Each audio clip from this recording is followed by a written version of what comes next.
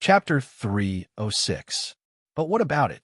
Yang Shandong originally thought that the other party would be dignified and might even ask for credit because of this. It was not impossible.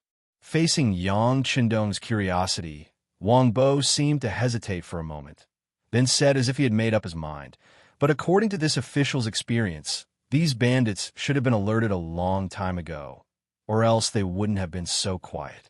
I'm afraid that someone else has already passed on the message." Oh, he thought that this was just an official sent by the Supreme Court, and that he was only cooperating with him on the surface to clear his relationship with him. He didn't think that he would have such knowledge. Most importantly, what he said was the truth. While Yang Shandong was puzzled, Sun Tong walked up and whispered in his ear, "This official knows this Wang Bo. He is quite capable, but because of his poor family background, he didn't have the money to send gifts to the higher-ups, so he's been ostracized and hasn't been promoted." After saying this, Sun Tong took the initiative to retreat to the side. He believed that he had explained the situation quite thoroughly. As expected, Yang Shandong nodded as if he understood everything. However, he definitely wouldn't be reassured by just a few words from others. Therefore, he continued to question Wang Bo. "Lord Wang, now that things have come to this, what do you think we should do next? If this official is so bold, I would like to ask the Duke of Loyalty to take back the order. We will leave for now and wait for the right time to strike." Wang Bo hesitated, thinking about the huge distance between them and how to phrase his next words. But when he thought about it, with his ability, if he thought of something and made a hint, he would be overestimating himself. Now wasn't the time to play any tricks, so he might as well say it directly. This way, after expressing his loyalty, he would have no regrets about how things would develop. Wang Bo actually advised Yang Shandong to take back the order to attack. Sun Tong was startled at first. Then he bluntly reprimanded, "How dare you say such things in front of the Duke of Loyalty? What are your intentions?" Even though Sun Tong was a military officer, he was still a secondary class rank 5.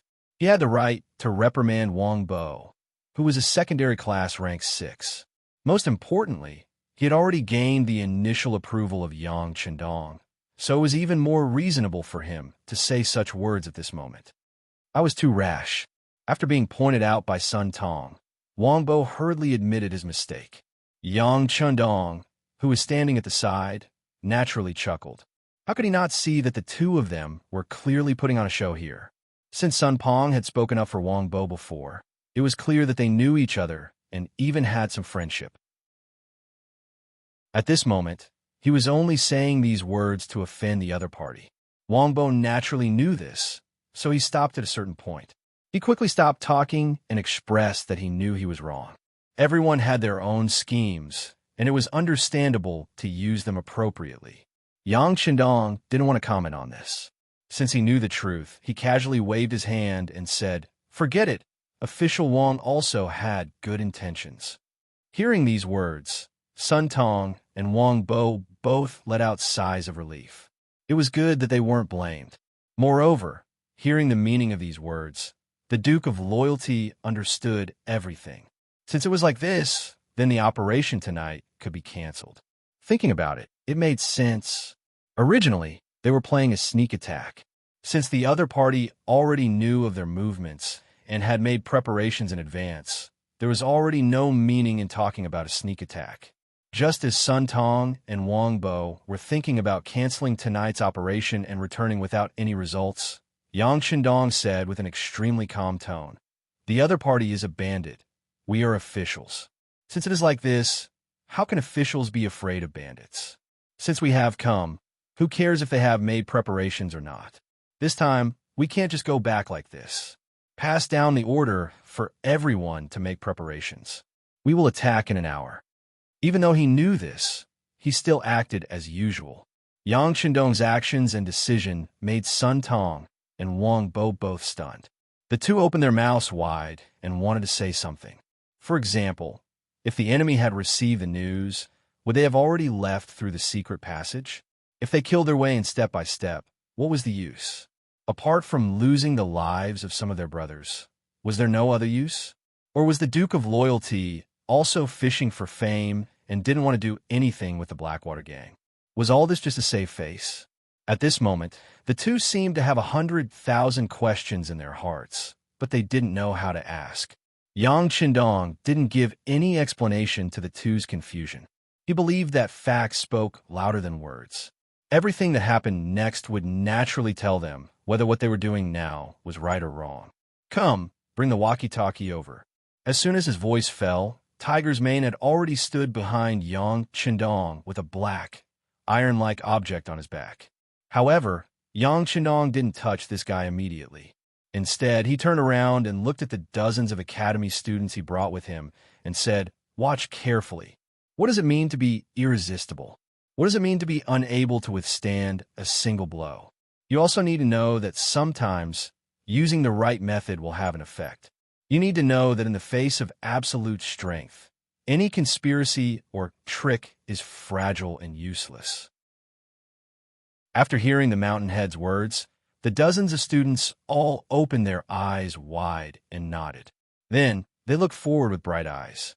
At this moment, their spiritual energy was highly concentrated, as if they were afraid that they would miss something important if they weren't careful. However, after reprimanding these words, Yang Qindong had already reached out and held the walkie-talkie in his hand. Then he said in a very firm and confident voice, Tangshan, this is number 1. Are you ready?" Reporting to number 1. Tangshan is ready and can attack at any time. Please give your orders. At this moment, another voice suddenly came out from the metal object. This shocked Sun Tong and Wang Bo so much that they almost jumped up. It was enough to show that they were really frightened. Okay, number 1, launch the attack. The time limit is 15 minutes. Don't stop. Begin. Tangshan Roger. The conversation ended for the time being, and there was no more sound coming from the metal object. Just as Sun Tong and Wang Bo were wondering how this thing could make a sound, a shocking scene suddenly appeared in front of them. Flames soared into the sky, and thunder roared. Torrential flames suddenly appeared in front of their eyes. The rumbling sound was like thunder from the ninth heaven falling in front of them, causing the earth to tremble. The hot air that rushed toward them seemed to be able to roast them, causing them to involuntarily step back to avoid the heat. Boom, boom, boom. Boom, boom, boom. The sound of cannon fire could be heard incessantly, and one after another, flames soared into the sky. It was like the end of the world, and it was more like the heavens were angry and spitting out huge fireballs one after another. In an instant, Blackwell Street was completely submerged in flames. Sun Tong was dumbfounded, Wang Bo was dumbfounded, and the group of academy students were dumbfounded. Even Tiger Man, Lung Feng, and the others who were mentally prepared were also dumbfounded. They thought that since the young master had a card up his sleeve, he would definitely have a way to solve the problem in front of them. However, they did not expect that he would use such a direct method to bombard with the cannons. Moreover, this kind of bombardment was not the ordinary kind. After each shot, they would rest for a while. It was just like what they used to deal with the Walla cavalry. This was a bombardment of cannons. Under the continuous attacks, the entire street would probably be completely destroyed. Not even a single blade of grass would be left. Not even a single person would be left alive. In a loud sound of cannon fire, Blackwell Street in front of them became a sea of fire. At a close distance, they could even hear the miserable cries coming from inside. The people in Blackwell Street had indeed received the news in advance, and Hu Huaihai had made some preparations for this. For example, they would first divide their forces into 3 groups and prepare countermeasures. Then, they would mobilize all the Jianghu people and fugitives on the streets, telling them that the imperial court would kill them. And in order to protect themselves and preserve their last piece of pure land, what they had to do was to fight against reason and beat the invaders out. This was to tell others that this was their territory and that no one was allowed to invade, much less have any ideas about it. Otherwise, only death awaited them. Those who could become the boss usually had a certain ability to stir up people's hearts. Hu Huaihai was like this.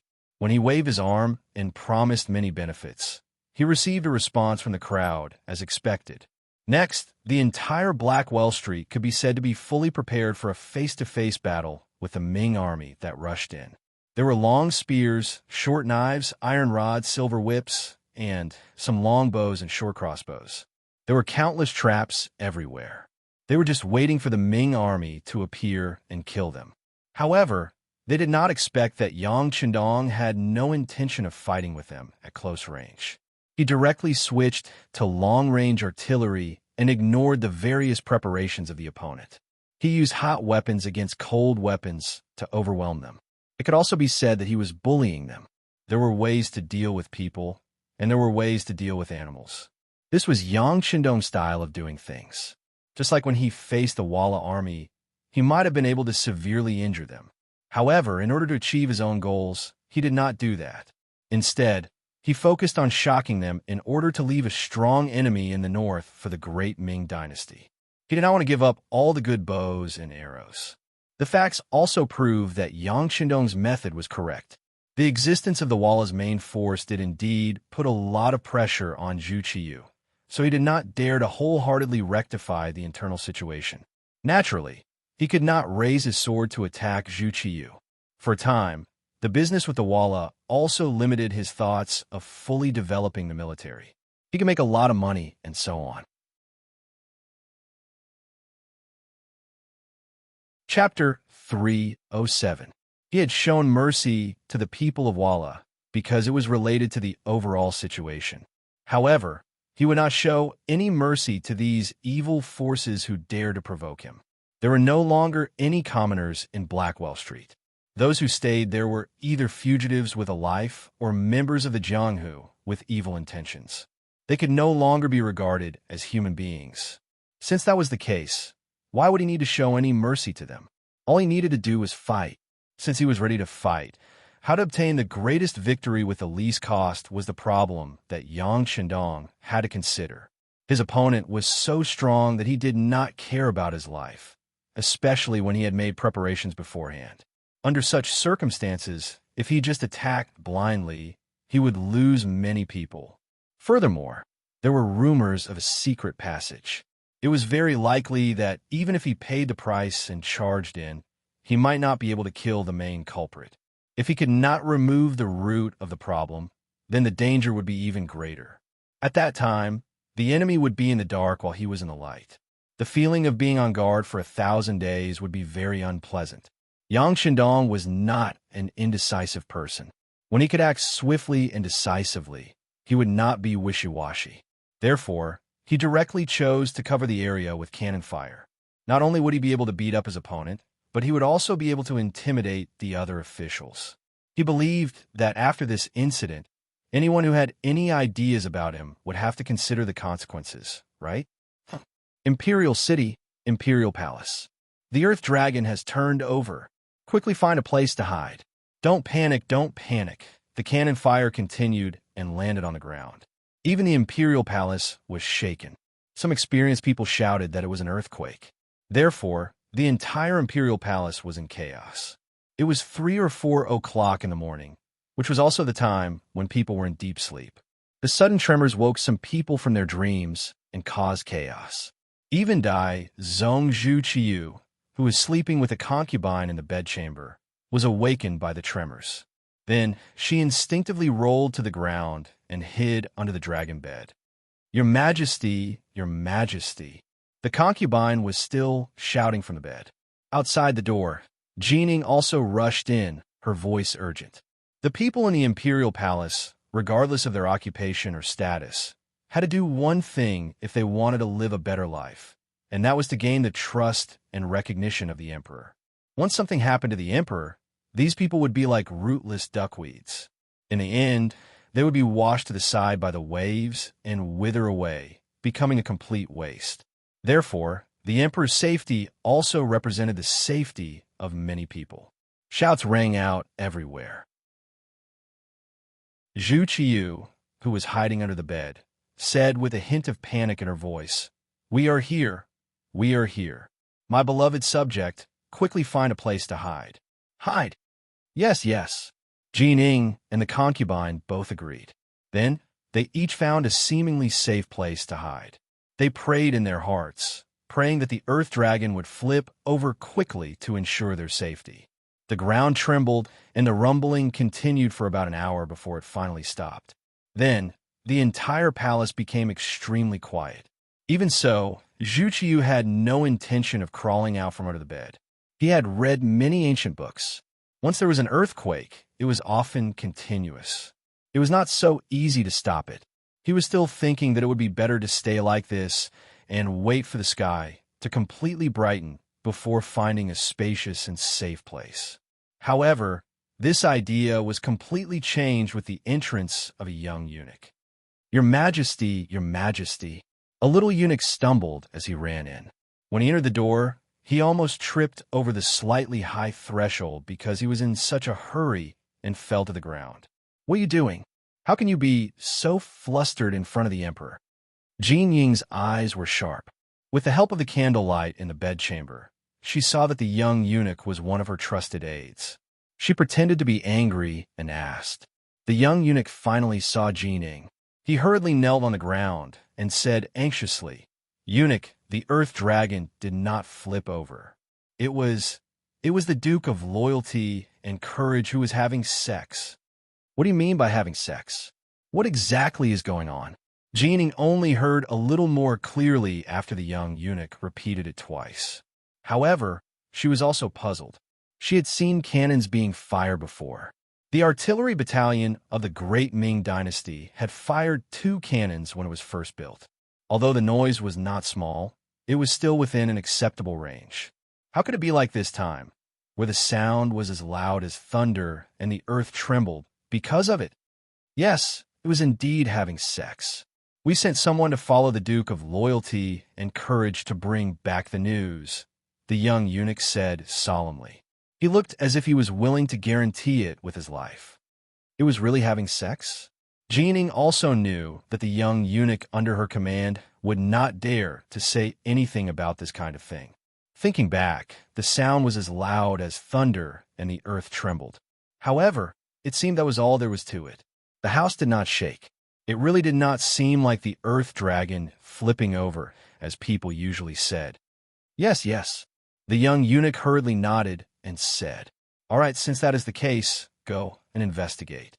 If there is any news, immediately report back." Jean Ying waved her hand.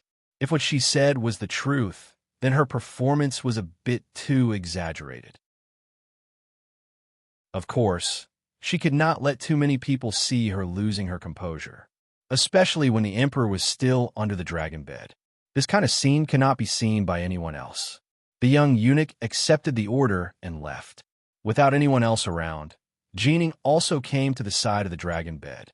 Then, she said in a small voice, "Your Majesty, there is something strange about this matter. I'm afraid it was not the earth dragon flipping over." "Oh, Jim will come out now." Zhu Qiyu, who was hiding under the dragon bed, had heard the young eunuch's voice. Although he did not believe that all of this was caused by the cannons, since there was a report, it should not have been the earth dragon flipping over. Thus, it was not appropriate for him to hide under the bed. No matter what, he was the emperor of a dynasty. When Zhu Qiyu climbed out from under the bed, he first tidied up his pajamas. Then, he straightened his body and resumed the posture of an emperor. However, he had no intention of returning to the dragon bed. Instead, he began to change his clothes with the help of his concubines. The young eunuch left quickly and returned even faster. Perhaps the report from below was also fast. As soon as he changed into the dragon robe, he rushed back. However, this time, he was clearly not as flustered.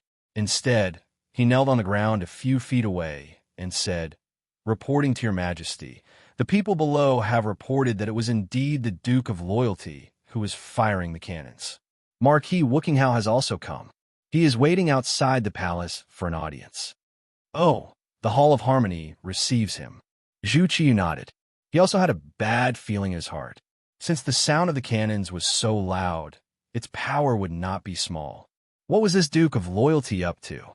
In the Hall of Harmony, when Zhu Qiyu appeared in his new dragon robe, Shi Heng, the commander of the 3 armies, and Yi Ming, the minister of war, had already knelt on the ground.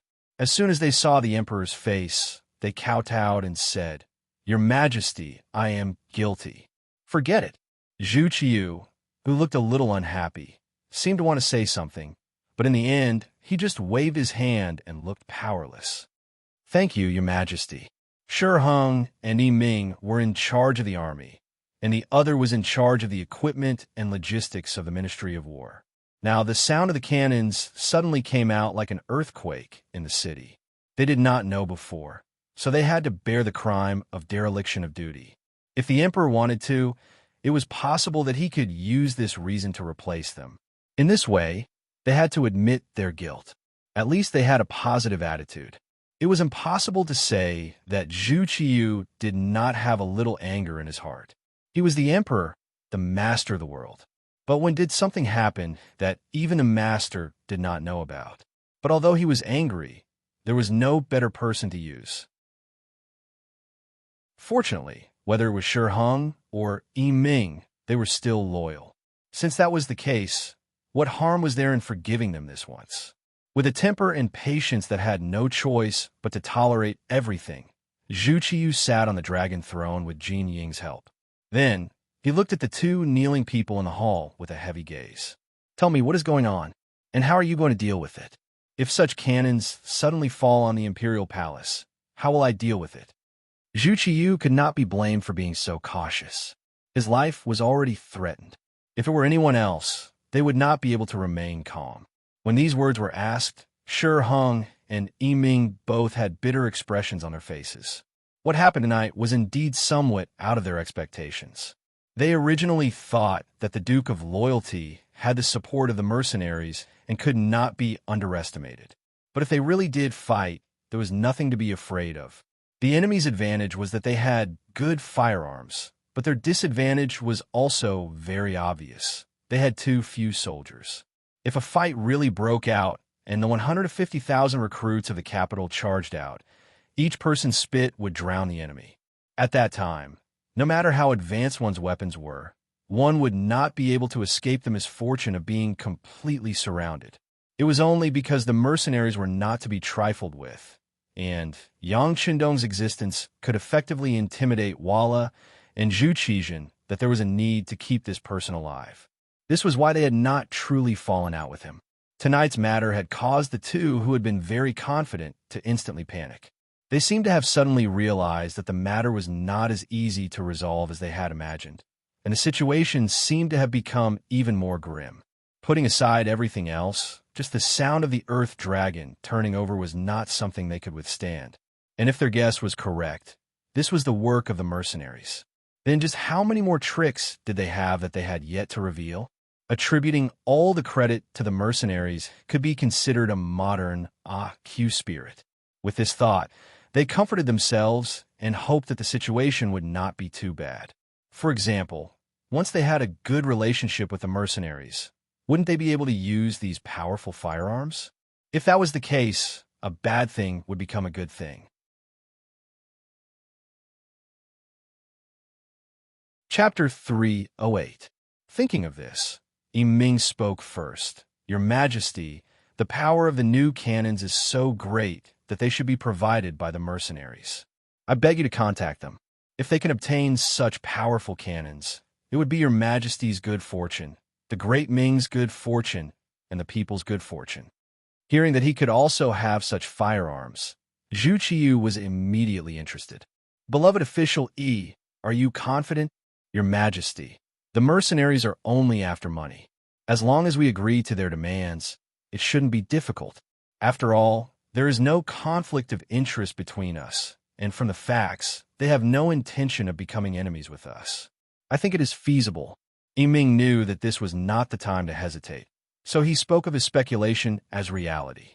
"Good, since that is the case, beloved official Jean, I will leave this matter to the two of you. Remember, as long as the other party's demands are not too excessive, you can agree to them." Zhu Qiyu's face was bright as he spoke. He had even begun to imagine what it would be like if he had such firearms. At that time, he could first unify the great Ming and defeat his imperial brother, Zhu Qijin. Then, he could even personally lead an army to the Walla. The humiliation he had suffered before would be another description and praise in the history books. As for placing Jining among them, This was one of Zhu Qiyu's methods of self-protection. After all, the power of the cannons was too great, so great that it could threaten his life at any time.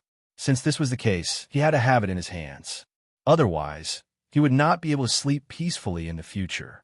After Yi Ming spoke of the cannons, the kneeling Shi Heng also spoke. Your Majesty, everything is ready. I suggest that the soldiers of the Datong Prefecture, the Kaiping Guard, and the Guangning Guard be replaced with the soldiers of the capital. I ask for your Majesty's permission. This is something that has already been discussed. Since beloved official Shi has mentioned it, we will immediately do it. Zhu Qiyu was well aware of the change in guard that had been planned for a period of time. She originally wanted to wait for a while before discussing it, but since Shi Heng mentioned it now, she decided to get it done immediately. Speaking of which, the change of guard this time was very confidential. Only the Emperor Zhu Qiyu, Chief Eunuch Jin Ing, and Marquis Wuqinghao, Shi Heng knew about it. Even the Minister of War, Yi Ming, was kept in the dark. Now, when he heard the conversation between the Emperor and Shi Heng, he, who was kneeling on the side, was confused. Fortunately, Shi Heng gave him a look which meant that he would explain this matter later. This prevented Yi Ming from feeling that he had been excluded from the highest authority. One was to build a good relationship with the mercenaries and have deeper contact with them. The other was to change the defense of the army. After the conclusion of the two matters, the discussion about tonight's bombardment in the Imperial Palace also ended. As for what would happen next, they would discuss it after seeing the results of tomorrow's battle. Zhu Qiyu turned and walked towards her sleeping quarters. There was still some time, so she could go back to sleep. Jining followed her step by step. Leaving Shi Heng and Yi Ming behind, she walked backwards out of Zhanghe Palace. As soon as he stepped out of the hall, Yi Ming straightened his stooped body and asked curiously, Governor Shi, can you tell me more about the change of guard? Haha, of course. Shi Heng had a smile on his face. Once the guard was changed, many things would be involved. He needed the support of the Ministry of War, and there were some things that needed to be explained. Actually, His Majesty just casually mentioned it. I'm sure that Minister of Rights also knows about it. After defeating Walla, some people's reputations are too great. In addition, they saved more than 70,000 soldiers from Walla's army. Most of these people have returned to being soldiers and heroes. They are all grateful for a certain person's great kindness. Does Minister of Rights think that His Majesty can use this kind of army without worry? That's why His Majesty decided to change the guard? Yi Ming was extremely intelligent and immediately understood the crux of the matter. Once the guard was changed, the soldiers coming were from other guard posts. They had not received the kindness of the Duke of loyalty and courage, so they could be used without worry. Yes, this time, the Emperor was willing to use money to change the guard, and the constant waves of conscription in the capital were even suppressed by His Majesty precisely for this reason. To tell the truth, the majority of those people who were forcibly conscripted into the army were commoners who were convinced of someone's strength. Leaving these people in the capital would be an unstable factor, so I used this chance to get rid of them. Shi Heng chuckled. So what if you, Yang Qindong, are formidable? In the end, the situation was still in the Emperor's hands. No matter how many good deeds you did and how many people you bought, once the people were changed, your reputation would gradually fade away. Yi Ming finally understood what was going on inside. His Majesty's move is truly formidable, taking away the firewood from under the cauldron. Right? What about the Blackwell Street matter? I was hoping that they'd cause some trouble, but it seems that we were happy for nothing. Let's drop this matter. After all, we didn't lose anything. This was Shi Heng's matter. With this voice, the two figures gradually faded into the distance, ultimately vanishing from the Imperial City, returning to an hour ago. Blackwell Street. Hu Huaihai, the boss of the Blackwater Gang, was sitting in a room with a secret passage. He was listening to the intelligence gathered by his subordinates. For example, the entire street had been surrounded by people sent by the Supreme Court, and a large number of officers and soldiers were swarming in this direction. Second Master Wu Yong had long ago analyzed all of this, so Hu Huaihai naturally knew what was going on. It was precisely for this reason that he was in no hurry, only lightly nodding to indicate that he understood. He gave off the feeling that everything was within his plan, and his subordinates trusted him even more. In fact, Hu Huaihai was also prepared. On the entire Blackwell Street, the Blackwater Gang had at least 500 people set up an ambush. In addition to some desperados and notorious Jianghu, people who sought refuge here, there were at least 1,000 people, and all of them had some skills. They were not people that ordinary soldiers could deal with. In addition to the geographical advantage, it would be even more difficult for the Duke of Loyalty to deal with him. It would be impossible for him to do so without paying a heavy price. Not to mention that even if the situation was more dangerous, he could leave through the secret passage, and then second brother and third brother would take action. What danger would there be? At this moment, he could even see the scene of Yang Chendong being killed. It was precisely because of these backup plans that Hu Huaihai's face was naturally calm and fearless at this moment. However, all of this was changed by the earth-shaking rumble of cannons.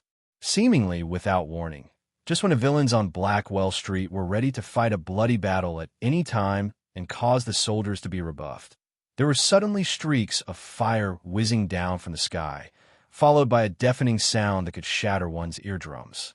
Before anyone could react and was still in a daze, wondering what was going on, powerful cannonballs landed on Blackwell Street, landing beside the villains. Then, with a sudden boom, they turned into streaks of huge air currents and flames that engulfed them one by one. The rumble of the cannonballs shattered the understanding of these villains. Just when they thought that the Ming army would launch a charge and they were waiting, the cannonballs that fell from the sky and the cannonballs that could form a radius of several feet, as soon as they landed on the ground, struck all of their confidence and self-esteem into nothingness. They were struck until there was nothing left, nothing at all. Even Hu Huaihai, who was waiting quietly in the room, was frightened by the sound of the cannonballs. After a full 10 breaths, he seemed to have woken up from a dream. The first thing he did was to quickly rush toward the entrance of the secret passage, thinking, "It's over, it's over, it's all over." Hu Huaihai's reaction was not slow. His body nimbly slipped into the secret passage. But in the face of this kind of aimless cannonball that completely covered everything, the so-called secret passage was not safe. This was because at this moment, a cannonball landed beside the small courtyard. The powerful shock caused a huge pit to appear in the ground. Under such power, the secret passage naturally collapsed. This boss of the Blackwater Gang, who could cover the sky with one hand on Blackwell Street and even had no regard for the law, was blocked in the secret passage. Then a large amount of dust pressed down on his body. He shouted and screamed, flailing his arms and legs. But all of this could not change the fact that he was drowned. A suffocating feeling swept through his body. At this moment, perhaps there was only one thought in his mind, and that was regret. If he could redo his life, he would definitely not choose to offend the Duke of Loyalty. The sound of the cannonball rang out, spreading far and wide. Third Master Qi Lu's group that was rushing toward the Yang village could not help but stop. Looking back, based on his intuition, he could tell that the cannonball should have landed in the direction of Blackwell Street. He could not help but frown, but the straightforward Third Master Qi did not intend to stop the operation. In his view, he had lost face and was actually injured in the hands of a small servant. This hatred had to be avenged. Otherwise, where would he put his face? How would he be able to establish a foothold in the Jianghu in the future? It was precisely because of this worthless face that Qi Lu did not intend to retreat, even though he knew that the situation had changed. He led a total of 200 brothers of the Blackwater Gang to the Yang village that was 15 li south of the capital, the outer courtyard of the Yang village. Battalion Commander Wu Sheng, who was ordered to wait here, saw huge bursts of fire coming from the direction of the capital and heard the sound of cannonballs. He said excitedly, "The young master has made his move. Next, it's up to us brothers. Everyone, listen up. Once the enemy appears, don't hesitate to beat them up. Beat them up until even their parents can't recognize them." Chapter 309. Yes, Two platoons of 60 people from Cold Vanguard answered in unison, followed by the crisp sound of gun bolts being pulled. Who knew how many times they had trained for such a battle? The Cold Vanguards were already familiar with it. Even the hands holding the guns did not tremble in the slightest. This was the benefit of being an elite. All along, Yang Shandong had been walking the path of elite soldiers. After going from the front lines to the military supply department, he knew how big the expenditure of a large army was. At that time, he was really shocked. It was not an exaggeration to say that it was an astronomical figure. It was because he knew how much money was needed to sustain an army that he had to train the most elite Cold Vanguards. Quality was more important than quantity. This was to reduce the financial losses while at the same time they could do more things. Now, it seemed that he had made the right choice. At least the Cold Vanguards were extremely elite. On the battlefield, with advanced firearms, 1 against 10 or even dozens of people would not be a problem. This was only the strength of one Cold Vanguard. If many Cold Vanguards were to gather together, they would be able to display even more dazzling and unbelievable results. The Cold Vanguards were already prepared. They were only waiting for the enemy to appear. And as expected, the enemy, Qi Lu, really came. Along the way, they were very careful, afraid of causing a bigger commotion. Leading a group of experts, Third Master Qi was full of confidence. Although there weren't many of them, only less than 200 of them, these were people who had walked through mountains of swords and seas of fire. To them, killing people was like child's play. Once they were allowed to rush into the Yang family manor, one could imagine what kind of hell it would become. He had long heard that the Duke of Loyalty and Courage had 4 beautiful women. At this moment, Qi Lu only felt restless. He had even thought of leaving one for himself, one for his second brother, and the other 2 for his eldest brother. This should be enough to prove his filial piety. With such a beautiful but impossible wish, the group of people arrived outside the Yang family manor on a spacious piece of land. Originally, there were some weeds here, but for the sake of a better field of vision, Lung Feng had long made this place barren. This way, if any enemy approached, this place would become the first line of life and death, restricting the enemy's approach and reaping their lives. The Blackwater Gang had investigated this matter, and they even knew that this open space served as a barrier. However, in the eyes of these people who were agile and knew that wealth came from danger, no one took him seriously. If they rushed forward, they would be able to obtain riches and honor. If he couldn't charge up, he would die and his soul would disappear. This was very fair. This was the understanding that everyone had engraved in their minds. Even though they knew what the consequences would be, everyone only hesitated for a moment when they arrived in front of the empty space. After they had adjusted their breathing, under Qi Lu's command, they flew up and charged forward. Their speed was fast, and with the cover of the night, they were charging over a large area. In their opinion, even if the Yang Manor was aware, it would be impossible to stop all of them in such a short period of time. Once half, or even half of the people charged into the manor, it would be their world. Everything would be under their control. Qi Lu's plan was very good. When he charged, he didn't charge at the front, but instead, he hid in the middle of the group. His past experience told him that the people in the middle were usually the safest. At least, they could attack and retreat. However, when the group truly launched their attack, everything was completely different from what he had imagined. Attack. Seeing the black shadows approaching, Battalion Commander Wu Sheng, who was hidden in the darkness and had 2 platoons of soldiers by his side, gave an order. 60 soldiers of the Cold Vanguard aimed their guns at the empty space in front of them at the same time. Then, there was a series of crackling sounds like firecrackers.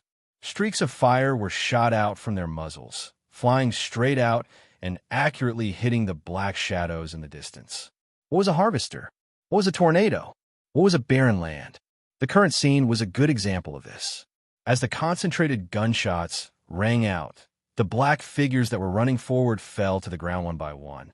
Puddles of fresh blood blossomed as if they were worthless, causing the originally clean ground to be left with patches of blood stains and crimson fresh blood. Holding the Type 95 class machine gun in his hand, Battalion Commander Wu Sheng's right index finger kept moving. 222. Bullet shells flew in all directions, and the black shadows fell to the ground. Among them, there were some whose faces were filled with unwillingness, some whose eyes widened in shock, and some who didn't even have the chance to show any expression before they fell into a pool of blood and died. Of course, there were more black shadows that fell to the ground after hearing the gunshots. Among them was Qi Lu, Master Qi-san. He already knew that the mercenaries' guns were powerful, so he was mentally prepared. But when he saw that no less than 56 people had died, and more than 30 people were injured, Qi Lu still couldn't accept this result. But there were some things that had already been done, so there was no room for regret. Just like now, since he had already rushed out, he couldn't even retreat now. Everyone listen up. Move forward carefully and lower your body. Whoever rushes into the manor first will be rewarded with 500 taels of silver by the boss. When there was a great reward, there would definitely be brave men. Knowing that there was no way out, Qi Lu issued a great reward. At that moment, the black-clothed people that were originally lying on the ground seemed to have come back to life. One by one, they started to crawl forward, just like how Lung Feng's subordinates crawled forward during training. Crawling like a dog? Interesting. Battalion Commander Wu Sheng, who was more than 100 meters away, used the night vision device to clearly see the performance of Qi Lu and the others. When he saw how imperfect they were when crawling forward, and how some of them even had their buttocks raised high, he couldn't help but laugh out loud. Fortunately, they were the enemy. If they were his subordinates, and their movements were so imperfect, he would have stomped on them long ago. Come on, brothers. The competition has begun. Let's see who gets the most hits. When we return, it will be recorded clearly in the merit book. Now, let's start with Class 1. Remember, you only have one chance. After that, it will be Class 2. No one is allowed to fight, and no one is allowed to mess around. Whoever breaks the rules will have their merit taken away. Wu Sheng's voice was sometimes serious, but sometimes excited. He treated the actual battle in front of him as a training exercise, a military exercise. With such a relaxed attitude, the other Lung Feng members were also relaxed, and they were able to show their best side. Class 1, get ready. Fire. Bang, bang, bang. 10 gunshots rang out, and 7 of the crawling black-clothed people stopped moving in an instant. Class 1, 7 people have been hit in the first round. Class 2, get ready. Wu Sheng's voice rang out in a timely manner. What followed was Class 2's first round of shooting. Another 6 black-clothed people were hit and stopped moving. Class 3, get ready. Wu Sheng issued one order after another. The number of black-clothed men was reduced one by one. Originally, there were at least 100 people in the group, but after a round of roll call, not even half of the 50 people were left alive. Qi Lu was quite lucky. Because he had been lying on the ground and did not dare to move, no one hit him in this round of roll call. However, when he clearly felt his brothers dying one by one, cold sweat flowed down his neck. These people were not afraid of death.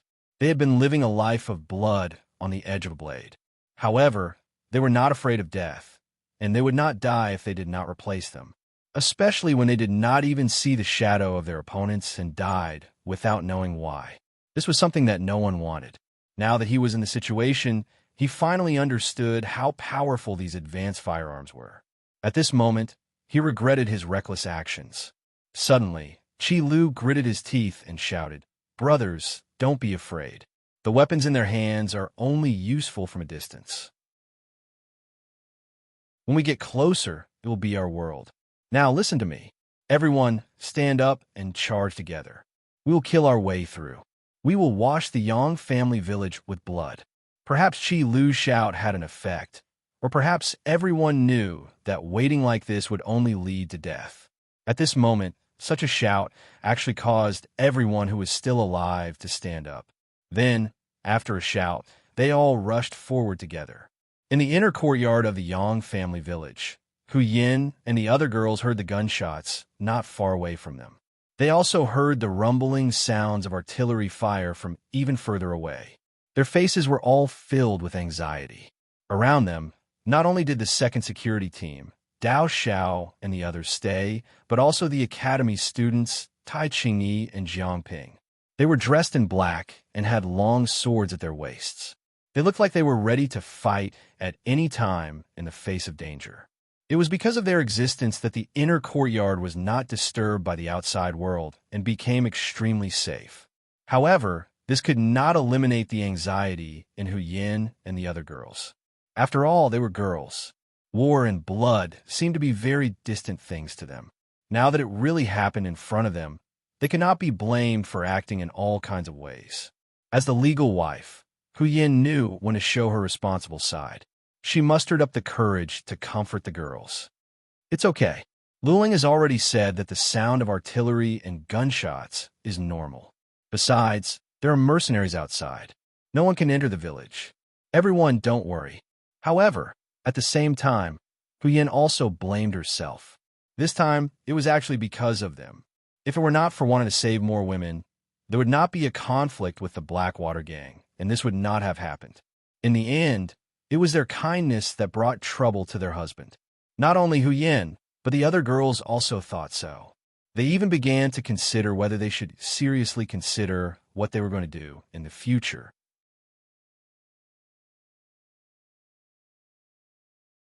Chapter 310. In a courtyard not far from the main courtyard, Junko and Kobayashi were also looking up at the distant fire in the capital. Under the night sky, it seemed that the place had become red. Kobayashi, you once stayed with Imperial Father for a period of time and heard some teachers talk about the power of cannons.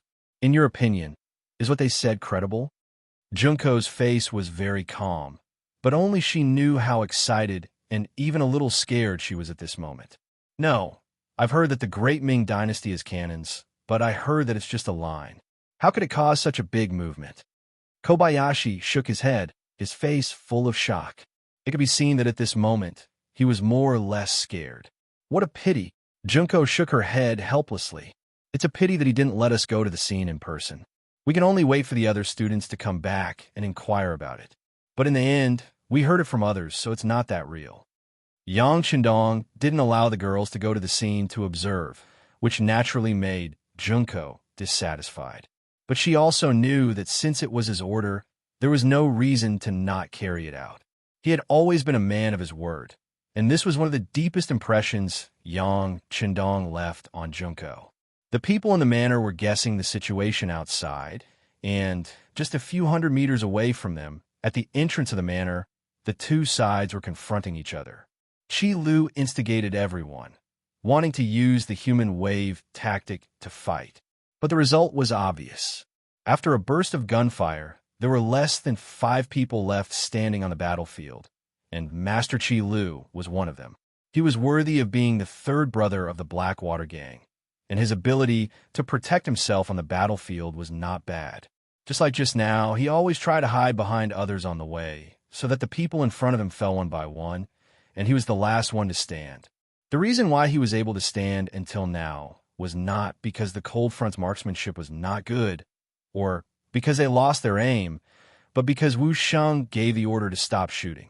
Yang Shindong had said more than once that if you have a gun, don't use a knife, and if you can kill from a distance, don't fight in close range. However, when there were only 5 opponents left, Wu Sheng still decided to use close combat to win. He knew that Yang Wu was injured, and he recognized that one of the 5 people was the one who had injured Yang Wu.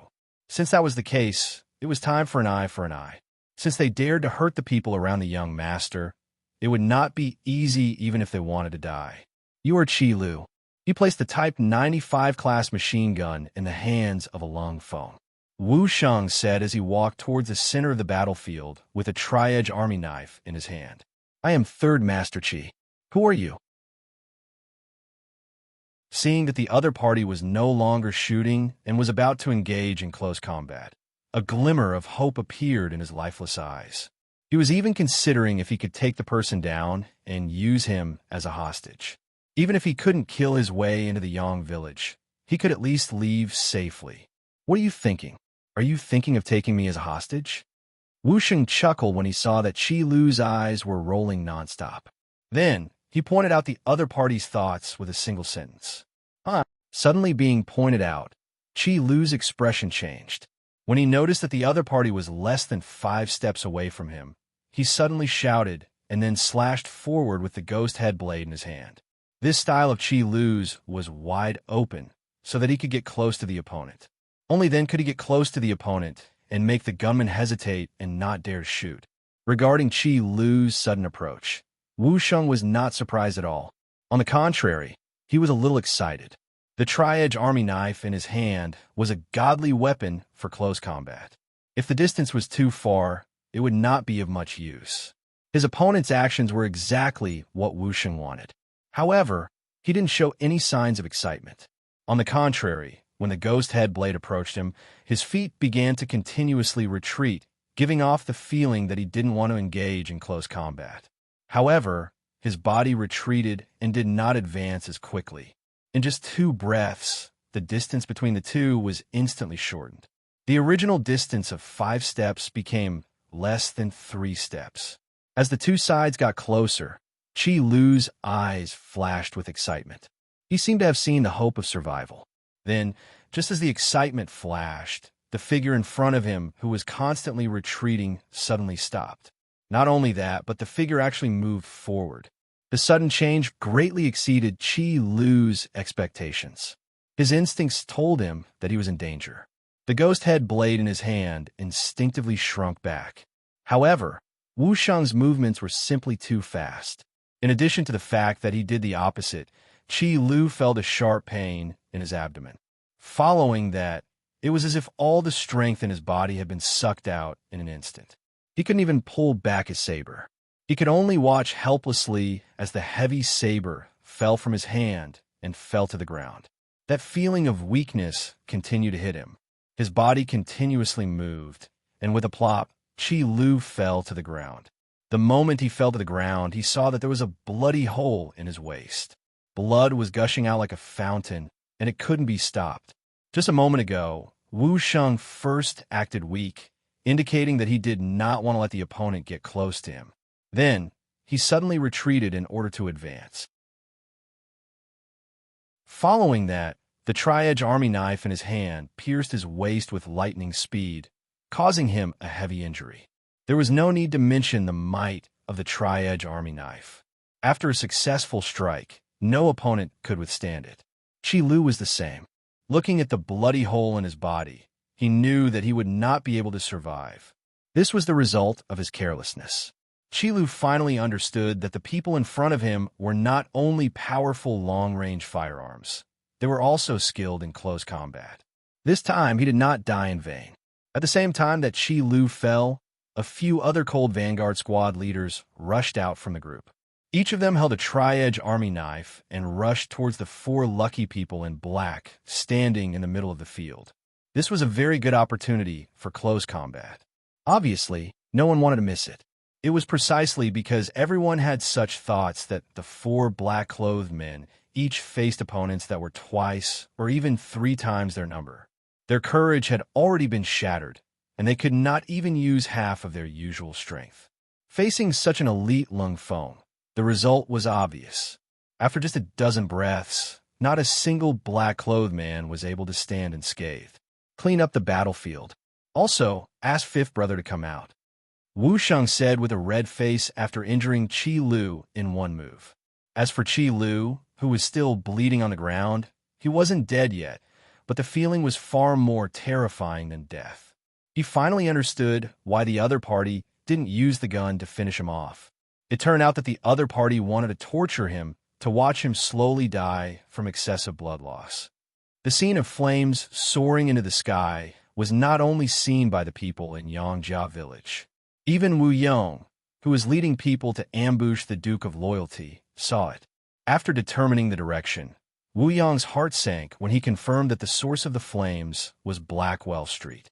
He had calculated everything, but he did not think that the Duke of Loyalty would have such powerful cannons. Moreover, they had ignored the fact that Blackwell Street was located in the capital and fired without hesitation. Compared to other people, Wu Yong's thoughts were more meticulous. This allowed him to understand Yang Chendong's past even more clearly.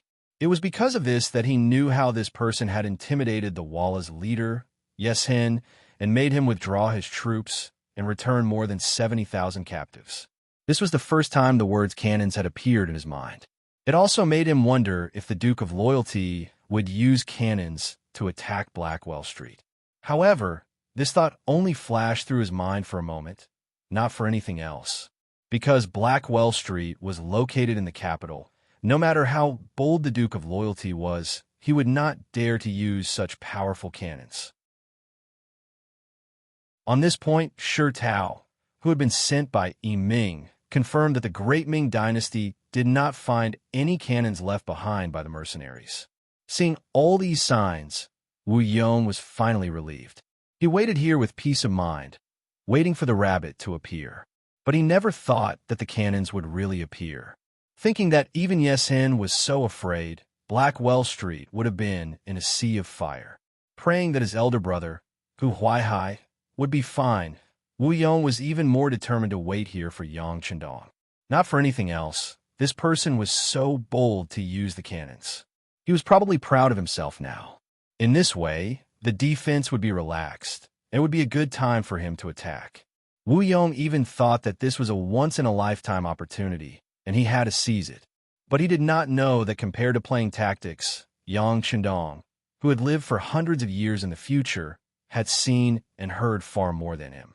Just like now, when Wu Yong was ambushing Yang Chendong 5 miles outside the city gate, Taihu the Langya Special Forces was also leading his team members here. Since he had decided to attack the Blackwater Gang, of course, he had to be more careful and more prepared. Therefore, Yang Chendong had been thinking about what preparations he would make if he was the opponent. Obviously, he couldn't forget to ambush them halfway. Thus, he left this matter to Taihu. Even in the cold front, Taihu was an elite existence. Taihu, who had accepted the task, first began to search the city. After all, from Yongding Gate to Blackwell Street, one had to pass through many streets. If it was an assassin, hiding there was obviously the safest and most hidden. With this thought in mind, Taihu began to search after Yang Chendong entered the city. Unfortunately, he did not find anything. Even when he reached the city gate, he still did not see any danger.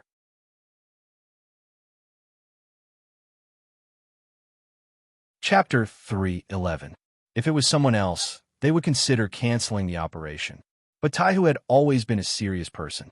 Since the young master said that there might be an ambush on the way back, how could he be careless? He immediately led a group of people out of the city and continued to investigate in the direction of Yangjia village. Under his perseverance, Iron Tiger and Wu Yong finally met. The first to discover was the hidden scout sent by Wu Yong. Although the other party had hidden very well, but in the eyes of Langya, this kind of concealment technique was child's play. But the scout that was sent out did have some ability. He actually let out a cry before he died. In the dark night, the sudden cry finally attracted Wu Yong's attention. Instinctively, he felt that something was wrong and ran away.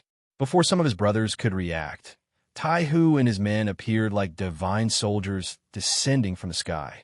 Then, a series of gunshots rang out. Although the people who stayed here to ambush were skilled, but facing the equally skilled Langya who had better weapons and equipment, it seemed that they would be at a disadvantage. The tri-edge army knife could not only cause a wound that was difficult to heal, but it was also powerful because of the hardness of its material. When a user was strong enough, and the battle between the two sides started with an explosive battle, it could easily break ordinary weapons like swords, spears, swords, halberds, and so on. Imagine, after a confrontation, one side's weapon broke into two. What kind of consequences would that cause? Wu Yong's advantage in terms of weapons and his sudden appearance caught the other party off guard. Even though there were quite a number of world of martial arts experts in Wu Yong's group and their attacks were ruthless, they still began to suffer casualties after a few exchanges. Screams could be heard, and from those screams, Wu Yong could roughly distinguish who was injured, fell into a trap, and suffered losses. As for someone finding him, to be honest, Wu Yong had thought about this before, but it was just a fleeting thought in his mind. He had investigated Yang Chendong. Although this person's methods were powerful, but he also had a big shortcoming, and that was that there were too few people he could use. Although this time the Supreme Court and the soldiers of the 5 cities military office would assist him, but what could they do to the Blackwell general? What could they do to the Blackwater gang? That would truly be a joke. At the end of the day, if they were to really fight, the most mysterious mercenary group would probably be the ones to lead the Duke of Loyalty. Since that was the case, excluding the people in the manor who were attacking and defending, there should not be many people left. How could they be a threat to him? It was precisely because he had underestimated them that he felt helpless when facing the sudden appearance of the wolf fangs. But no matter what, Wu Yong was able to become the sect's second in command and was given the title of military advisor. His mind was still very quick. Let's go. Without the slightest hesitation, after Wu Yong shouted this sentence, he had already brought a few of his trusted aides and quickly retreated. That kind of decisiveness made it seem as if he did not hear the screams of his brothers behind him from time to time. At this moment, what they had said when they were together, they would share blessings and hardships together, was so laughable and childish. Since it was an ambush, once it was discovered, the meaning would naturally change. Since there was no chance left, what were they waiting for? Wu Yong left, but he only brought 4 or 5 of his brothers with him. Without the slightest hesitation, Taihu lost track of the other party after killing 4 of the bandits. Looking at the empty ambush ground, all he could do was to sigh and say, "You guys ran fast." He ended this round of slaughter. It was not accurate to say that it was a slaughter, because in this battle, 4 of the Wolfang's brothers were actually injured. One of the injuries was quite serious. Although it was not life-threatening, he would not be able to get out of bed for at least a month. This result naturally caused the captain, Taihu, to be dissatisfied. However, he also knew that although the Wolfangs were the elites of the elites, the strength of the opponents this time was not weak. Moreover, the number of people was several times their own. In addition, they had more training than actual combat, so the opportunity to face off with a blade like this was still too little. But fortunately, as long as no one died, after experiencing today's events, presumably once they recovered and returned, their strength should be on another level. The Wolfangs were unprepared, but still suffered some injuries. It was conceivable that if they suddenly appeared, it might really threaten Yang Chendong's life. Speaking of Yang Chendong, at this moment, he was standing on Heijing Street, commanding the bailiffs, constables, and soldiers of the 5 cities warden office to clean up the battlefield. They originally thought that this would be a bloody battle. Whether it was the Supreme Court or the 5 cities warden office, the soldiers who participated in this operation were all nervous. Although they knew that the leader this time was the military god, when they thought of the various deeds of the Blackwater gang, it was impossible to say that they were not at all afraid in their hearts. As a martial artist, fame was originally obtained by risking one's life. If one wanted to climb up, it was impossible to not pay a price and even not take risks. Therefore, some people who thought that they had some skills thought that this might be a good opportunity for them to perform. No matter what kind of mentality they had, what they did not expect was that in the end, Yang Chendong would use this method to solve the problem. The roar of the cannons shook the sky, and the entire Heijing Street fell into a vast sea of fire. It was a completely one-sided attack. What originally seemed to be a very difficult thing was done so easily, which shocked everyone and made them speechless. This was an open scheme. It was an open and above-board method of attack. In this way, the problem was solved and the bystanders had nothing to say. Not only were the bystanders speechless, even the students of the Yang Academy who came to observe this time were dumbfounded at this moment, and their jaws dropped in shock. Before the fight started, some of the students wanted to show off their martial arts skills and test their skills in martial arts that they had learned during this period of time in the academy. The headmaster said that practice was the only standard to test the truth. They were looking forward to a good test. Although they were excited, they were also a little nervous. For example, they knew about the chaos in Heijing Street and that the Blackwater gang was made up of desperados. Once they fought, there was a possibility of injury or even death at any time. However, out of trust in the headmaster, Yang Chendong asked them to come, so he should be prepared. But they never thought that it would be such a preparation. They were simply here to watch a show, and there was no chance for them to do anything. It was not accurate to say that they were here to watch a show. Just as the soldiers of the Supreme Court and the 5 cities military office began to clean up the battlefield after the bombardment, they also moved. This was also the headmaster's order. He gave each of them a sharp knife and asked them to go in and see if there was anyone who was not completely dead. When the time came, they just needed to finish the job. As for the people who could live here, Yang Shandong had no mercy at all. Killing was killing. There was no need for a trial at all. Every student was followed by one of Lung Feng's brothers. This was also a way to ensure that nothing would go wrong. These people had been learning from him for a few months, and they were all outstanding people in all aspects. It would be a pity if they were killed like this. With the cannons that were so many years ahead of this era, there were too few people who could survive. Of course, there were few lucky ones. Because they were standing in different positions at the time, they were not immediately killed by the cannons, but they were basically seriously injured. When the cleaning up battle began, these so-called lucky ones could announce the end of their lives. The cleaning of the battlefield was very fast. The sky had just brightened, and in just 2 hours, everything was over. They also found a few secret passages, and in one of them, they found the body of the Blackwater Gang's boss, Hu Huaihai. Even when this person died, his eyes were not closed. Instead, his eyes were wide open like copper bells, as if expressing the shock and indignation in his heart. With Hu Huaihai dead, the Blackwater Gang was like a dragon without a leader. In a way, it could be said that the Blackwater Gang was completely destroyed. Next, there were some small fries who were lucky enough to survive, but it would be difficult for them to cause any trouble. At this point, this battle could be said to have reached a perfect conclusion.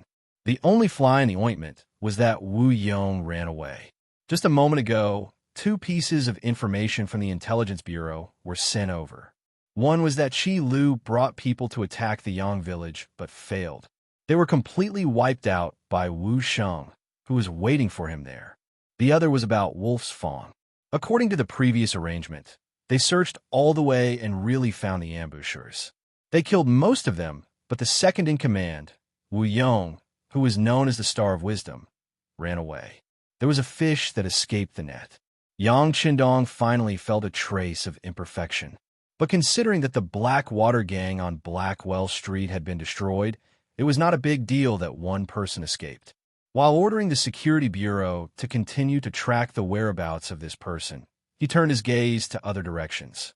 This time, he used the mysterious cannons to cleanly solve the problem of the Blackwater Gang. It was satisfying, and presumably, it would also frighten some people. Next, they would definitely have some reaction, but he did not know what they would do. In the throne room, the court meeting was going on as scheduled. Compared to the past, many of the officials' expressions were slightly more serious. Last night, the rumbling sound of the cannons was like an earth dragon turning over, and no one could ignore it. In the morning, many of the courtiers found out what had happened. Some of the bolder courtiers even took a detour to Blackwell Street. What they saw was a messy and chaotic scene. Yesterday, it was still a strategically advantageous situation, but today, it had become a scorched earth. Occasionally, some places were still smoking after the fire. This scene was deeply imprinted in their minds, making them feel the horror of the Duke of Loyalty again.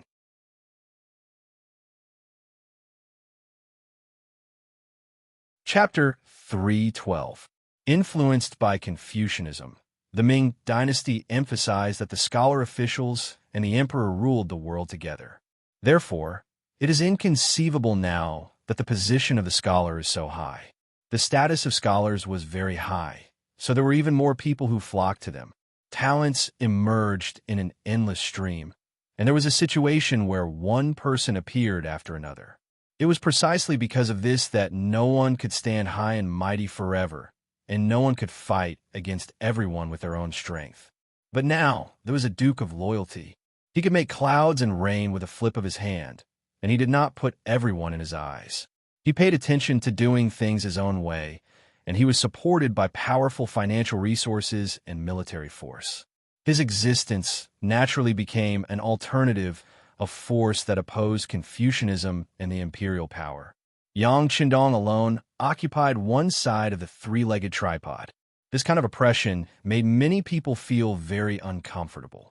Everyone had always paid attention to the fact that they were all high and mighty, but they were all controlled by others. Only in this way could there be a balance, and everyone could live a good life. And if anyone violated the rules of the game, even the current emperor could be overthrown. At worst, they could find a suitable and obedient person who knew when to advance and retreat to be a substitute. It was like Zhu Qijin had an accident, and Zhu Qiyu had quickly replaced him. Even the emperor could be replaced. This was where the scholar officials' confidence came from. This was also the reason why civil officials were higher than military officials. However, the appearance of Yang Qindong broke all these rules. It could be imagined how many people were dissatisfied and voicing their opinions. It happened so suddenly that no one showed it in today's court meeting. Everyone seemed to be thinking about how to unite to suppress this new Duke of Loyalty after going back. But before these people could do anything, the military commander-in-chief among the officials, Marquis Wukinghao Shiheng, suddenly walked out of the crowd and said loudly, "Your Majesty, the new army has been recruited and arranged into an army. In order to increase their combat strength, this subject suggests that they be swapped with the soldiers of the Datong Manor, Kaiping Guard, and Guamping Guard. This way, they will be able to show their loyalty to the emperor by guarding the borders. At the same time, they can also be trained to become qualified soldiers in the shortest amount of time." I second that. Yiming, the Minister of War, stood out and echoed Shiheng's words. The sudden words of the two second-rank officials, one civil and one military, immediately caused the officials to whisper to each other. As long as one wasn't a fool, anyone could see that this had been planned long ago and had even been tacitly approved by the emperor. When they thought about what had happened in the early hours of the morning, everyone was suddenly enlightened. The so-called changing of the guard, transferring the army guarding the border to the capital, was probably the emperor's counterattack against the Duke of Loyalty and Courage. As foreign soldiers, they were naturally much more obedient than the native soldiers of the capital. Their lack of roots made them even more loyal to the emperor and easier to use. Of course, the important thing was that they were rather unfamiliar with the name of the Duke of Loyalty and Courage. They were far less inclined to believe in the Duke of Loyalty and Courage than the able-bodied men of the capital. If they were replaced with soldiers, the war god's influence in the army would be greatly reduced. In this way, the emperor would have a much better chance of success if he wanted to make a move. Some of the officials couldn't help but shift their expressions. Was the emperor really planning to move against the Duke of Loyalty and Courage? If this had happened a few days ago, even if Zhu Qiyu had wanted to move against Yang Qindong, some of the officials would have tried to persuade him against it. After all, the Duke of Loyalty and Courage was a meritorious subject, and he could not be lightly moved without a good reason. At the same time, this was also for himself. Once he made a great contribution, what use would there be for others to move against him? But what had just happened showed just how frightening Yang Qindong was. In the face of such a subject, there was no master who would not feel threatened. Thus, it would not be excessive to think of ways to strike and even eradicate him. In the crowd, even the Minister of Rights, Hu Chang, and the Minister of Personnel, Wang Ji, had furrowed their brows for a moment, but they quickly regained their calm and composed expressions. It was true that Yang Qindong's actions had shocked everyone, and it was also true that even the emperor had been shaken. But the two of them did not believe that they would move against this person right now. It was said that the bow should be put away after the birds had flown, but the problem was that this was not the time yet. Whether it was Zhu Qijin's regime in the south or the Walla in the north, they had not yet been dealt with. If they moved against Yang Qindong now, no one knew what kind of ripple it would cause. No matter how dissatisfied Zhu Qiyu was, he did not dare to move recklessly at this moment, for no other reason than the fact that he could not bear the consequences. Without Yang Qindong, the Ying sect in the south could attack at any time, and there would be no buffer between the brothers. Without Yang Qindong, the Walla in the north could attack once more, and his current strength would not be enough to stop them. Just these two conditions alone were enough. Zhu Qiyu probably also saw this point, so he only made adjustments to the troops. This was also a disguised warning to Yang Qindong that he should not go too far. Otherwise, the Ming army, which had no influence on him, could attack him. Although both sides might suffer losses, no one would be willing to bear such an outcome. Speaking of which, this was just a way to check and balance each other. Since the emperor had done this, it proved that he had no intention of falling out with him, and there would not be any danger. Hu Chong was Hu Yan's grandfather, and now that he had a marriage alliance with the Yang family, if something happened, he would not be able to escape responsibility. Wang Ji was Wang Xi's grandfather, and his favorite grandson was studying in the Yang Qindong Academy. He had become one of Yang Qindong's students, and it was said that he was a very important student. In this way, with the title of master and disciple, many benefits were naturally tied together. The tie between benefits and family made it impossible for the two ministers to ignore everything that had happened. They even wondered if they should persuade Yang Qindong to keep a low profile. Of course, the most important thing was, what did the youngest and most daring Duke of Loyalty want to do? What did he want? In the court, with the advice of a governor and a minister, and the emperor's permission, the matter of transferring troops was quickly settled. Next, it would probably be to use money and manpower to do things. It seemed that the way of war was an important matter for the country. But because of the bombardment on Blackwell Street last night, it seemed that everyone was unable to concentrate, so no one really took the matter of the Ministry of War to heart. Of course, it was not that they did not take it to heart, but that they could not concentrate. But there were still some people who thought too much, such as Hu Chong, Wang Ji, and a newly appointed left assistant minister of the Ministry of Justice, Su Yozhen. Nothing that happened in the court could be kept a secret. Often, when the higher-ups just made a policy, the people below would soon know about it. Perhaps this was one of the characteristics of the court. Yang Qindong learned about this matter not long after the morning court. At this moment, he was standing at the place where Wu Yong had ambushed him. The captain of Langya, Tai Hu, was very sensible. He even caught two people alive. He managed to pry Wu Yong's name and identity out of their mouths. Wu Yong? Shueibul Yangshan? When he heard this name, Yang Qindong's face flashed with an indifferent smile. Then he threw this name aside, arranged for the security bureau to do their best to investigate this person and arrest him. After saying this, Yang Qindong returned to the luxurious and comfortable carriage. As soon as he got into the carriage, he closed his eyes and rested. He did not sleep last night. This way of closing his eyes was just another way of resting. In his previous life, in order to complete a task, it was normal for him to not sleep for several days and nights. But closing his eyes now was just a kind of nap. In truth, he was thinking more about the matter of changing the guard. He had defeated Walla, become the war god, and rescued 70,000 captives. Yang Qindong held an extremely important position in the hearts of the Ming army. This could be seen from the fact that every time Yang Qindong entered the city, any soldier who saw him would stand at a distance and bow. It was precisely because of this that the matter of changing the guard had occurred. Shi Hung had even intentionally captured many able-bodied men from the capital, breaking up many families for this purpose. At the time, Yang Qindong had wondered if there was a need to do all this just to gather enough soldiers.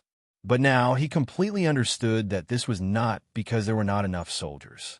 It was clearly to weaken his influence and even divert the disaster away from him. After all, he was a near-legendary existence in the capital, and the immortal abode had the daily spectacle of the war god defeating Walla.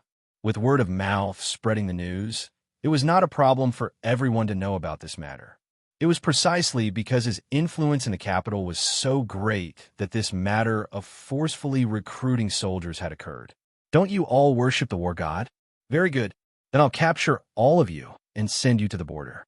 Let's see how your war god will save you. This was a method of removing the firewood from under the cauldron. By doing this, not only would it weaken Yang Qindong's influence in the capital, if someone were to guide him, they would even blame this terrible situation on Yang Qindong. One could even say that if not for this person, no one would have been forced to join the army, and they would not have had to leave the capital. If Yang Qindong's predictions were correct, This sort of manipulation of public opinion would be detrimental to him. If he didn't even have this sort of method, neither Shi Hung nor Yi Ming would be able to gain the emperor's favor. But these were just minor tricks, putting aside the fact that they might not be able to affect Yang Qindong. This method was wrong in the first place. From start to finish, his goal had not been to expand his influence from the capital, but to encircle the cities from the countryside.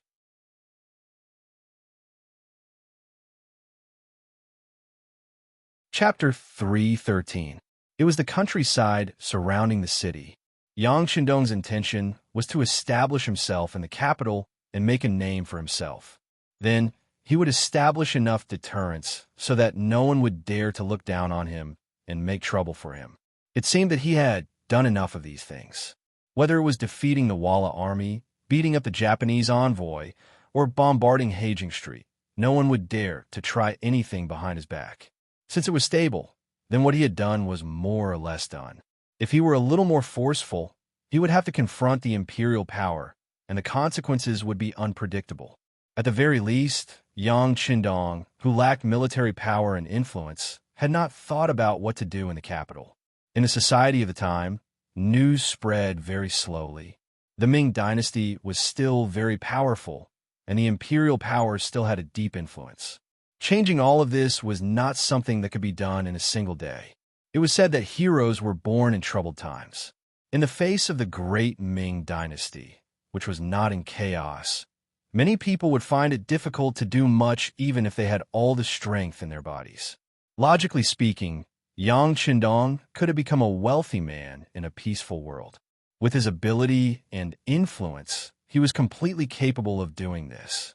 After all, no one could hold such an important position in the hearts of both Zhu Qiyu and Qi Zhen. But since he had come to this world and knew what would happen in the future, Yang Qindong did not want to see his descendants being bullied and trampled on by foreigners. He wanted the health of his descendants the moment when the Han people reached the apex of the world. With such a grand dream, how difficult would it be to put into practice? In the future, even if one was rich enough to rival an entire country, it would still be impossible to achieve this goal. With the development of communications and the binding of interests, every action of any country was equivalent to living under a magnifying glass. If any country wanted to do something out of line, they would become the enemy of the world. Any country that was too strong could be labeled as a hegemon. But this was not the case now. With the lack of information, there were even cases where people did not know of each other's existence. Even if they did know, it was very difficult to understand the situation, and it could be called a complete darkness. At this moment, if a force or a country suddenly rose up, it would be very difficult for others to join forces to resist. This was an opportunity. With these thoughts in mind, Yang Qindong boarded the carriage and returned to the Yang Manor. The task of cleaning up Blackwell Street was handed over to Sun Pa, one of the commanders of the Warden's Office of the Five Cities, and Wang Bo, the deputy of the Supreme Court. There should not be any problems. The next step was to calculate the results of the battle, and then how to make the data look better. Anyone with a little brain would know what to do. For Yang Qindong, this operation was more of a deterrent, a timely show of the tiger's fangs to warn some people. As for how Zhu Qiyu, who had begun to counterattack because of this matter, would change the defense, he would just treat it as a big show to watch. In any case, no matter who it was, he believed that they wouldn't touch him unless they had absolute confidence. Of course, he did it on purpose this time. He wanted to find an excuse for himself and for Zhu Qiyu. He believed that when the right time came, he would be able to grasp it. Before the opportunity appeared, Yang Qindong still focused on the Yang Academy. If everything went well, he would probably leave the capital for a period of time. Before that, how to train the first batch of students was a must. Just like a tiger patrolling the mountains, Yang Qindong returned to the Yang family manor after showing off his prowess. From all kinds of information, it seemed that he was once again the head of the academy, with only a few dozen students. When this news spread, many of the important officials were puzzled. Among the officials of the great Ming dynasty, Yang Qindong was definitely an exception in a different existence. Only the Confucian school was respected, So the status of scholars and learned people was far higher than the other common people, merchants, craftsmen, and soldiers. Under the policy of using literature to suppress force, the status of scholars in society was even higher. They seemed to be able to casually point out the country and make judgments about the affairs of the world. Coupled with the fact that they were from the same sect, it was easier for them to band together. This led to the situation where the scholar officials and the emperor ruled the world. Yang Shindong was the descendant of Yang Rong, the son of the three Yangs. Even if he didn't know anything, with his status, he wouldn't have a bad life. As long as he had a little ability, he would be able to sit high in the imperial court. It was even possible for him to repeat the past glory of the Yang clan. This was the so-called good birth. However, Yang Shindong had a good birth and was extremely capable. He had even made great contributions and was greatly indebted to both the northern and southern emperors of the Great Ming dynasty. If such a person were to sit high in the imperial court, he would be a symbol of a boundless future. Once he had enough experience, it was not impossible for him to become an important official or even a powerful official. It could be said that his future was bright, but he showed that he was uninterested in the imperial court. All he cared about every day was doing business and teaching students. He didn't teach orthodox Confucianism, nor did he teach the Analects of Confucius, the 4 books, or the 5 classics. Instead, he included magic, chemistry, physics, geography, and other things that were called unorthodox at that time. Under the rule of Confucianism, the status of merchants was very low. Even if you were rich, even very rich, if you didn't have enough background, everything you had would become a gift to others. This was the reason why many famous merchants would still be very respectful when facing aristocratic families who were far less wealthy than them. However, it was this business that wasn't recognized by mainstream society that Yang Shindong was willing to dive into and play with. Doing business, teaching unorthodox methods, all these actions really gave people a feeling of not doing proper work. This was what made the important officials and even the acting sect master, Zhu Qizhen, unable to understand. Sometimes, the emperor who had stolen his brother's throne couldn't help but wonder what the Duke of loyalty and courage that he had bestowed upon him actually wanted. Was he really uninterested in the imperial court? If that was the case, wasn't his targeting a little too excessive? Wasn't he being too sensitive? If even the emperor was thinking this, the other officials were even less able to understand. As the one being suspected, Yang Shindong didn't seem to care about what others thought. After returning to the academy, he became a serious and solemn teacher, diligently teaching his students. His 4 wives and concubines continued to enter the capital that morning. Those who were practicing in the immortal abode and those who were taking in the women on the streets were still doing so.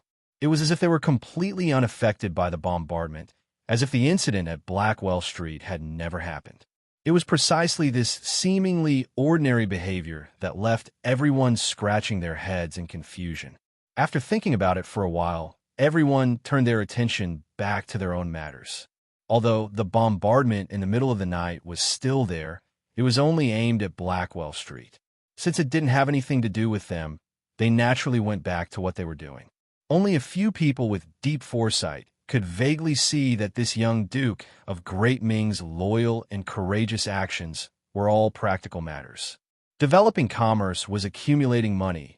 Yang Bao was controlling public opinion. The immortal abode was expanding its influence. The Yang clan's bank was hoarding money. And even the Yang clan's academy was teaching pragmatism. It was just that the majority of people couldn't see it clearly. But regardless, the storm gradually calmed down. Some of the officials who had thought that something major was about to happen breathed a sigh of relief. More attention was placed on the matter of changing the guard of the army. When it came to the mobilization of hundreds of thousands of troops, there were a lot of things that needed to be done, a lot of money needed to be spent, and there were also a lot of empty seats. How to curry favor with them and get what they wanted was what the officials should consider and do. With Zhu Qiyu's approval and powerful officials like Shi Heng and Yi Ming taking charge, the matter of changing the guard of the army began to unfold with great vigor. Squad after squad of soldiers walked out of the capital, and squad after squad of soldiers entered the capital in an orderly fashion. This display of the great Ming's military strength allowed even more officials and nobles to relax and enjoy their lives. But in the wake of all this, countless families had been destroyed, and countless people had been lost. The officials turned their attention away from Yang Shandong, but there were still some people who paid attention to this person.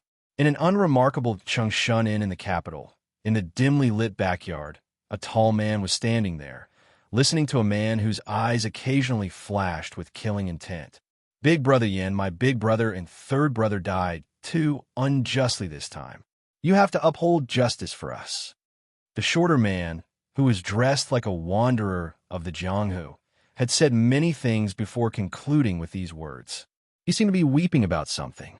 Unjustly, the person who was addressed as Big Brother Yin uttered one word.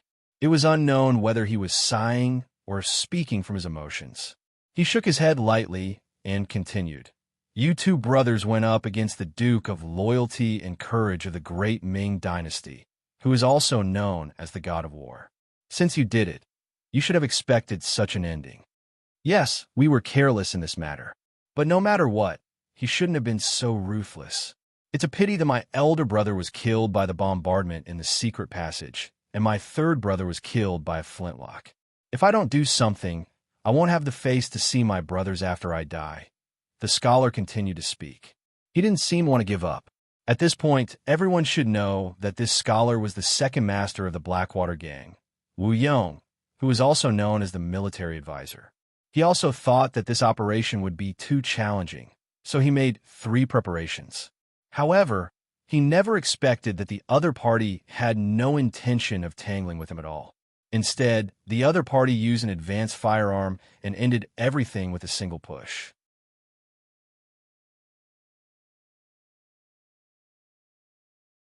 Chapter 314. Yesterday at this time, the 3 brothers were still drinking and eating meat together, imagining the beautiful future after this deal was completed. But today, he was the only one left alive. How could he be satisfied? As for the brothers standing in front of him, his name was Yin Tao.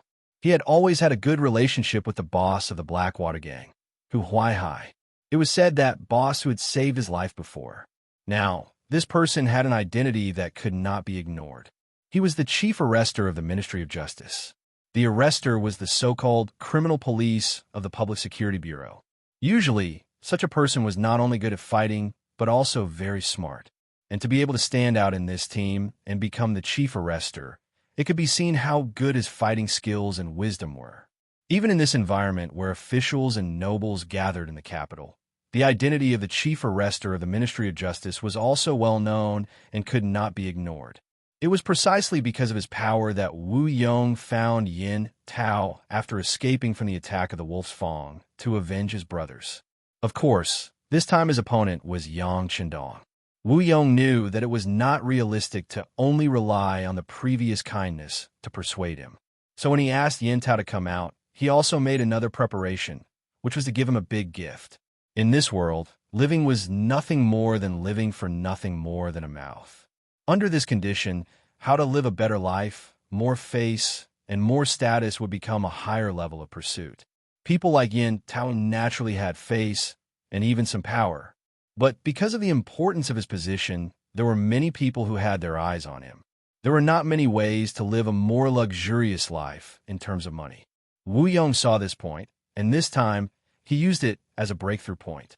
Seeing that Yin Tao did not agree to avenge his elder brother and third brother, he gritted his teeth and said, Big brother Yin, as long as you can avenge my elder brother and younger brother, the Blackwater gang is willing to give you all the benefits that we have accumulated over the years. Hearing the benefits, Yin Tao seemed to be confused, but the fast twitching of the corner of his eyes was still noticed by the clever Wu Yong. That's right. It's the gold and silver that we've plundered over the years. Adding it all together, it's about 800,000 taels. As long as we can take revenge, all of this will belong to Brother Yin. 800,000 taels was undoubtedly a huge sum of money. Although Yin Tao was one of the chief constables of the Ministry of Justice, and people often gave him gifts, it was still a lot less than this amount. No one will be moved by it. On the other side, Wu Yong had already used his trump card. Naturally, he wouldn't stop there. He continued to say, "Big brother Yin, although the matter between you and our Blackwater gang is secretive, it's not like we don't have any clues. If you really want to find it, it's possible. With that loyal and courageous Duke's character, he must have found out about our previous relationship. Would he spare me? But with these 800,000 taels of silver, it will be different. You can no longer be a constable. You can go far away at any time and find a place where no one knows you to be a rich man. Wouldn't that be great?" On one hand, there were threats, and on the other hand, there were benefits. It was a game of steam buns and sticks, and in Yin Tao's ears, there was no doubt that there were bolts of thunder. Even if he wanted to peacefully deal with the matter in front of him, he probably couldn't. After an unknown amount of time, perhaps it was very fast, perhaps it was the time to brew a cup of tea, or perhaps it was an hour, he finally heard the sound of a long exhalation. Obviously, he had already made a decision. This matter is troublesome. You can stay here first. Don't worry, this is one of the strongholds under my jurisdiction. No one will find this place. Yin Tao agreed. Wu Yong's face was immediately filled with joy as he said, "I'll listen to Big Brother Yin. I'll stay here." Wu Yong was confident that Yin Tao wouldn't do anything to him. He didn't see any benefits, nor did he see any other brothers. Who knew if he had left any backup plans outside? Once something happened, his relationship with the Blackwater gang would be exposed to the world. Relying on this, Yin Tao naturally didn't dare to have any devious thoughts. Even if there was one, it could only appear when he killed Yang Chendong and got the money to escape to the end of the world.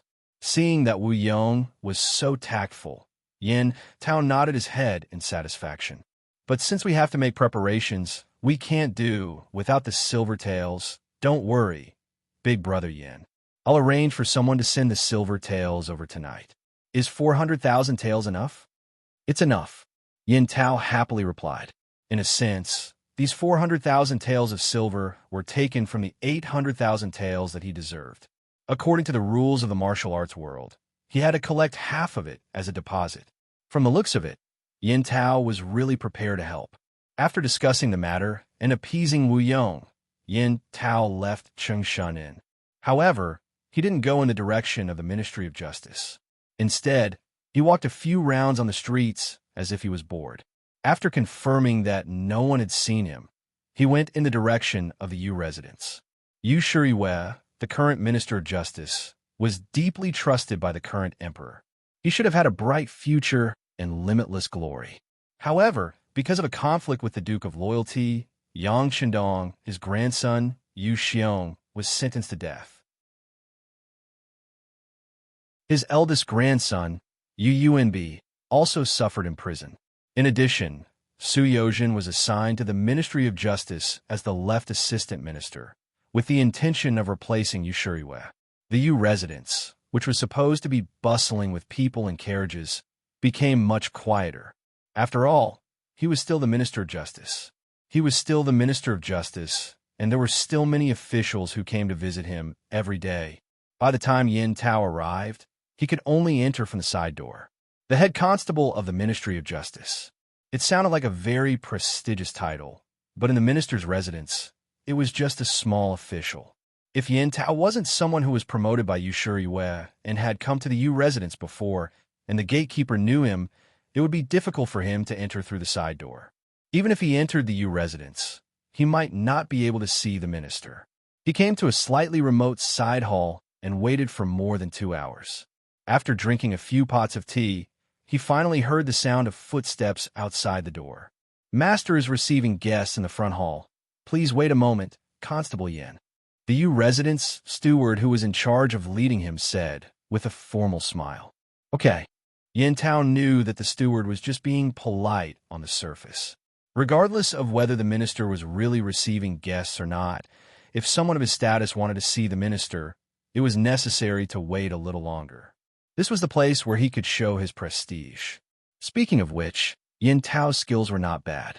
Even in the Jianghu, he was quite famous. It was not an exaggeration to call him a first-class master. However, under the environment that emphasized culture and suppressed martial arts. Not to mention a constable with good skills. Even a general who killed on the battlefield would not have any status in the minister's residence. This was the rule under the influence of the Confucian school.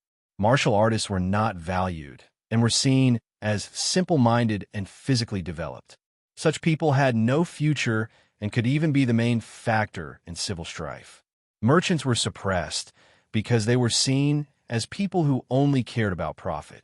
Such people, if there was milk, then there was mother.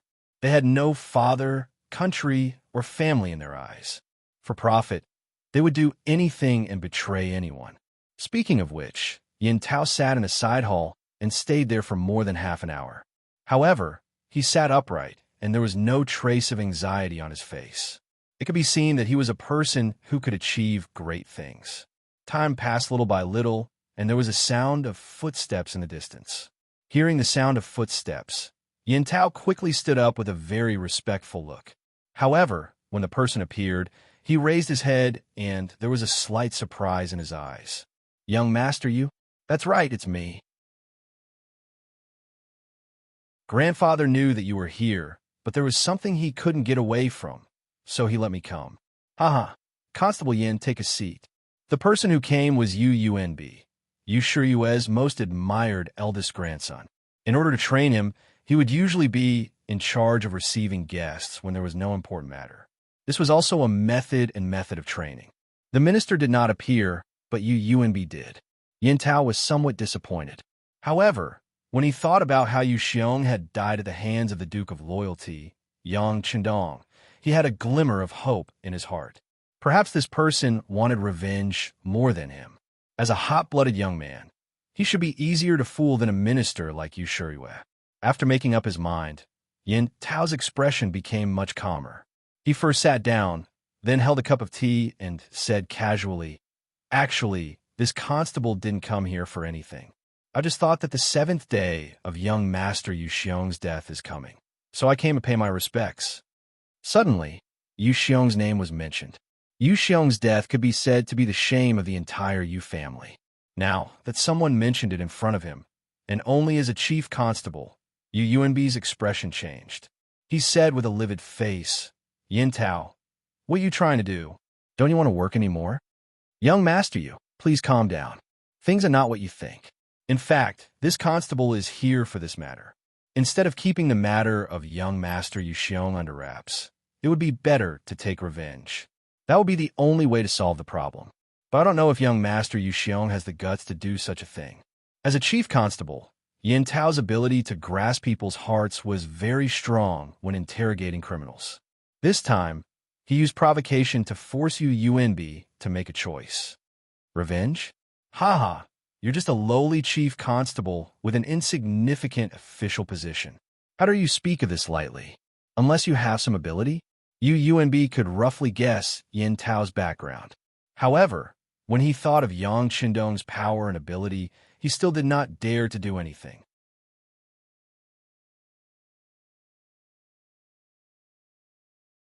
Chapter 315. Just as young master you said, this constable does have some ability. At least I still have some useful people in my hands. After saying all this with a smile on his face, Yin Tao suddenly leaned forward and said a name from his mouth. It was Wu Yong's name. The Blackwater Gang had been wiped out overnight. Only the second in command, Wu Yong, had escaped. Now that they were in the middle of a large-scale manhunt, any smart person would be able to guess why Yin Tao suddenly mentioned this person. "Oh!" Unb's expression instantly lit up. He finally knew why Yin Tao had come to find him. He really did have some confidence. Just as Unb was thinking, Yin Tao's voice sounded in his ear again. "If the matter is done well, we can naturally take revenge. Even if it isn't done well, it has nothing to do with us. We won't lose anything. Besides, as long as the plan is well thought out, there shouldn't be any accidents in a surprise attack. After all, humans have flaws. Humans are made of flesh and blood. Swords and spears can take lives." "Not bad, not bad." Yeah. Unb laughed loudly, then pointed to the teacup on the table and said, "Big brother Yin, please have some tea." Unb had changed the way he addressed Yin Tao from Constable Yin to Big Brother Yin. This was his way of expressing their closeness, and it also meant that he would support the other party. How could Yin Tao not feel it? He immediately laughed and drank from the teacup. Good, let's have some tea together. Speaking of which, the tea in the minister's residence is really good. Haha, if Big Brother Yin likes it, you can bring some back later, Yuanbi said with a face full of enthusiasm. After that, the two of them lowered their heads and conspired for a long time. When Yin Tao left satisfied, he went straight to his grandfather's study. Yuanbi had made the decision on his own and agreed to cooperate with Yin Tao. This wasn't a whim, but because he knew that if the Yu family wanted to develop Yang Chendong, this stumbling block had to be kicked away. Otherwise, if they couldn't even protect themselves, how could they talk about spreading their name? After understanding all this, he predicted that even if his grandfather knew about this matter, he wouldn't object. Sure enough, he entered the study and explained to Yu Shuriwell why Yin Tao came. The Minister of Justice was silent for a while before nodding. Do things secretly. However, since we're going to make a move, we can't give the other party the slightest chance. You should also go and make some arrangements. If the time is right, you can add a stab. In short, it's fine if you don't make a move, but if you do, it must be a thunderous method. He never thought that his grandfather would put everything on the line and ask him to do it himself. Yuanbi couldn't help but say excitedly, "Grandfather, don't worry. I'll make the arrangements right away. As long as there's a chance, I'll definitely make him suffer the pain of having his heart pierced by thousands of arrows." The reason why Yushuriwei was so ruthless was naturally because the situation in the imperial court was already pressuring him, especially after Su Yozhen became the left assistant minister of the Ministry of Justice. This person wantonly bought people's hearts and had already begun to shake his authority in the Ministry of Justice. If he couldn't deal with the foreign enemy Yang Chendong, it wouldn't be long before his position as Minister of Justice would be useless. Since there was no way out, he could only take the initiative to attack. Yin Tao's arrival was no doubt tantamount to giving him a chance to make a move. Although there were risks, but wealth was originally sought in the midst of danger. How could one achieve great things without being ruthless? Moreover, after Yin Tao left the Yu residence, he went to contact Wu Yong. Yin Tao was like a walker walking in the dark. At night, he knocked on the door of Chengshan Inn and saw the second-in-command of the Blackwater Gang, Wu Yong, who was waiting for news. Wu Yong was already burning with anxiety. He was even prepared to escape at any time because he really didn't know whether Yin Tao was reliable or not. Although he was indebted to this person in the past, it didn't prevent him from suddenly killing him. However, the moment he saw the tall Yin Tao appear, Wu Yong still looked very calm. At least on the surface, there wasn't the slightest hint of fear or terror. To be able to become one of the 4 chief constables of the Ministry of Justice, Yin Tao was not only skilled in martial arts, but also unusually quick-witted. He might have thought of something long ago, but just didn't want to say it. Tonight, he came here for business. He went to the home of the Minister of the Ministry of Justice and gained a lot. This time, he came here to tell him part of his plan. "Second Master Wu, I've decided to help you. Here's a list of materials. They are all bloody men in the Green Forest. They only recognize money and not people. How to persuade them to help you? You just have to work hard. But remember, if there is no accident, there will be an opportunity in a few days. Whether you can seize it or not depends on you." After putting down the information on the mercenaries in the capital, Yin Tao stayed for a while longer before leaving. He knew of Wu Yong's abilities, and he was confident that he would have no problem recruiting these men to work for him for the time being. As for the people and the materials, in fact, they were some bandits with names in the Ministry of Justice. Some of them even had bloody cases. Such people were the so-called scum of society. However, it was undeniable that these people had a clean background. Even if someone wanted to use them, it would only be a temporary exchange of power and money. No one would support them. This way, it could be guaranteed that when they were used, the news would not be leaked out quickly. Moreover, with Wu Yong's intelligence, he would not make things too clear. As long as he paid, he would let these people work for him. As for who he killed, those people would not know until the last moment.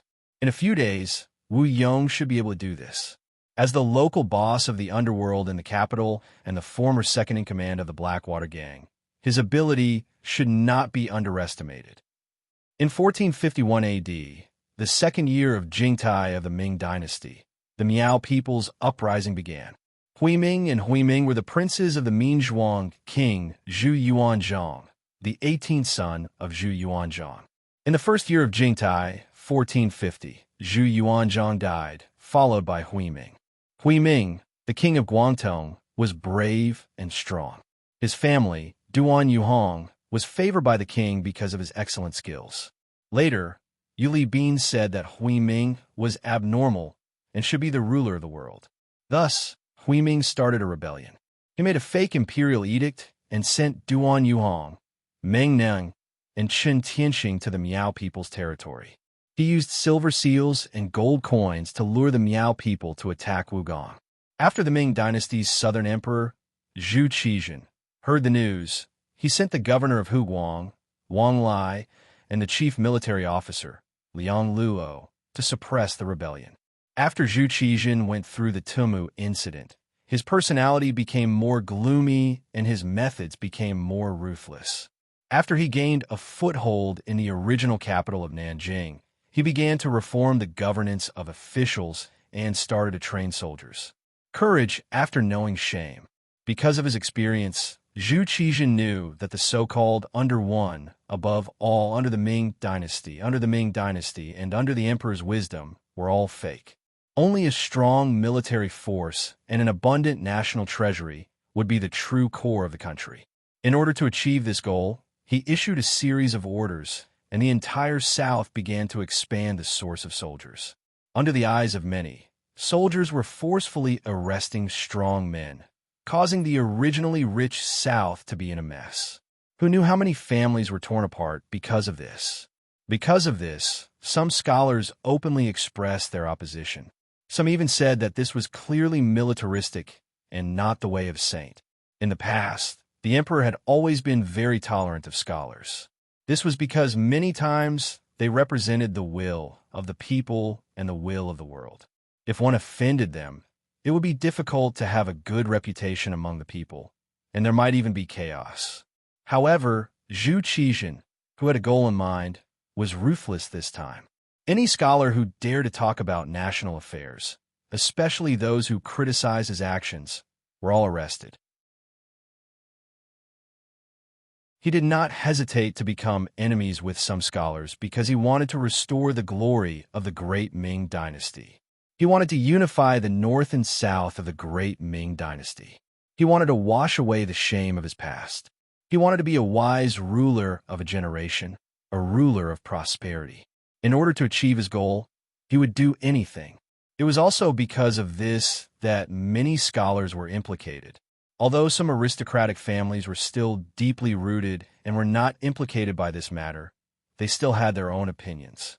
At this time, after King Min Zhuang succeeded the throne, he declared that the people of the world should be ruled by the people of the world. He declared that he wanted to become the ruler of the world. The difference between here and in history was that the Miao tribe leader Yang Wenba supported his actions. The reason was simple.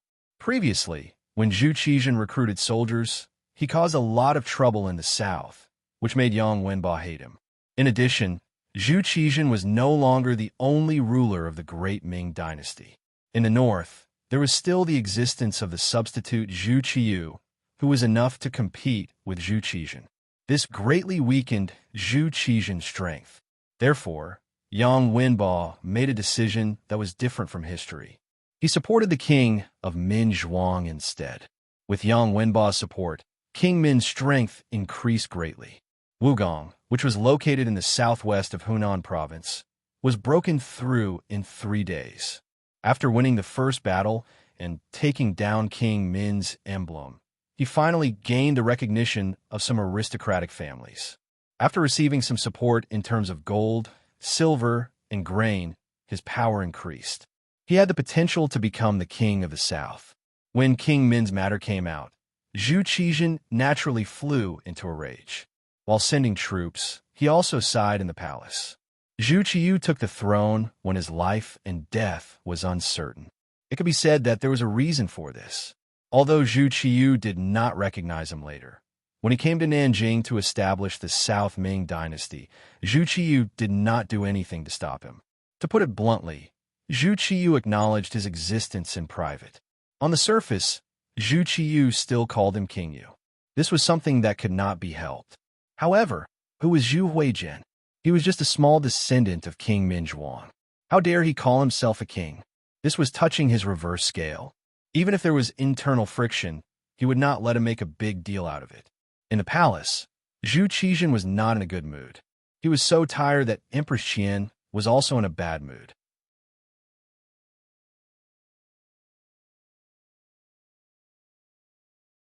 Chapter 316. It was a common situation in the Great Ming Dynasty at that time, not to mention that Empress Qian had always loved Zhu Qizhen.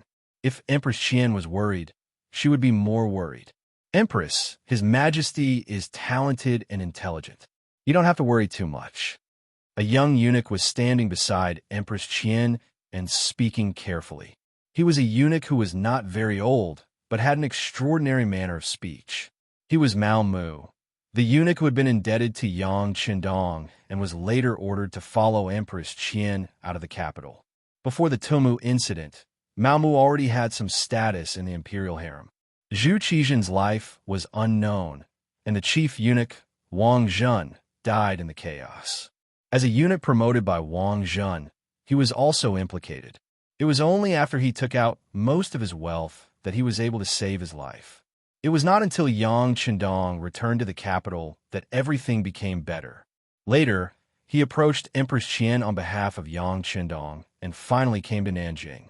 After seeing Zhu Qizhen become the South Emperor, he became the most trusted eunuch of Empress Qian and had some status in Zhu Qizhen's heart.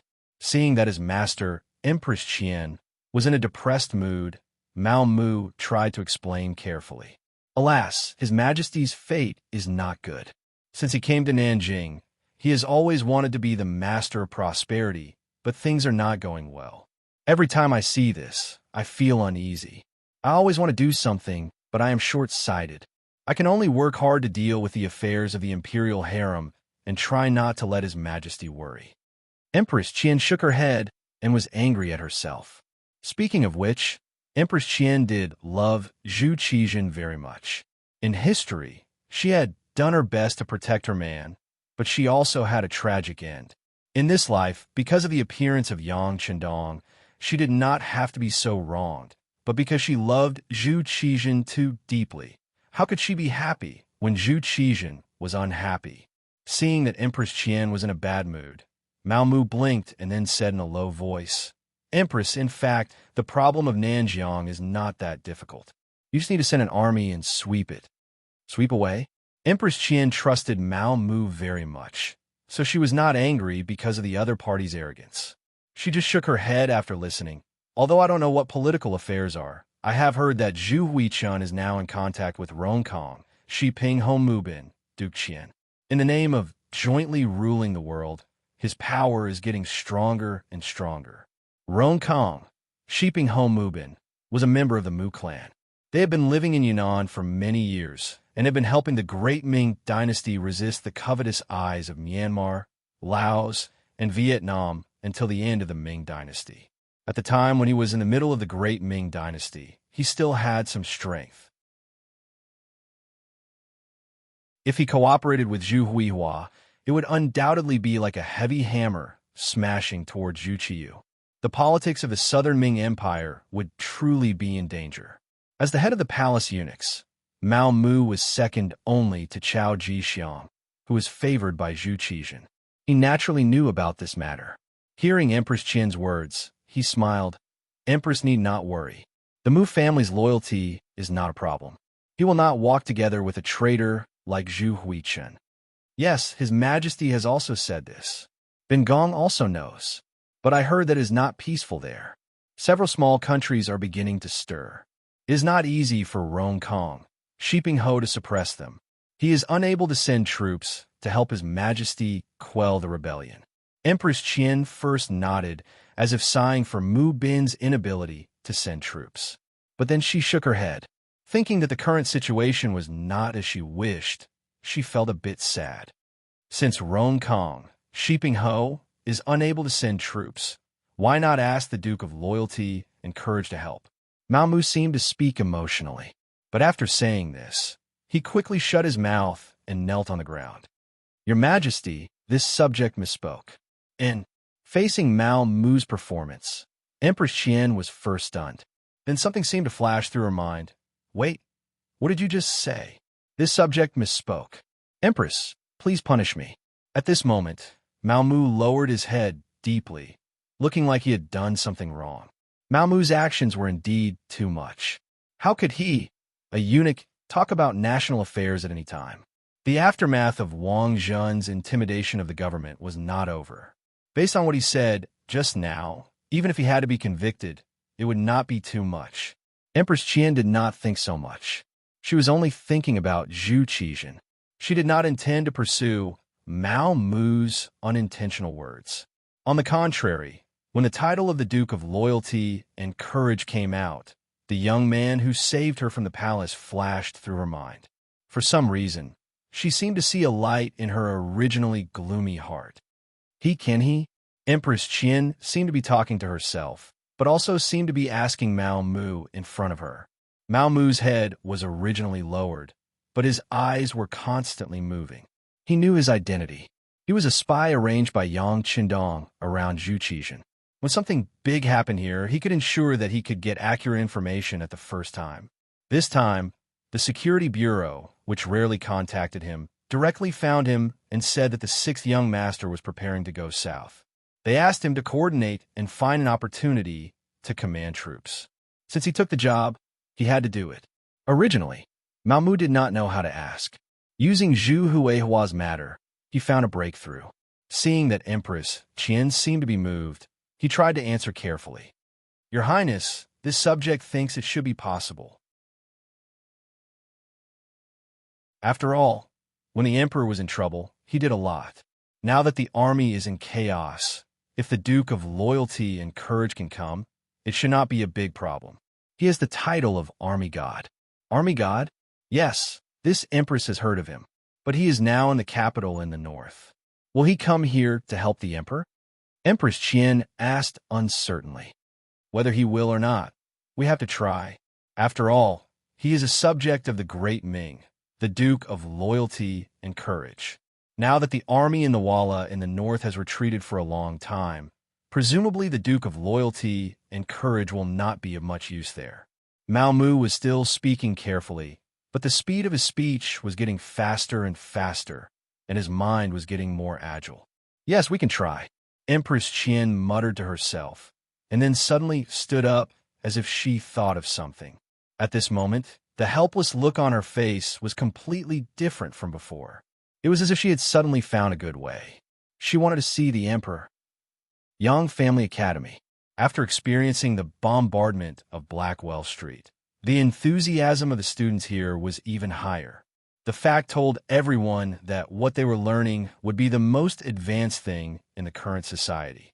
Thinking about how the mountain head science could create such a huge commotion and how it could be so lethal, everyone's learning was no longer supervised by others. They all took the initiative to learn.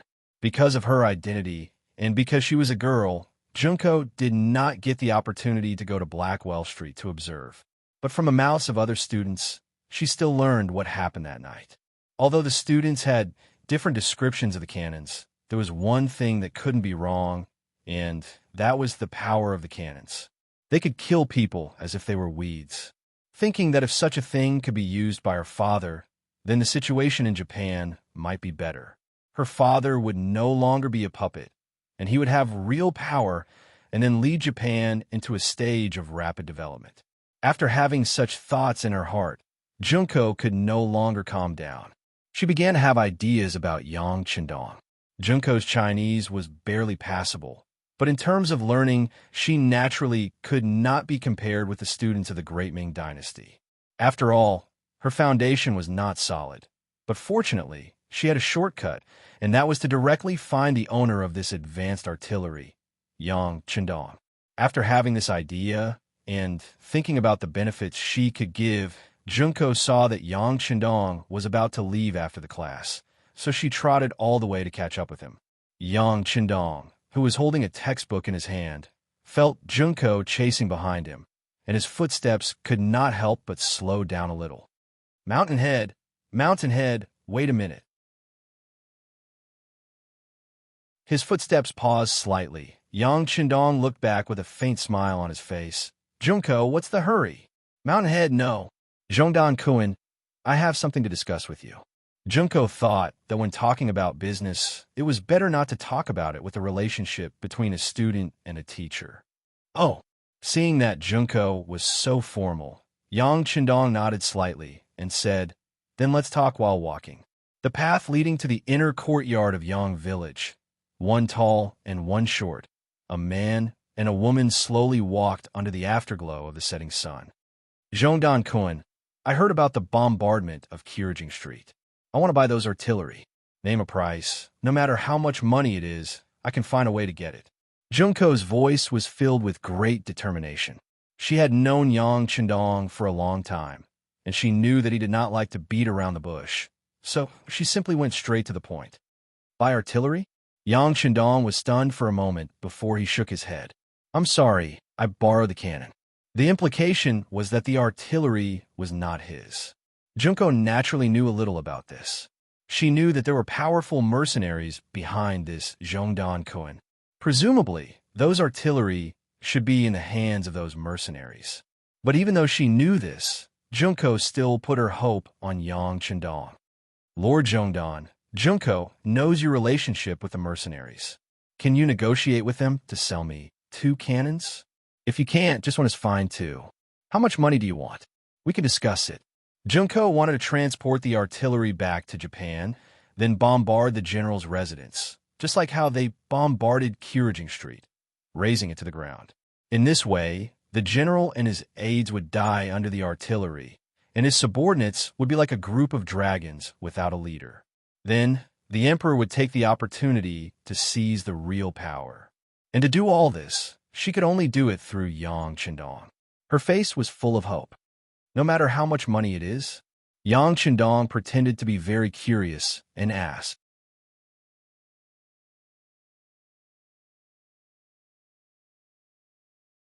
Chapter 317. Yes, we can discuss any amount.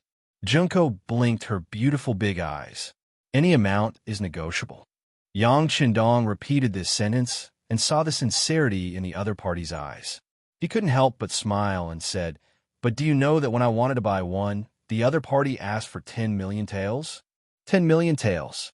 Yes. After hearing the price, a look of shock flashed across Junko Yu's face, followed by hesitation and confusion. Huh? Yang Chendong couldn't help but laugh after seeing her reaction. He turned and left. He knew that Junko had to think about some things carefully before coming to a decision. He couldn't push her too hard at this moment. As a person of the future, Yang Chendong naturally didn't have a good impression of Japan. If possible, he would bring Lung Feng over. Rather than say that he was going to reform them, it was better to swallow them whole. It would be more satisfying to rule the world. However, although Lung Feng's development was going smoothly, it was still very difficult to reach a certain scale due to the limitations of the environment, population, and wealth. Even if he was in the capital, he could only do things to intimidate others. He couldn't really overthrow them. Where would he find the time and effort to do anything to Japan? He wasn't strong enough, but that didn't mean that he couldn't do something first. For example, he could disrupt the internal affairs of Japan. This way, it would be much easier to deal with the empty Japan in the future. For this matter, Yang Chendong had thought of a few methods in his mind. However, he was still far away from Japan. A small fight wouldn't solve the problem, but he wasn't strong enough to fight a big fight. Without full confidence, he didn't do anything. Junko taking the initiative to look for him might be a chance for Yang Chendong. How could he let go of a chance to earn money? As for asking for 10 million taels of silver, it might seem like a lot to others, but he knew that Junko would definitely agree. However, in Yang Chendong's heart, making money was secondary. More importantly, He wanted to see the civil strife in Japan. He had already done some things before, but he always felt that it was not enough. He still needed to do more things. In that way, when Japan faced internal and external troubles, the pressure would be a lot less. After leaving Yang Chendong, Junko went to find her guard captain, Kobayashi. During this period of time, Shaolin was like a sponge, constantly absorbing water. The training methods of the Yang family manor were not hidden from him. After he saw it, he learned a lot. Only then did he realize how soldiers should be trained. Only then could they be truly elite. When Junko came to find Kobayashi, he was recording something in Japanese in his room. A good memory was not as good as a good pen. This was a common saying in many cases. Your Highness. As soon as she saw Junko open the door, Kobayashi was about to salute her out of habit. Forget it, there's no one else here. Junko shook her head, then sat on the chair for receiving guests, then looked at Kobayashi with sparkling eyes and asked, You must have heard about the artillery, right? Yes, I heard about it. I also took the time to go to Kyujing Street to take a look. The destructive power was really amazing. Shaolin, who replied, couldn't help but feel a chill run down his spine when he thought of the collapsed houses that he saw. He even wondered what kind of destruction such a powerful cannon would cause if it hit Japanese soil. Who would be able to withstand it? Yang Chendong's sense of mystery and power strengthened in Kobayashi's heart. Then tell me, if these things could be used by her father, would the Supreme General still dare to be so domineering? After Kobayashi finished speaking, Junko lightly opened her red lips and asked, What? For a moment, Kobayashi was a little confused by this question. But after he reacted, he said with some excitement, Is he willing to give such powerful firearms to us? I bet he's already talked to him. We can buy it. But the price is a little more expensive, 10 million taels per cannon. Junko nodded. She didn't know if this was good news or bad news. Hiss. Kobayashi sucked in a breath of cold air. It was obvious that he was really shocked by this number. 10 million taels, even at the peak of the Ming Dynasty. It took 2 years of tax revenue to reach this amount. Japan was much smaller than the Ming Dynasty, so it was unknown how long it would take to gather this number. But thinking about it, although the number was huge, if they could really get it, it would be worth it. Not to mention that with this thing, the emperor would be the real emperor. Just with the specimen, they could later imitate it. Everyone had one head and 2 shoulders, so why could others create it but they couldn't? Thinking of this, Kobayashi's eyes began to burn with passion. Your Highness, this is a good thing. Even you think so? If I send you back, will you be able to persuade father? Junko was waiting for Kobayashi to say this. The sudden change made Kobayashi finally understand the purpose of Junko's visit, and he couldn't help but fall into silence. 10 million taels of silver was a large amount, and he had to return to Japan. But his status was low, so he couldn't guarantee that he would be able to do it. The best way was, of course, to let Junko go back, but Kobayashi also knew that if Junko left now, who knew what would happen? Even if he had the money in the future, he was afraid that he wouldn't be able to buy the cannon. If that was the case, wouldn't it be a waste? While Kobayashi was still hesitating, Junko said anxiously, Kobayashi, I will write a letter to father, please. After saying this, she bowed deeply to Kobayashi. Your Highness, please don't. I will try. Kobayashi saw Junko's action and knew that he couldn't avoid it. He thought that it was better to give it a try, and if it didn't work, he would just take a trip back to Japan and then find an opportunity to come back here. Kobayashi finally agreed, and Junko's face flashed with a charming smile. Then I will go and talk to him, and then I will write a letter to father. You should be prepared. Junko quickly appeared in front of Yang Chendong and said that she wanted to buy the cannon. Of course, she still didn't say her identity, only that her family was very interested in it, and that such a powerful cannon could be sold at a higher price once it was shipped to Japan. 10 million taels of silver. This was already a heaven-defying price. Yang Chendong really couldn't think of any other price. But for Junko's completely self-deceiving idea, he could only nod. He also promised that once he saw the money, he didn't need to come to the great Ming Dynasty anymore. and he could go to Little Luli Island to trade. And for safety, the mercenaries could escort the cannon to Japan's territorial waters. Junko was naturally happy that her safety was guaranteed. She was still very confident about whether or not she could get the cannon with the money. The source of this confidence was naturally her understanding of Yang Chendong. She knew that this person was a person who kept his promises, and he would never deceive her. Soon, Junko finished writing a letter. She wrote down what she had seen and heard in the Great Ming Dynasty, including the incident where her country sent samurai to attack the Tianjin garrison a while ago. She emphasized that the Great Ming Dynasty was now very powerful. It was far from what the weak Japan could touch. She also hoped that father could stabilize the situation in the country and strengthen himself first. As for the power of the cannon, she wrote in detail. The most important thing was that with this weapon, it could instantly turn the general's mansion into a piece of scorched earth, and at that time, it would be the time when the imperial power would be concentrated. That night, Kobayashi left with a letter written by Junko, and under the protection of 2 soldiers sent by Yang Chendong. He would go straight to Tianjin Guard, where there would be a special ship to send him back to Japan. Sometimes opportunities were fleeting, sometimes rare, but sometimes they came as they wished. It was unknown whether the Yu family and Wu Yong's luck was too good, but after only 3 days, the opportunity appeared. On the night of Kobayashi's departure, something happened that even Yang Chendong didn't expect. It didn't seem artificial at all, and the fact was that it was just a coincidence. The crown prince, Zhu Jianxin, was ill. As the only son of Zhu Qiyu and the future successor of the emperor, his headache and fever were also national affairs. Because the illness happened at night and was a little urgent, the imperial physician, Li Qing, was called to the East Palace. After taking the pulse, he gave a prescription.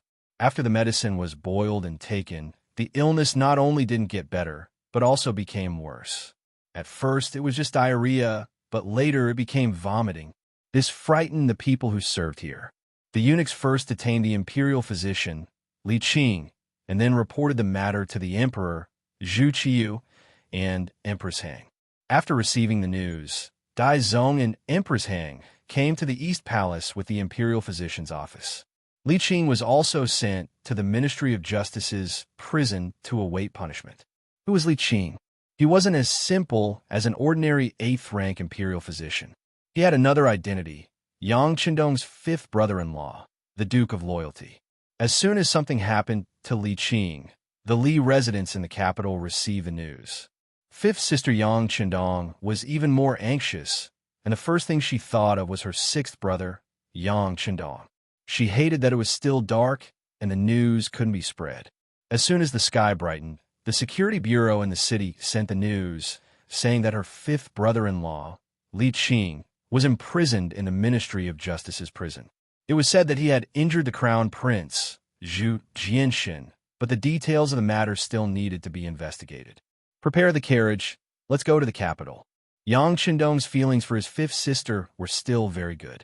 He could guess that his 5th sister was probably very anxious at this time, so he decided to go to the capital personally to ask for an explanation.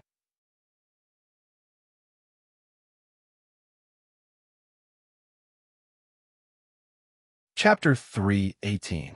Yang Chendong suddenly entered the capital and saw 5th sister's carriage at the Yongding Gate.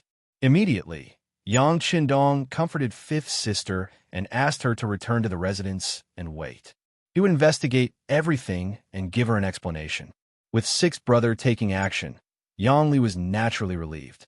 She also knew that it was not good for a woman to appear in public at this time, so she returned to the residence. At that time, many people saw the scene of the conversation, and the news quickly spread to all sides. When Yin Tao heard the news, he couldn't hide the joy on his face.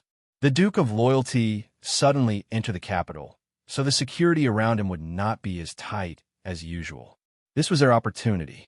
He immediately went straight to Chengshan Inn to inform Wu Yong to make preparations. At the same time, the Yu residents also received the news that the eldest grandson, Yu Yunbi, quietly left the residence and went straight to the embroidered uniform guard. There were some elite soldiers who received money from the Yu family there, and now was the time to use them. After Yang Qiandong entered the city, he went straight to the prison of the Ministry of Justice. The prison of the Ministry of Justice. 2 large stone lions stood majestically in front of the gate. Soldiers in armor stood in all directions. Constables in yamen uniforms could be seen walking back and forth from time to time, keeping an eye on the important criminals locked up here. This was another place to imprison serious criminals, second only to the imperial prison. In the Great Ming Dynasty, there were usually 3 places to imprison guilty people in the capital. The first was the imperial prison. Most of the people locked up there were people of high status, such as members of the imperial family or high-ranking officials. The second was the prison of the Ministry of Justice. Those who were locked up there were people of some status or who had committed serious crimes. The third was the prison of the Supreme Court. Relatively speaking, those who were locked up there were commoners who had committed minor crimes and did not have much of background. As a place to imprison serious criminals, the level of defense here was naturally not low. If ordinary people wanted to enter to visit, in addition to having a warrant from the head of the Ministry of Justice, some rich people were willing to spend a lot of money to see the prisoner. However, the moment the luxurious carriage appeared here, these rules obviously did not apply. This was because the left assistant minister of the Ministry of Justice, Su Yozhen, had been waiting here for a long time. It wasn't Yang Qiandong who gave him the order through the Security Bureau. It was all Su Yozhen's guess. Li Qing of the Imperial Academy of Medicine was the 5th brother-in-law of the Duke of Loyalty. Based on his understanding, it was impossible for the Duke to not show up. Her guess was correct. Su Yozhen couldn't help but heave a sigh of relief when she saw the one-of-a-kind, luxurious carriage. What he was most worried about was that the loyal guild, who never suffered any losses, would forcefully break into the Ministry of Justice's prison. Moreover, this matter was related to the current crown prince. It was hard to predict what kind of consequences would arise. Fortunately, he still appeared here in advance. It seemed that some mistakes could be avoided.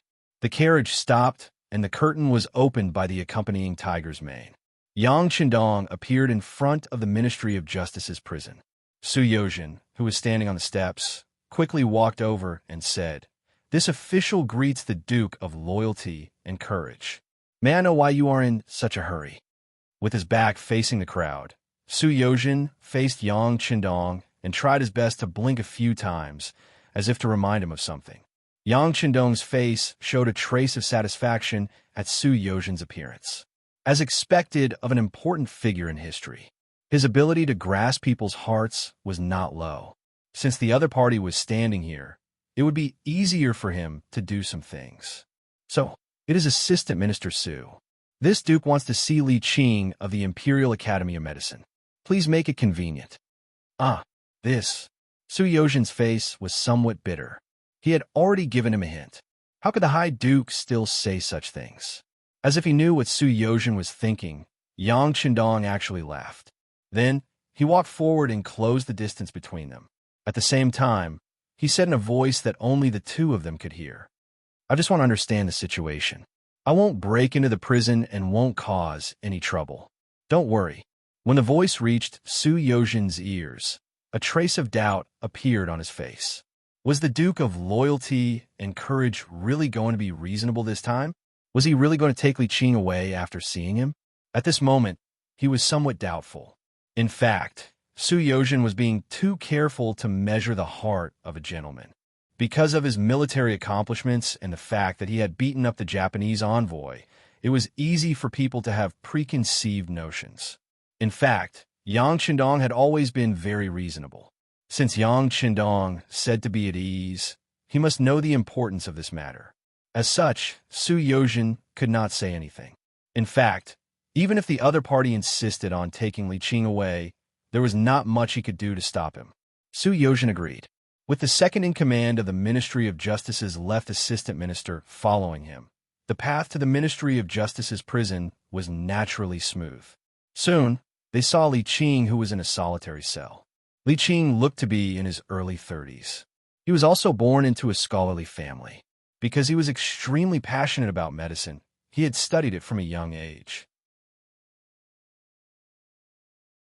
He had quite a bit of success. Later on, through his family's connections, he entered the Imperial Hospital to take up a post.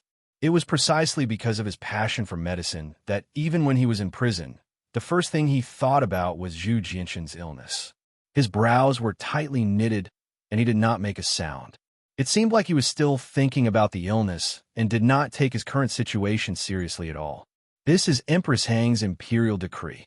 The matter has not been investigated clearly yet, so no one is making things difficult for him.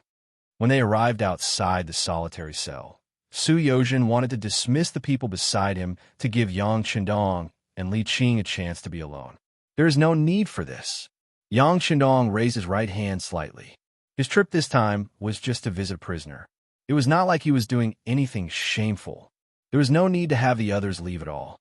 This would instead easily cause others to make unfounded guesses.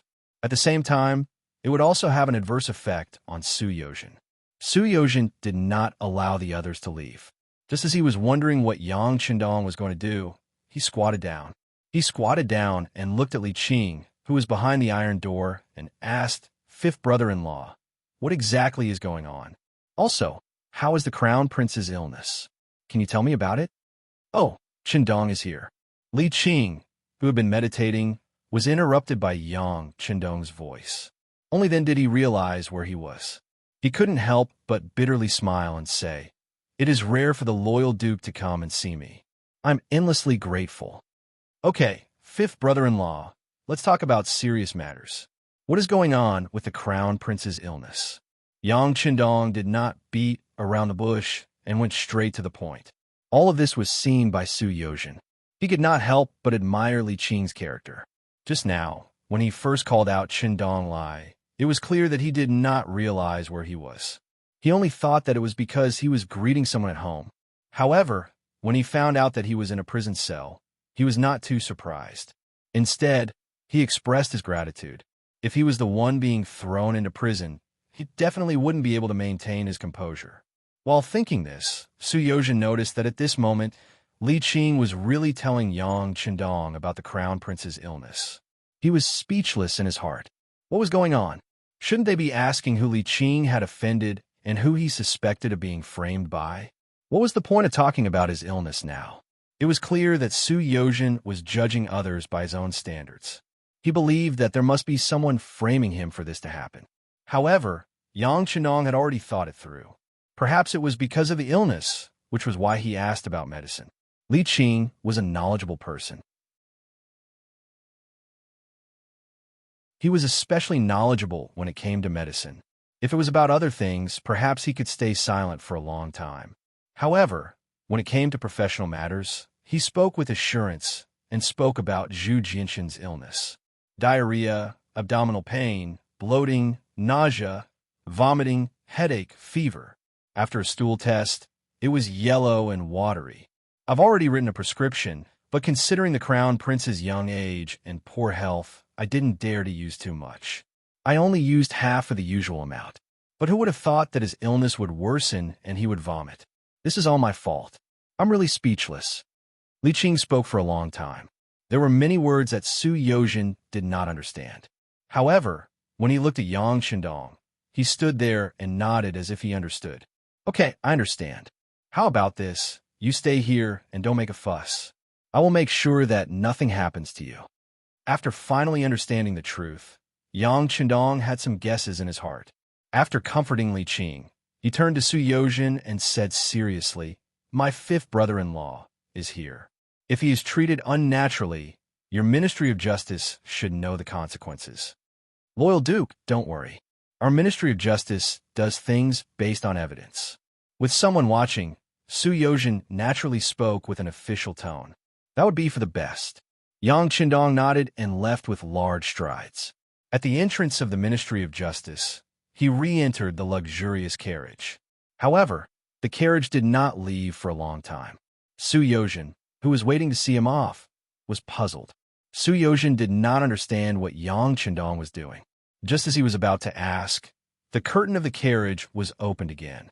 Yang Chendong appeared with a box in his hand. "Give this to the Crown Prince. His illness should be under control. Take it. Tiger's mane handed the box to Su Yozhen. Yang Qindong's voice sounded again. I will not leave the capital. If the effect is not good, your majesty can send people to arrest me. However, if he does not dare to take this medicine and does not trust me, then don't blame me for reasoning with him. After saying this, the curtain of the carriage was lowered again. Su Yozhen stood there with a puzzled expression.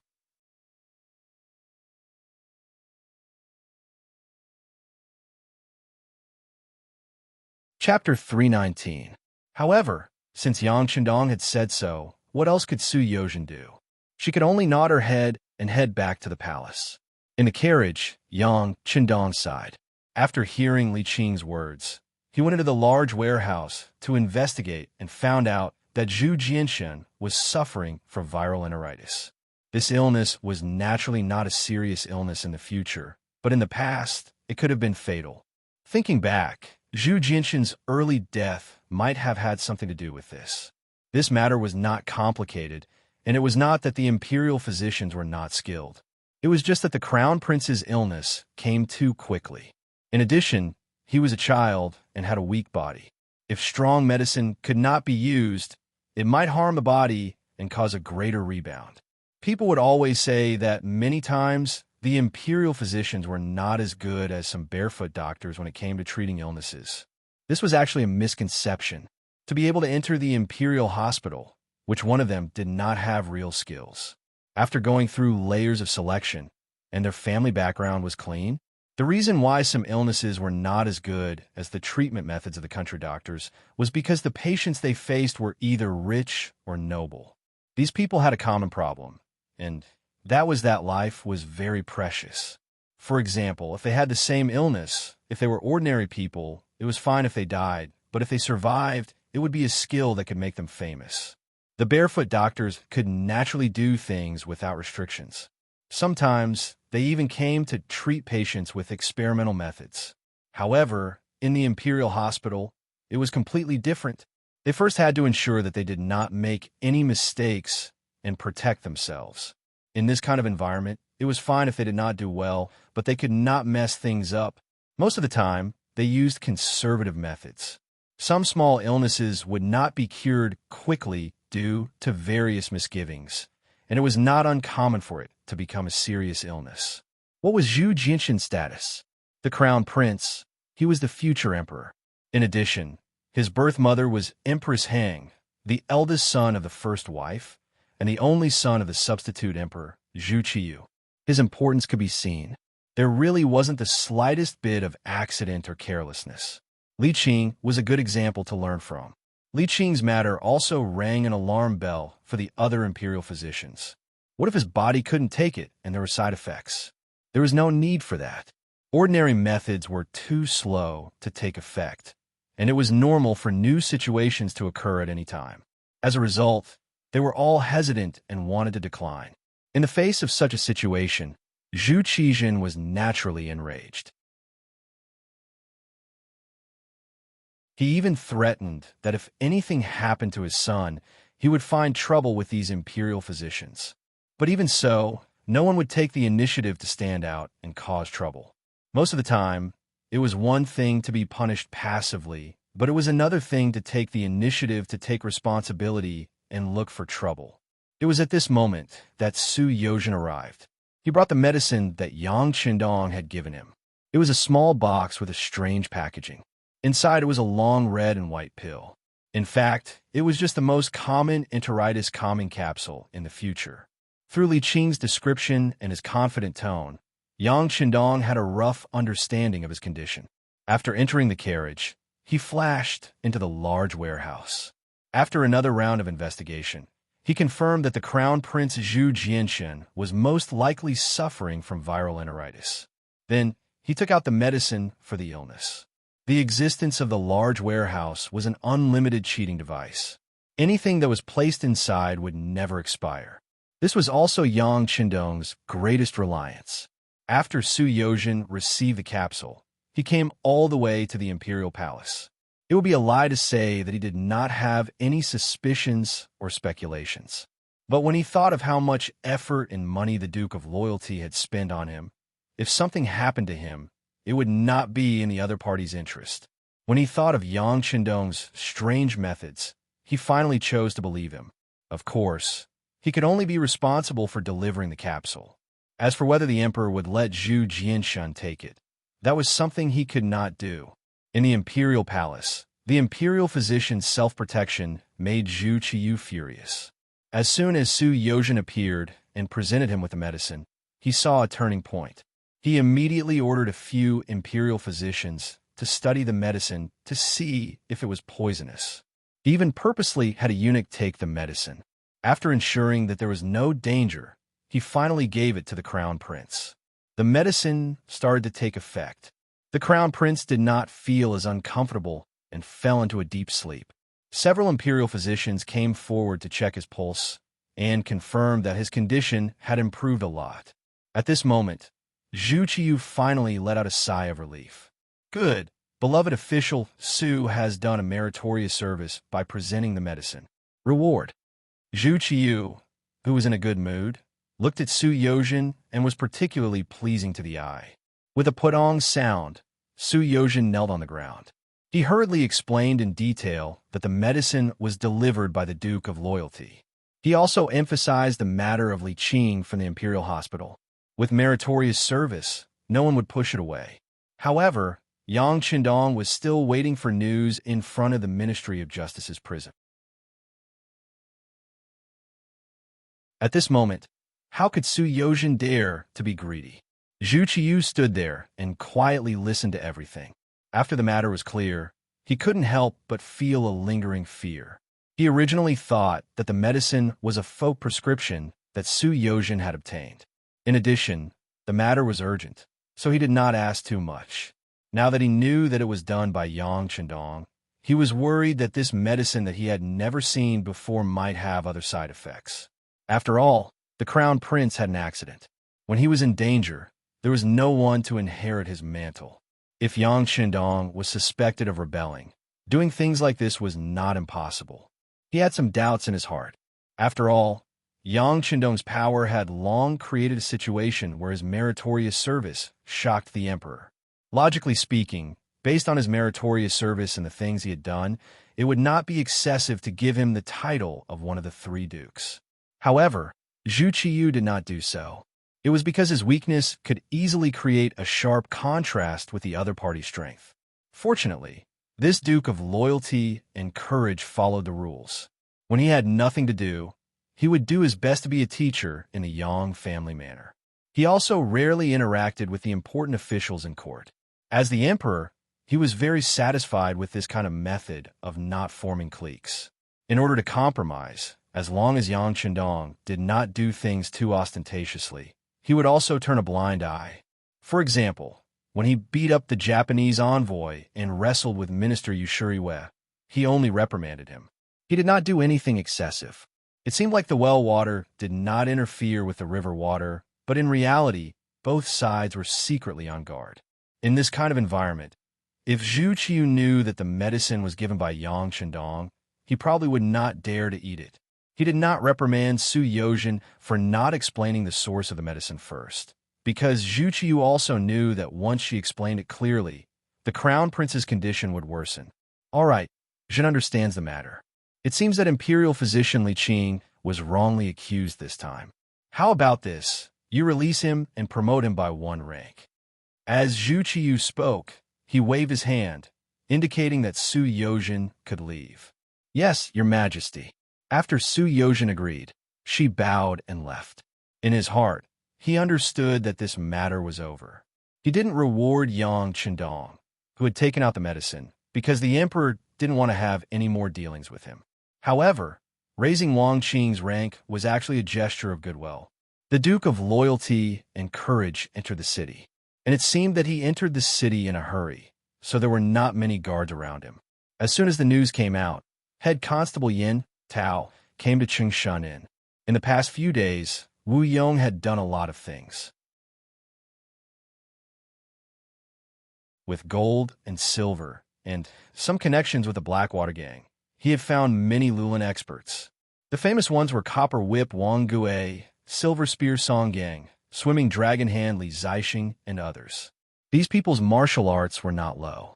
They had stayed in the Black Well Street for a period of time because of a mishap and were taken care of by boss Hu Huaihai. It was because of this relationship that these people contacted Wu Yong in 2s and 3s under the promise of great benefits. Although the matter with the Blackwater Gang had come to an end, Wu Yong still did not dare to move around in the capital during the day. When Yin Tao came to find him, he was lying on the bed to catch up on his sleep.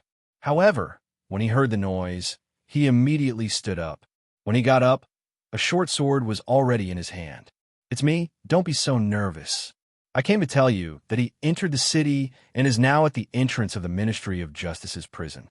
There are only a dozen guard around him." Yin Tao's voice came in an extremely low volume. Then quickly became quiet again, giving people the feeling that this place had always been quiet. Wu Yong maintained the posture of holding the sword until there was no sound from the outside world. Then, as if he had woken up, his eyes flashed. Then, he put on some makeup and quickly left Chengshan in. Although with his status, it would be more dangerous to go out during the day, some opportunities were fleeting. If he did not seize them, he did not know when the next opportunity would come. As for Yin Tao, after leaving Chengshan in, he went to Yu Mansion again. This time, it was easy for him to walk in. The person who received him was the eldest grandson of Yu Mansion, Yu Yuanbi. He had also received the news and was waiting for his arrival. Then, a large net covered Yang Chendong's head. However, before everything happened, it was still very calm, like the darkness before dawn. There was no wind, no rain, and no sunlight. In front of the Ministry of Justice's prison, Li Qing was released. He did not show any fear on his face. Perhaps it was because the time he spent in prison was too short, and his attention was focused on his illness. Fifth sister Yang Chendong also rushed over in the Li family's carriage. When she picked up her husband, the two of them expressed their gratitude to Yang Chendong. In this regard, the sixth young master Yang casually waved his hand as if he did not care. Since they were family, he wouldn't be stingy when it came to helping out. Not to mention, Li Qing was indeed a talent, a professional talent. If he could gain more experience, he had already begun to consider whether or not he should bring him to his side.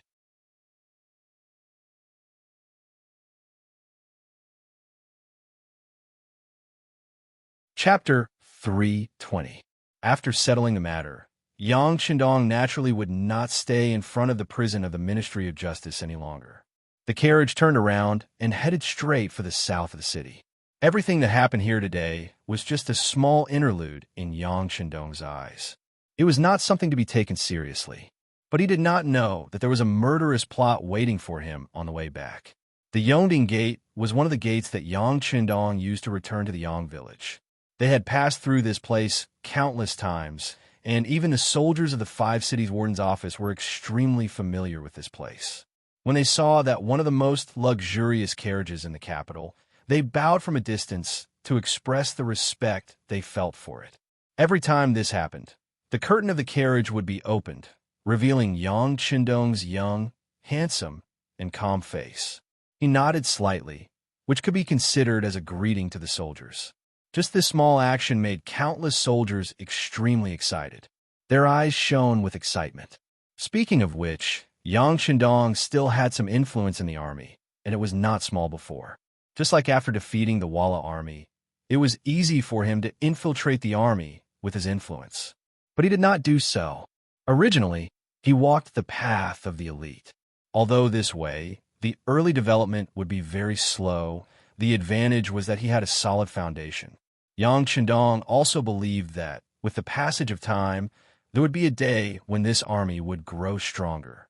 At that time, it would be the time for them to rise to the top of the world.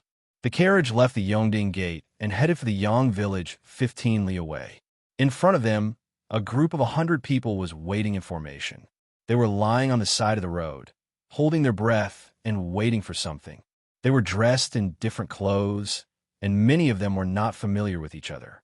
But this did not prevent them from gathering here, because they had a common goal, and that was to kill the Duke of Loyalty of the Great Ming Dynasty. The people of the Lulin did not follow any rules. They might go berserk and kill people because of sentence, but they might also fight because of a contemptuous look or fight over meaningless disputes. It was because of this that they were even more terrifying. And now, this group of terrifying people were gathered together. From this, it could be seen how powerful the person who attracted them was. That man was Wu Yong, the former second-in-command of the Blackwater Gang. He was lucky enough to survive. Back then, his mission was to ambush Yang Qindong halfway, but because he was detected too early, he failed in the end. This time, he took the same route as before and even led these people to an ambush location not far from the previous ambush location. With this arrangement, he seemed to want to climb back up from where he fell. There were more than 100 heroes. All of them were Lulin people, and all of them had learned some martial arts. Among them, there were some who had made a name for themselves in Jianghu, such as Copper Whip Wang Gui, Silver Spear Song Gang, Roaming Dragon Hand Li Zixing, and so on. All of them had the ability to take on more than 10 people. If they were to encounter an ordinary man who relied on brute force, perhaps even 10 or 20 people would not be a match for them. Of course, Wu Yong was able to invite them because of the temptation of a large sum of money. Wu Yong said that after the matter was completed, the rewards would be very rich. However, at the same time, he also wanted to make a name for himself. In Jianghu, what mattered most was reputation and righteousness. The so-called reputation naturally referred to reputation and fame. Righteousness referred to the spirit of loyalty and righteousness that reached the clouds.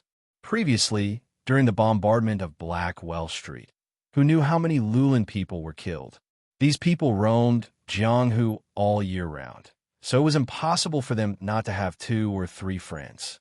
For example, among these 100 people, there were some who came with the intention of avenging the death of their old friends. There were also some who came for fame. If they could kill the Duke of Loyalty and Courage of the great Ming Dynasty, presumably, it would be awe-inspiring. From then on, their reputation in Jianghu would be even more resounding, and it would be easier for them to do things. With all kinds of thoughts, more than 100 people hid in the dense forest beside the road. Since they were experts who had learned martial arts, they naturally had the ability to hide and adjust their breath, so that from a distance, it was impossible to see anything wrong with this place compared to other places. Under everyone's expectant eyes, a luxurious carriage appeared, and a small guard team of more than a dozen people also appeared in everyone's line of sight. At this moment, an austere atmosphere unknowingly filled this dense forest. Affected by it, one's breathing unconsciously became heavier. If one's hearing was good, one would already be able to faintly hear the sound of slightly heavy breathing. The carriage approached from afar, 300 feet, 200 feet, 100 feet, 800 feet, 500 feet, 300 feet, 10 feet, 8 feet, 5 feet. As it got closer and closer, the faces of the guards could already be seen through the dense forest. Suddenly, a loud shout rang out, and then a figure seemed to descend from the sky. A long bronze whip smashed directly at the moving carriage. The wind was swift and the rain was like thunder. Under this blow, it had the power to wipe out 1,000 soldiers. Caught off guard, the roof of the luxurious carriage was hit heavily, and the whole body of the carriage seemed to be smashed a lot. However, because the body of the carriage was really sturdy, it was pierced with one blow. The person who made the move was Copper Whip Wang Gui. He first hid in a big tree, and when the carriage passed by, he suddenly attacked from above. He wanted to split the carriage to reveal the target of this trip, but because he underestimated the sturdiness of the carriage, his attack failed. When the attack began, a whip fell from the sky, and the horn of the attack was blown.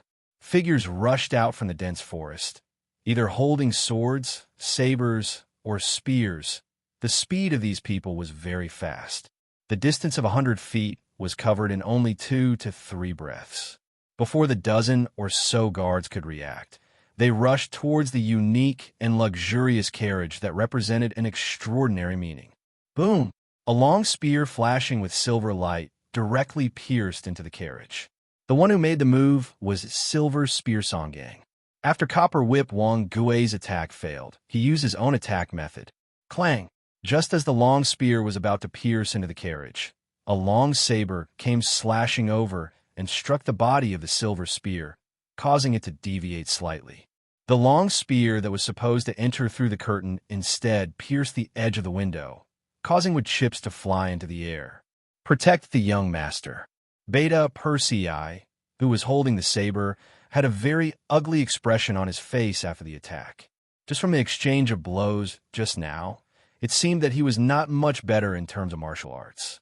There was no need for Beta Persei to shout anything else, as more than a dozen Lung phone guards had already begun to draw their sabers to protect the carriage. They formed a group of 3, back to back, forming a circle. They stood on the side of the carriage, staring coldly at the people of the forest rushing in front of them. This was the 3-3 system taught by Yang Chendong. Once, this strategy was used to fight the United States Army during the war to resist U.S. aggression and aid Korea. Now, it was used on a battlefield like an extension of one's arm. It was very useful and could be used to protect one's back and sides as much as possible in a chaotic battle.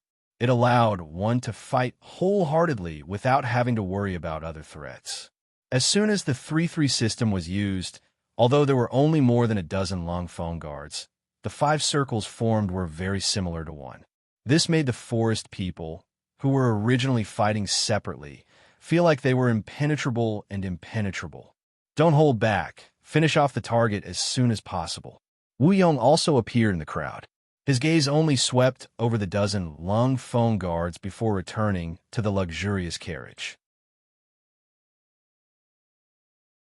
Intuition told him that these guards were very troublesome and difficult to deal with. Instead of fighting with them, it was better to directly kill Yang Chendong in the carriage. When the time came, things would naturally be much easier to deal with without a leader. With Wu Yong's appearance, the forest people who were originally fighting on their own became much more orderly. They began to approach the carriage step by step.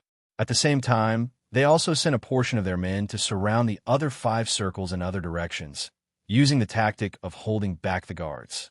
Quickly close in. Beta Persei saw that the opponents were closing in step by step and shouted with a thunderous voice. His voice was already very loud to begin with, so this shout was like a sudden clap of thunder, directly shaking the ears of swimming dragon hand Li Zixing, who had just rushed over to the point of buzzing. Li Zixing's footsteps were a little shaky because of this loud roar. Beta Persei, who used the roar similar to a lion's roar to disturb the enemy, immediately brandished his sword. He wanted to use this opportunity to cut down the people in front of him. The wind from the blade whistled and fell from the sky with a flash of light, drawing a beautiful arc. It was not until it was 20 centimeters away from Li Zixing's neck that it was forced to stop.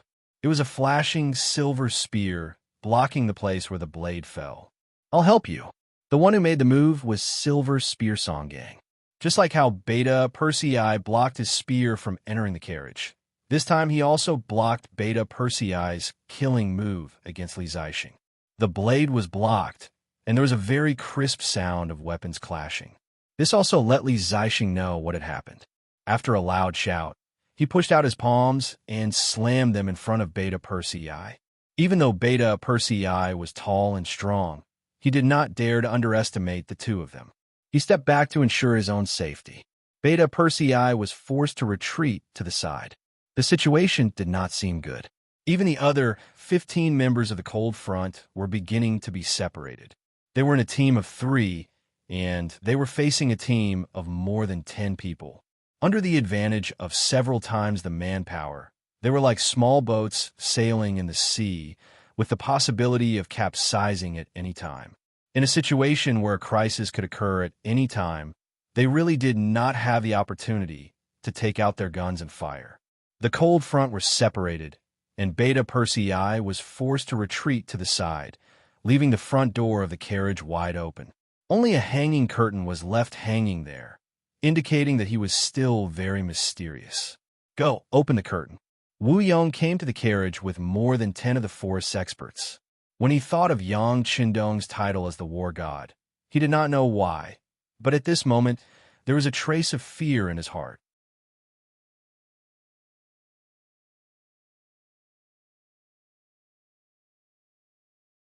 Chapter 321. The forest man pointed out by Wu Yong did not have so many taboos. Sometimes, ignorance was blameless. He did not know how powerful Yang Qindong was, and was even a little excited that he could lift the curtain. Taking large strides forward, he placed the saber in his left hand and reached out his hand towards the area where the palanquin curtain was. Bang! The sound of a gunshot rang out, and the blade fell to the ground. A bloody hole appeared on the forehead of the Greenwood man, and blood was flowing out of it. His eyes were wide open, showing the confusion and fear he had in the moment before he died. The man fell to the ground, and a strong smell of blood naturally came out and drilled into the nostrils of Wu Yong and the others. Seeing the scene in front of him, Wu Yong could not help but suck in a breath of cold air, and at the same time, he naturally took a step back. He knew that the loyal Duke was not easy to kill, and now it seemed that it was indeed so. Let's go together. But the hesitation only lasted for a moment, and Wu Yong made up his mind again. As the second brother of the Blackwater gang, he had naturally come into contact with the firearms of the great Ming dynasty before. He knew that although this thing was powerful, it had more problems. For example, it was only effective at close range, and it could only fire one shot at a time. But out of his cautious nature, he did not send people to try, but decided to swarm in. When the time came, how would the loyal Duke, who only had one firearm, deal with it? Initially, the gunshot had indeed frightened everyone. They were still thinking about what to do next, but Wu Yong's voice had already sounded. When he heard that everyone was going to attack together, he suddenly became spirited again. Perhaps this was human nature. When one person was afraid to do something because of fear, the fear seemed to disappear when everyone was together. Under Wu Yong's encouragement, more than a dozen people were divided into two groups. They formed a semicircle and closed in on the luxurious carriage. All kinds of weapons flashed coldly, and they were ready to kill at any time. The scene in front of the carriage made Beta Persei and the 15 Lung Feng brothers anxious. They tried to get closer, but they were all blocked by the forest people who had the advantage in numbers. Among them, Beta Persei had rushed too fiercely and did not take care of his own defense. His shoulder was hit by Li Zixing's swimming dragon hand, and his entire left arm felt numb. This was because he had been training for many years. If it was an ordinary person, they would not be able to fight back after being hit by this palm. No one could come to help. Yang Qindong, who was in the carriage, seemed to have fallen into a desperate situation. At least, that was what Wu Yong thought. In his opinion, Yang Qindong was only in his early 20s. Even some of the martial arts grandmasters and famous big shots would find it very difficult to rush out when facing a dozen or more opponents. Big brother, third brother, this brother's going to avenge you, Wu Yong muttered in his heart. His eyes were filled with murderous intent. At this moment, it was as if he wanted to chop off Yang Qindong's head as a sacrifice for his brothers. The forest people approached step by step. The nearest person was already within arm's reach of the carriage's curtain. That person held the long sword in his hand and swung it forward. He wanted to cut off the curtain to provide enough support for his and his brother's vision. For a moment, everyone's eyes were focused on the long sword, as if they wanted to see what kind of vision the sword would bring when it was swung down. They also wanted to see if the young loyal duke of the great Ming dynasty, whom they had identified as their target, was really that powerful. Did he really have 3 heads and 6 arms? Bang! Another gunshot rang out, accompanied by the scene of the forest man holding the sword falling to the ground. This gunshot also caused the other forest men to involuntarily take a step back. Obviously, they were very wary of this flintlock. Don't be afraid. He only has one flintlock. If we attack together, he won't be able to do anything.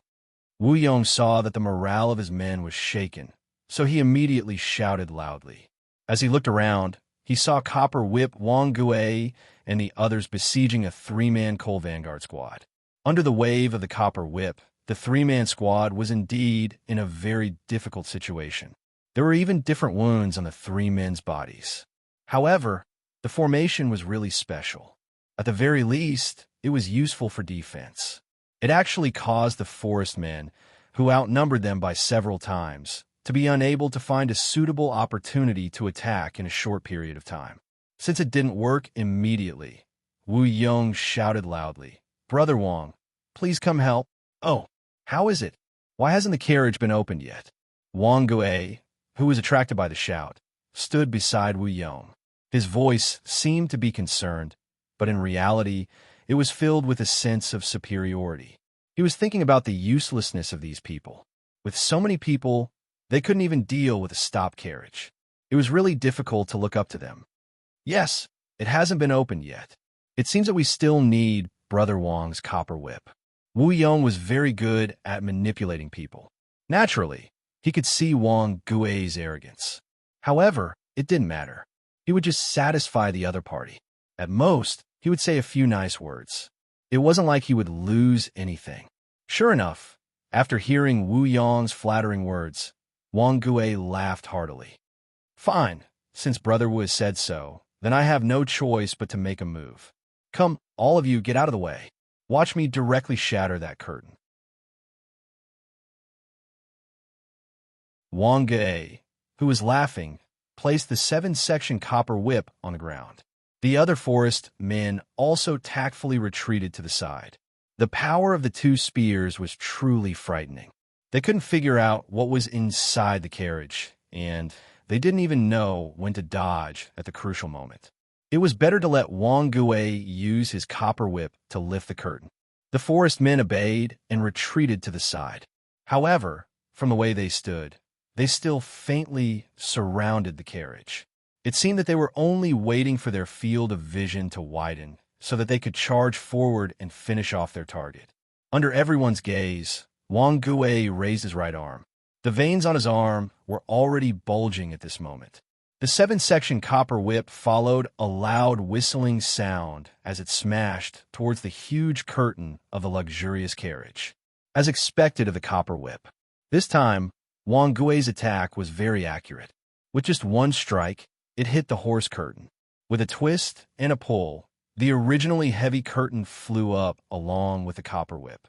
At this moment, the figure of the person in the luxurious carriage was clearly imprinted in everyone's line of sight. A green robe with a calm face. There wasn't the slightest hint of nervousness or urgency from being surrounded. This was the first impression that Yang Qindong gave everyone. As expected of the Duke of loyal and courageous, Wu Yong had once been fortunate enough to see Yang Qindong on the street. Although it was still far away, he could still recognize him. At this moment, when he saw that the person in the carriage was the target that he wanted to take his life, he couldn't help but excitedly shout out. Just as Wu Yong's shout fell, Yang Qindong in the carriage sighed. "That's right. I am the Duke of loyalty and courage. However, I don't know what enmity I have with you. Why must you take my life? You've killed countless people. Do I need a reason to kill you?" At this moment, Wu Yong really wanted to tell Yang Qindong how his big brother and third brother were killed. However, considering that a long delay might lead to trouble, he decisively chose to give up. Instead, he held a ghost knife in his hand and pointed at Yang Qindong. "Kill him. Whoever kills him will be rewarded with 1,000 taels of silver." 1,000 taels of silver was enough for an ordinary family of 3 to live for the rest of their lives. Even for the forest people who spent money extravagantly, it was a huge sum of money. As the saying goes, people die for wealth. As the shout fell, 4 or 5 figures had already rushed out. Their target was Yang Qindong, who was sitting in the carriage. They could already see clearly. "Kill!" The 5 figures shouted in unison. It seemed like they were cheering for themselves, but also seemed like they were raising their voices. "Sigh, you're forcing me to kill." In the carriage, Yang Qindong sighed softly. Then, he took out his hands that were hidden under his green robe. At the same time, he also took out a machine gun used by the 9th Squad. With the great warehouse in hand, the world is mine. How could Yang Qindong, who could enter the great warehouse at any time and take out all kinds of new weapons, be afraid of these unorganized, so-called heroes of the forest in front of him. These people had no discipline. When there were benefits, they would often rush up like a swarm of bees. When there was danger, they would often run away without a trace. Against such opponents, as long as he could suppress their morale, it would be much easier to deal with what came next. In Yang Chendong's eyes, these people were not even as good as a well-trained army. At least, when the general gave the order, these soldiers would charge even if they knew that they would die. That might be a headache for him, but these forest people in front of him, this motley crew, really did not mean anything in his eyes. With a look of contempt in his eyes, he pulled the trigger with his right index finger, and the sound of firecrackers rang out. Bang, bang, bang. Bang, bang, bang. It was as if someone was welcoming a bride, and the sound of firecrackers rang out nonstop. Following the sound of gunfire, in reality, the first 5 Greenwood warriors who rushed over had blood-red flowers appear on their bodies. Then, like dominoes, they fell to the ground one by one. What is this? Wu Yong and the others, who did not understand the details and did not even know what an advanced igniter was, were dumbfounded. Previously, Wu Yong thought that since Yang Chendong could lead the army to repel Walla's attack, he must be someone with some ability. However, his ability should be mainly reflected in his intelligence, just like his position in the Blackwater gang, where he was a strategist and played the game of strategizing. However, in terms of skills, perhaps this young loyal duke had also learned martial arts, but after all, he was too young and should not have any deeper attainments. This was also because Wu Yong overestimated Yang Chendong enough, which was why he brought more than 100 people to besiege him. With nearly 10 times the number advantage and a sudden attack, no matter how one looked at it, they would not fail. But now, when the gunshots rang out continuously, seeing his brothers fall to the ground one by one, he finally realized that he had underestimated this loyal duke of the great Ming dynasty.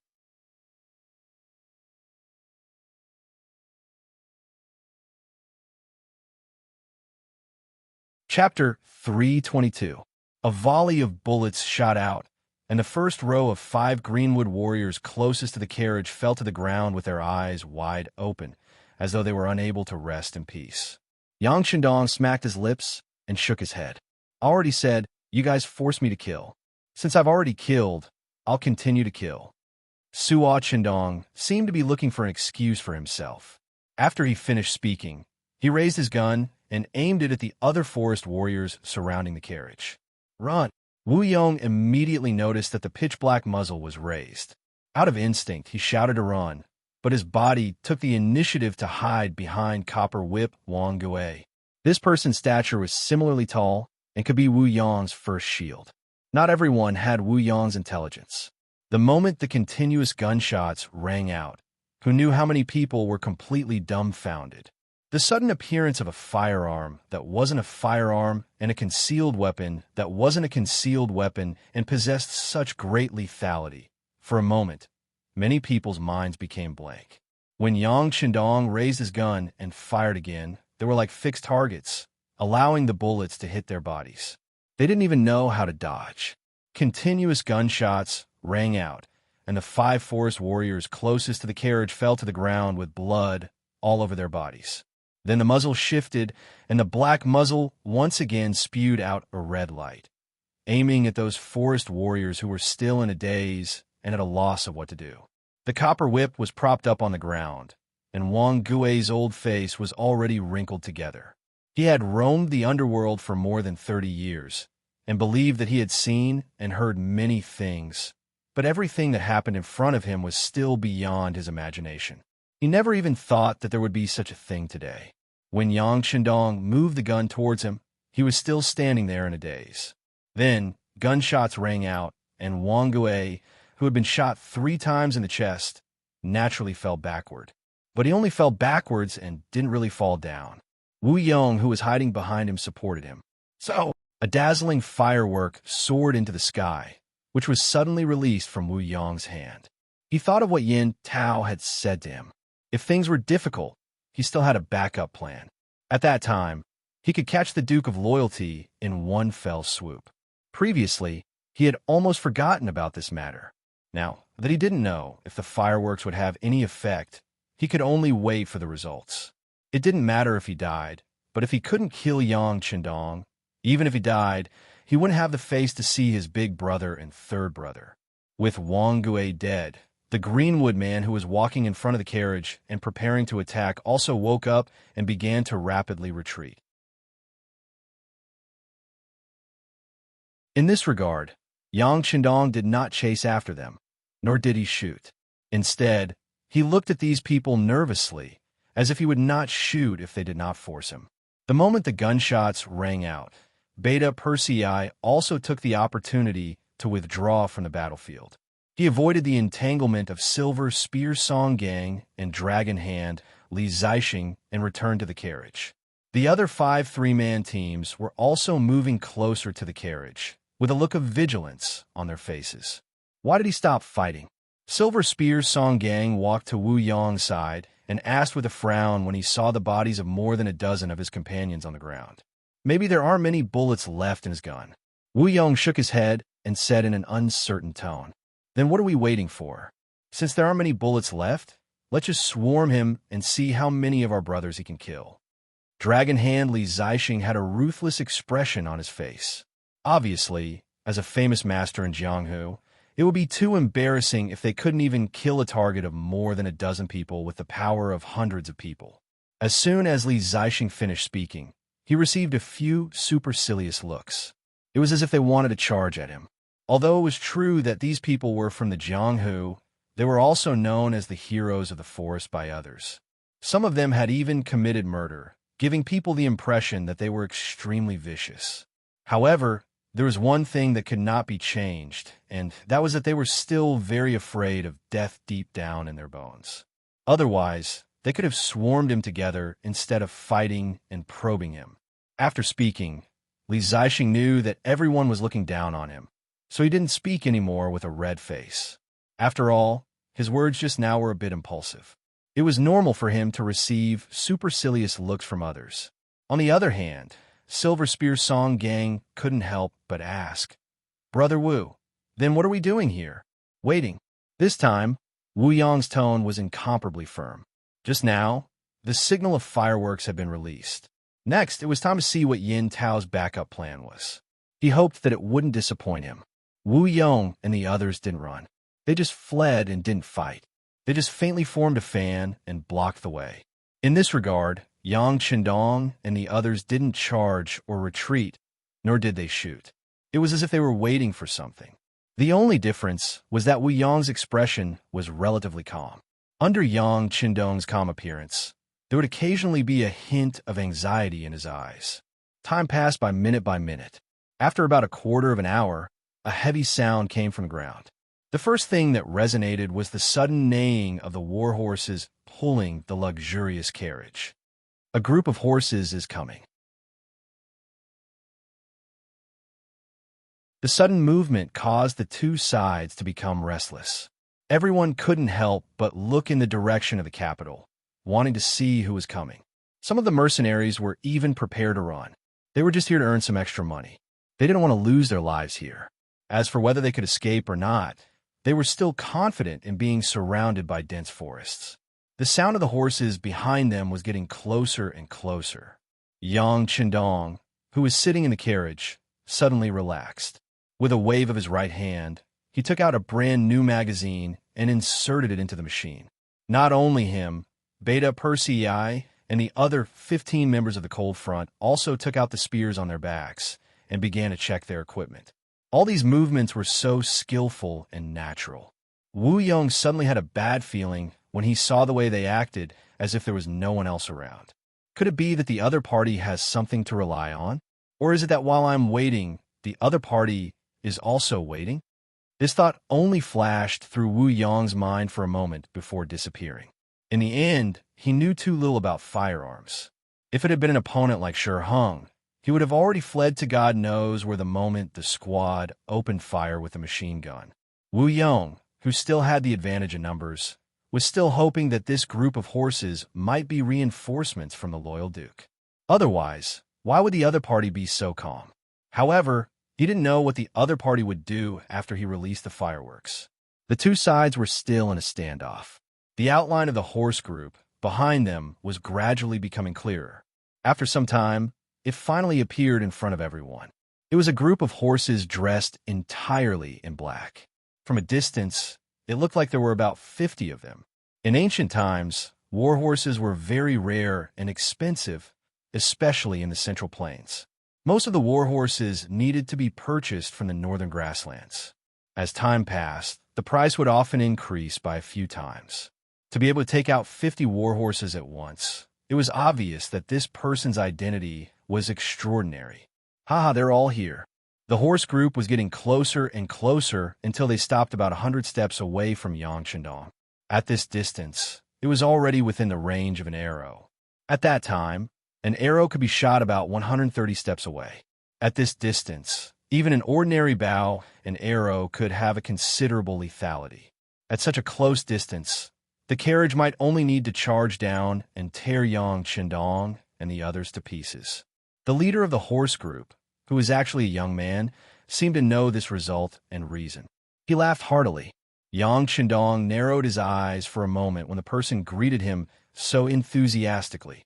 Obviously, he didn't recognize the other party. It was only when Yang Er leaned forward and whispered something that he nodded as if he suddenly realized something. So it's young Master Yu. I really didn't expect that the person behind today's big battle was actually you. The person who came was Yu Yunbi, the eldest grandson of Minister Yu Shiyue of the Ministry of Justice. He was also the backup that Yin Tao mentioned. That day, Yin Tao went to the Yu mansion to seek an audience with Minister Yu. He said that Wu Yong wanted to deal with Yang Chendong. As one of the chief constables, how could Yin Tao not know about the enmity between Minister Yu and the Duke of Loyalty? Even the third young master, Yu Xiong, had died because of this. This was an irreconcilable enmity. Perhaps Yin Tao knew that it was unrealistic to rely on Wu Yong to deal with Yang Chendong, or perhaps he was optimistic about Yu Shiyue's position and wanted to climb up. In short, he told him everything about Wu Yong. He even made another decision. Even if Minister Yu did not want to deal with Yang Chendong, he could also kill Wu Yong and send his head to Minister Yu. This could be considered a merit. However, how could Yu Shiyue not see that there was a death feud between him and Yang Chendong? Because his grandson, who was the third in line, had been executed, many officials in the Ministry of Justice looked at him differently now. There was also the newly promoted left assistant minister, Su Yozhen, who took advantage of this to gain a lot of power.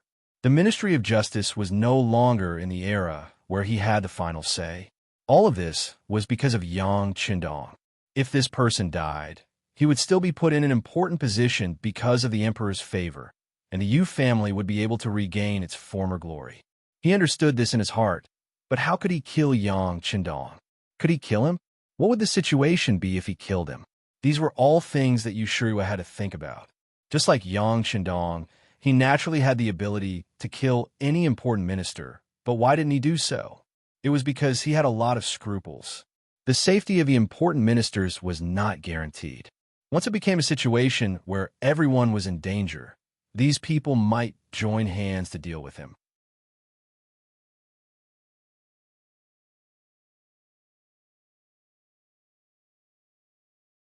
Chapter 323. After all, officialdom had its own rules.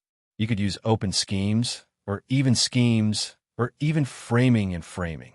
However, you couldn't directly go up to someone's door. That would only show that you were rude and had no standards. More importantly, this kind of straightforward method was not what scholars liked. It would be looked down upon by everyone, and everyone would be on guard against it. If that happened, it would be difficult to develop any further. When the opportunity was right, everyone would be in danger, and it was not impossible for them to gang up on him. However, was Yang Chendong a scholar? He wrote a good poem and was very talented in music. He was a scholar at a young age and was conferred the title of High Scholar by the Daizong Emperor. He even opened his own school and was a descendant of one of the three Yangs. It seemed that no matter his background or experience, he could be considered a member of the literati. However, His actions of leading troops to war and flourishing business were different from other literati. Therefore, it was really a matter of opinion whether he was a literati or not. If Yang Qindong was not a scholar, then there was a chance to kill 100 people. It was a way to solve the problem. Yin Tao's arrival made Yu Shiyue's heart move. However, the other party was only a small official, so he left the matter to his eldest grandson, Yu Yunbi. Firstly, it could be used to train him. Secondly, if something really happened, he could hide behind him and help clean up the mess. In the end, although Yang Qindong had the title of duke, he was still too young. Offering potatoes to start his career could be attributed to luck. Saving Ingzong and retreating from the Walla was also the work of the mercenaries. What really happened to Yang Qindong didn't seem to be anything special. Yu Yunbi naturally saw hope when Yu Shiyue let go of the matter. Compared to his grandfather's indifference, he quickly became familiar with Yin Tao and thought of several plans to assassinate Yang Qindong. However, no one expected that Yang Qindong would suddenly enter the city because of Li Qing. This sudden change also caught Yu Yunbi off guard. After meeting up with Yin Tao, the two of them thought that the opportunity had come. They immediately notified Wu Yong to make preparations. Yu Yunbi, on the other hand, went to the embroidered uniform guards and found an expert who was close to him. If things didn't go well, he would be the backup attack. However, no one knew that because he wanted to make things perfect, he gave himself away. Coincidentally, when Yu Yunbi was mobilizing his troops, he was discovered by Tang Tong, who was sleeping in his room. He vaguely heard his colleagues say that young Master Yu invited him to the south of the city. Tang Tong, who was still in a daze, jumped up. The relationship between the Duke of Loyalty and the Minister of the Ministry of Justice was not good.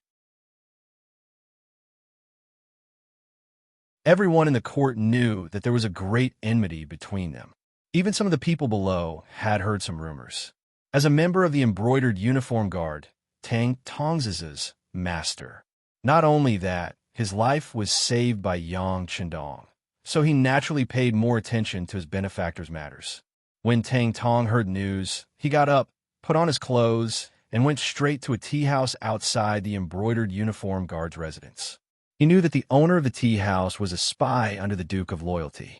Thus, after Yang Qindong left the Yongding Gate, people from the security bureau caught up with him and gave him information.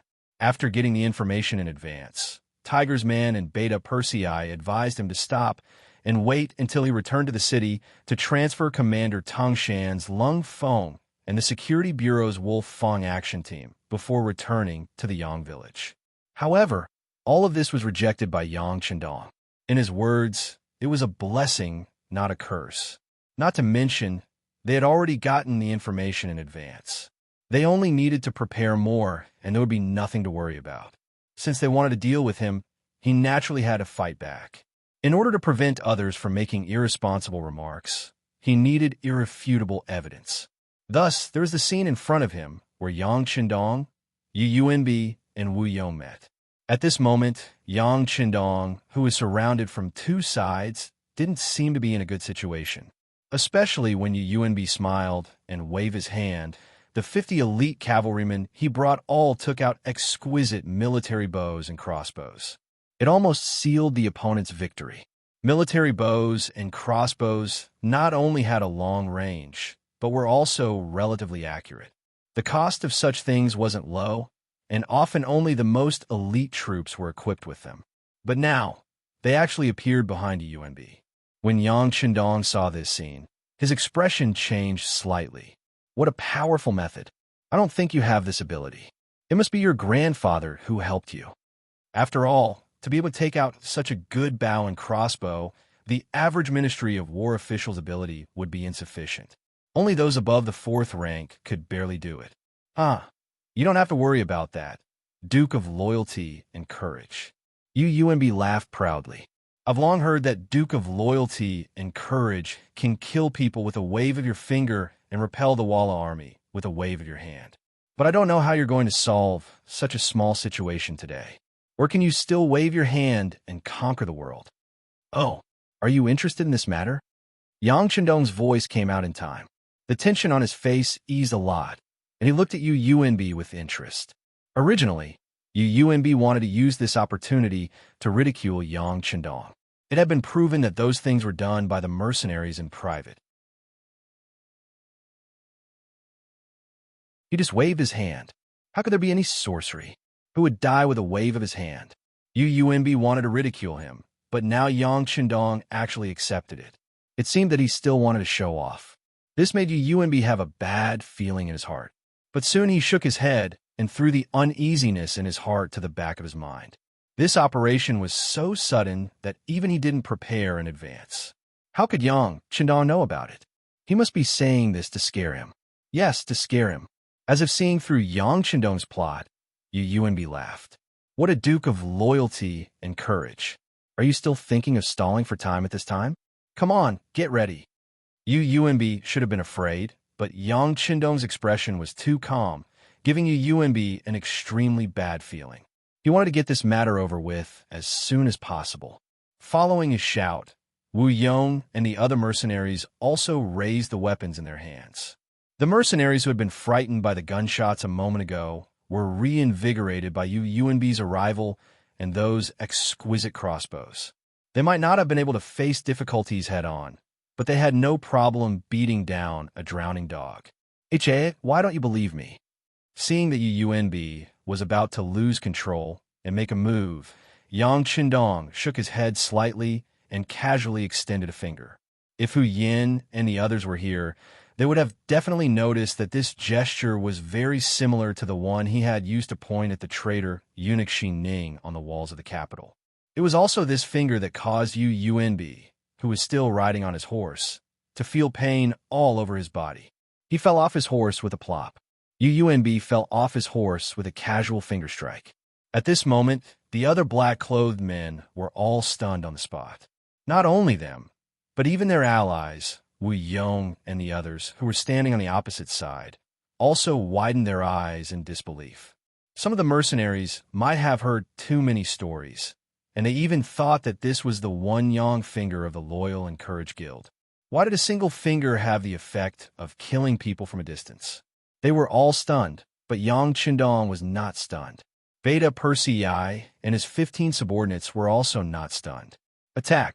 A roar came from his mouth, and then the loaded bullets flew toward the 50 men in black. The sudden sound of gunfire and UUNB falling off his horse caused the entire cavalry to fall into chaos. Most of them were shot down from their horses by the first wave of gunfire.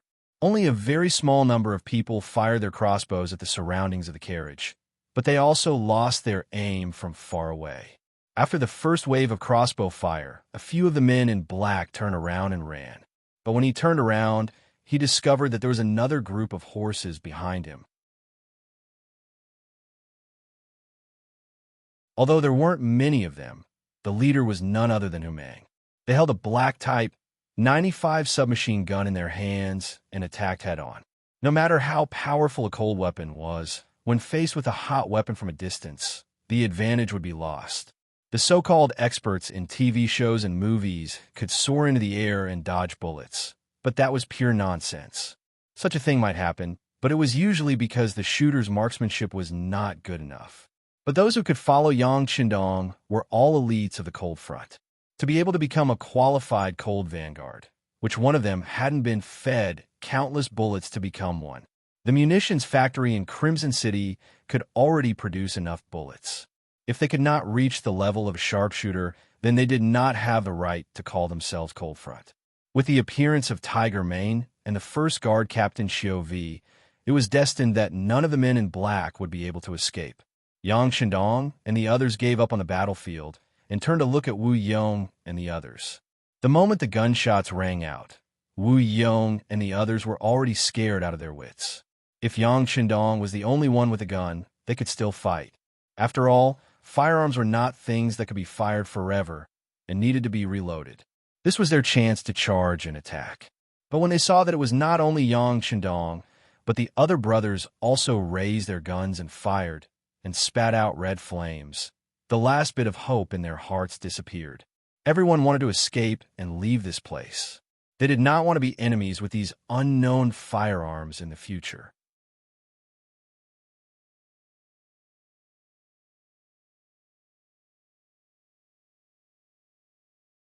Chapter 324. The mercenaries decisively turned around and left. Wu Yong knew that something big was about to happen. Even if he stayed behind to charge, he would only be risking his life. With a trace of reluctance in his heart, he turned around and followed everyone into the dense forest on both sides. Puff, puff, puff. Sniper rifles with silencers began to fire, and the ghost sniper was fired. During the quarter of an hour when Yang Shindong and Wu Yong confronted each other, they received orders and completed the hidden mission of preparing to attack. Now it was time for them to kill in all directions. Not only was there the ghost sniper team, but this time, even the Wolf Fong action team temporarily stationed in the security bureau had been waiting in the dense forest for a long time. They were waiting for these self-proclaimed mercenaries to barge in and give them a head-on blow. This was the strongest force that Yang Chandong could transfer in a short period of time.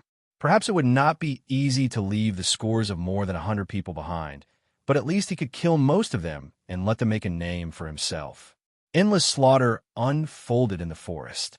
Every gunshot could mean the loss of a life. Every scream could mean the end of a life. Yang Qindong did not look at the forest.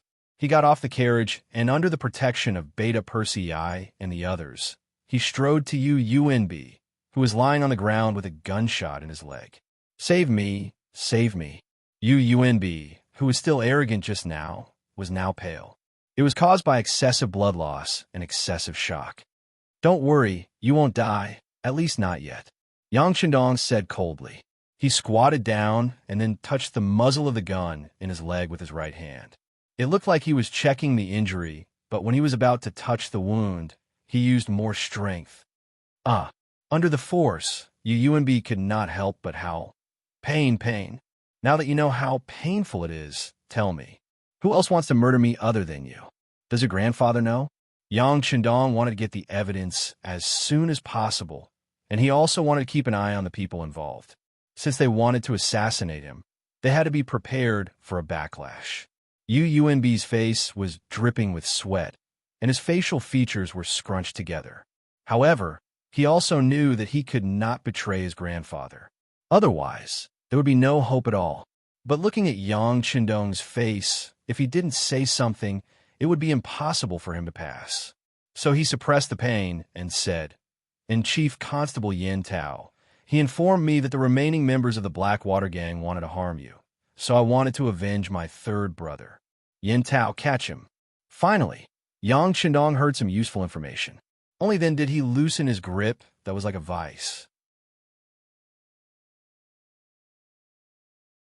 Just as he finished speaking, a member of the Cold Vanguard team, who was in charge of delivering the news, rode towards the city. In the dense forest, the originally quiet scene was no longer there, and it was replaced by the smell of blood. Just as Yang Qindong had expected, under their hasty preparations, they did not manage to take down all of the forest men. About a dozen of them managed to escape. Among them, the leader, Wu Yong, and Li Zixing, the Dragon Hand, managed to escape amidst the chaos. On the other hand, Silver Spear Song Gang and the others were killed by Lung Feng in the forest. The noisy official road quickly regained its tranquility. Tiger's Mane and the others even got some water to do a simple cleaning. From afar, it looked as if nothing had happened. But in reality, a dark cloud was looming over the capital. Yin Tao was on duty today, but even so, he was distracted. Even when some of his subordinates came to report on their work, he did not know what they said. Finally, it was time for dinner, and he could finally take a break. He changed into an ordinary cloth robe and walked out of the Ministry of Justice's yamen. Just as he left the street and was about to go to the Yu residence to ask for clarification, his intuition told him that he was being followed. As one of the 4 chief detectives of the Ministry of Justice, Yin Tao's thoughts were extremely meticulous. He was also a martial arts expert and had done this kind of work countless times. Now, that someone was suddenly following him, how could he not notice it? Being suddenly followed was not the first time something like this had happened. He had handled countless cases, and he had offended many people. But today, on such a sensitive day, someone was following him. This seemed to have a different meaning than usual. After thinking about it for an entire day, there was still no news from Yu Yunbi. Could it be that he had forgotten about it after his great victory? But that shouldn't be the case. If something really happened to the Duke of Loyalty, it would definitely cause a commotion in the capital. There was no reason for him not to know. Could it be that UNB had failed, and not only that, he had also sold him out? Yin Tao had never held much hope for the so-called young master of an aristocratic family. These people were like insects growing up under the shadow of their family. They did not know the pain of a small figure, and they did not know the difficulties of life. It was because all they saw was wealth, stability, and even luxury. Once they were faced with a bad environment, the psychological gap would be even greater. With such a mentality, it was hard to guarantee that they would not say anything. His mind was quickly thinking about the possibilities. If that was the case, then the person who sent the person should be the Duke of Loyalty's subordinate. He could not help but feel a chill in his heart, but his footsteps did not stop at all. He continued to walk toward his original destination, the U Mansion. Whether the person was sent by Yang Shandong or not, this trip to the U Mansion had to be made. At least, he had to inquire about UNB's whereabouts. If he was safe at home, then he would be safe. On the other hand, if something happened to him, then the identity of the person behind him would be revealed. With this thought in mind, Yin Tao walked forward as if he hadn't noticed anything. After a few streets, he came to the side door of the U Mansion. There were servants guarding there. Naturally, they were already familiar with the chief of detectives and opened the door to let him in. The tail behind him stopped at this point. However, he did not leave. Instead, he continued to stare at the door, waiting for Yin Tao to come out. Then, when the sky was dark, he would naturally take action to subdue the other party when there was a suitable opportunity. In the U Mansion, the lights in the main hall were on. When Yin Tao arrived, he saw the gloomy face of the Minister of Justice, Yu Shuriwei. "Greetings, Minister." Yin Tao entered the door and knelt on one knee. "Get up. What's the situation? Why hasn't UNB returned home yet?" As soon as Yu Shuriwei spoke, Yin Tao had an extremely bad feeling in his heart. Yang Village. In the basement, UNB was simply treated and tied to a wooden frame. Opposite him, Yang Chendong sat on a wooden chair and looked up at this person with interest. He admired this young man who had the courage to kill him, but at the same time, he wanted to scold him for his stupidity. If he was so easy to kill, the first person to do would have been Zhu Qiyu, the acting grandmaster. How can anyone else have a chance? The wound was simply treated and the bullet was taken out. When the bullet was placed on the copper plate, a crisp, tinkling sound rang out. UNB's entire body involuntarily trembled. This also made his divine sense seem to have sobered up a lot at this moment. How is it? Is it very painful? Life is like this. There's always some pain to let a person see the truth more clearly. Just like what you did today, it was like a mantis trying to stop a chariot. I really don't know what you were thinking. Did you think that you could kill me just because you brought some light cavalry and some crossbows? People always have to pay the price for their actions. Now that you've been captured, your life is in my hands. Can you say something? Perhaps I'll even consider giving you a quick death. How about it? Yang Chendong spoke unhurriedly, as if he was criticizing the other party. He was also amazed by the other party's actions, or perhaps he was calling him stupid. However, it wasn't until the last sentence that his true intention was revealed. However, after this sentence, one could see that UNB's expression had clearly become much uglier.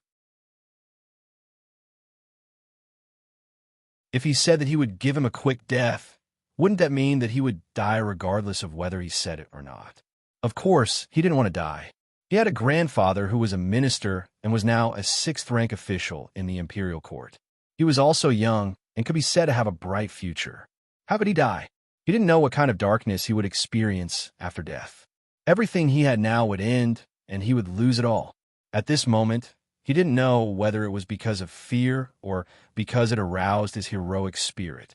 He suddenly changed his weak appearance and shouted loudly, "No, you can't kill me. My grandfather won't let you go if he knows. I'm an official of the imperial court.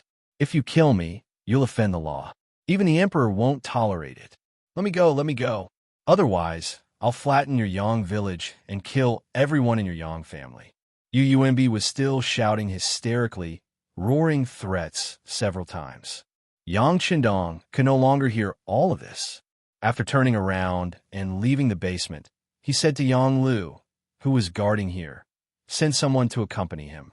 There's no need to torture him. Just don't let him sleep. When he's sleepy, splash him with cold water. He'll talk." The exhaustive interrogation method had long been proven to be one of the most useful interrogation methods in later generations. However, because the process was too inhumane, it had been banned for many years. However, it was now the Great Ming Dynasty, so naturally, no one would pursue this matter. After handing over the matter to Yang Lu, Yang Qindong returned to the inner courtyard. He was greeted by his wife, Hu Yin, second Madam Qiao Yin, and seventh sister Yang Duo, who were in the village. There was a trace of kindness and anxiety in their eyes, but in the end, Hu Yin asked, "What happened?" "I saw Tiger's Mane and Beta Persei kneeling at the gate."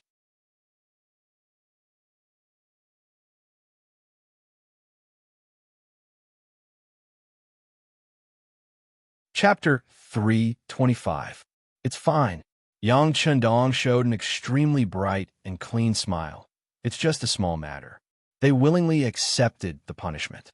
"By the way, what delicious food did you make today? Ask someone to bring it out. Lu Lang will have dinner with you in a while." Knowing that Yang Qindong intended to send them away, Hu Yin and the other two girls still wanted to say something, but considering that the man had to do great things, they all obediently nodded and followed Hu Yin to the kitchen. When Xiao Yin walked past Yang Qindong, she said in a mosquito-like voice, "Don't be too harsh." Yang Qindong could not help but smile. Among the girls, only Xiao Yin had trained with him in Cold Front before, so she naturally knew his methods. For this reason, it was normal to have such worries. It was just that Beta Persei's performance today was really disappointing. If they had not received the news in advance and made some preparations, it was hard to say what the result would have been. Learning from the mistakes of others, there were some problems that needed to be properly discussed. At the gate in front of the inner courtyard, there were several rows of people kneeling in neat rows. This might be the benefit of strict training. Even when they were kneeling, they were so neat that no one could find any fault with it. The runners were led by Tiger's Mane and Beta Persei. Behind them were the first guard team's Captain Xiu Vi, the Wolf Fong team's Captain Tai Hu, and the Ghost Sniper team's Captain Bai Zhua. The third row was the team members under these people, the elites of Cold Front. These people were all members of Cold Front who participated in today's operation. Although time was a little short, they were prepared. However, some people still managed to escape. For this matter, without waiting for Yang Qindong to say anything, Tiger's Mane and the others took the initiative to kneel here and beg for forgiveness. When Yang Qindong walked out of the gate, Tiger's Mane and the others raised their heads, but when they saw Dong Shuai's expression, they quickly lowered their heads.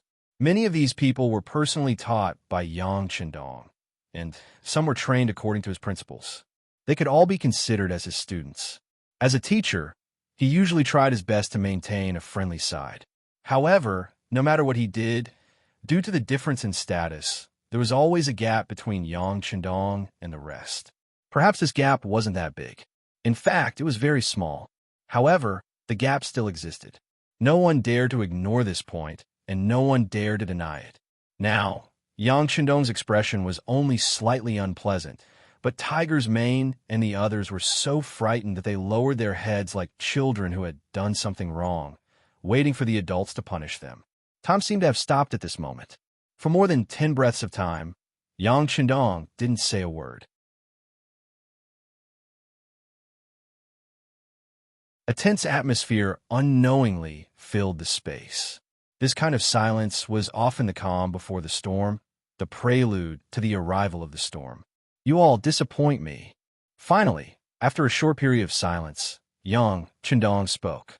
When he opened his mouth to speak, a wave of pressure surged into everyone's body. That kind of feeling was like being pressed down by a 10,000-kilogram rock, giving birth to a feeling of suffocation. I was wrong to wait. Tiger's Mane, Beta Persei, and the others bowed their heads and admitted their mistakes shortly after Yang Qindong's words, as if they had turned over a new leaf. Wrong? Are you really wrong? All right, Beta Persei, let me ask you, where did you go wrong? Yang Qindong's voice seemed to be very casual, but the anger in his voice was getting stronger. Beta Persei, who was called out, was stunned at first. He was tall and extremely skilled. He was one of Yang Qindong's most trusted guards and was often brought along to protect him. In the Yang family system, anyone who saw him would be very respectful. However, this person also had a minor problem, which was that he didn't know how to speak. When he suddenly spoke, his voice was like thunder, which had frightened countless people. Because of this, he usually tried his best not to speak if he could. Yang Qindong asked him to say where he went wrong. This made Beta Persei very confused, but since it was the young master who asked, he certainly could not answer. My mistake, clang. A kick suddenly came and kicked Beta Persei's strong body. The powerful force made him unable to stand steadily, and his body tilted to the side, almost falling to the ground. When he felt that the kick was from a young master, he tried to straighten his body, and his face was a little happier than before. Corporal punishment. It was the method that Yang Qindong used to train the first batch of Lung Feng.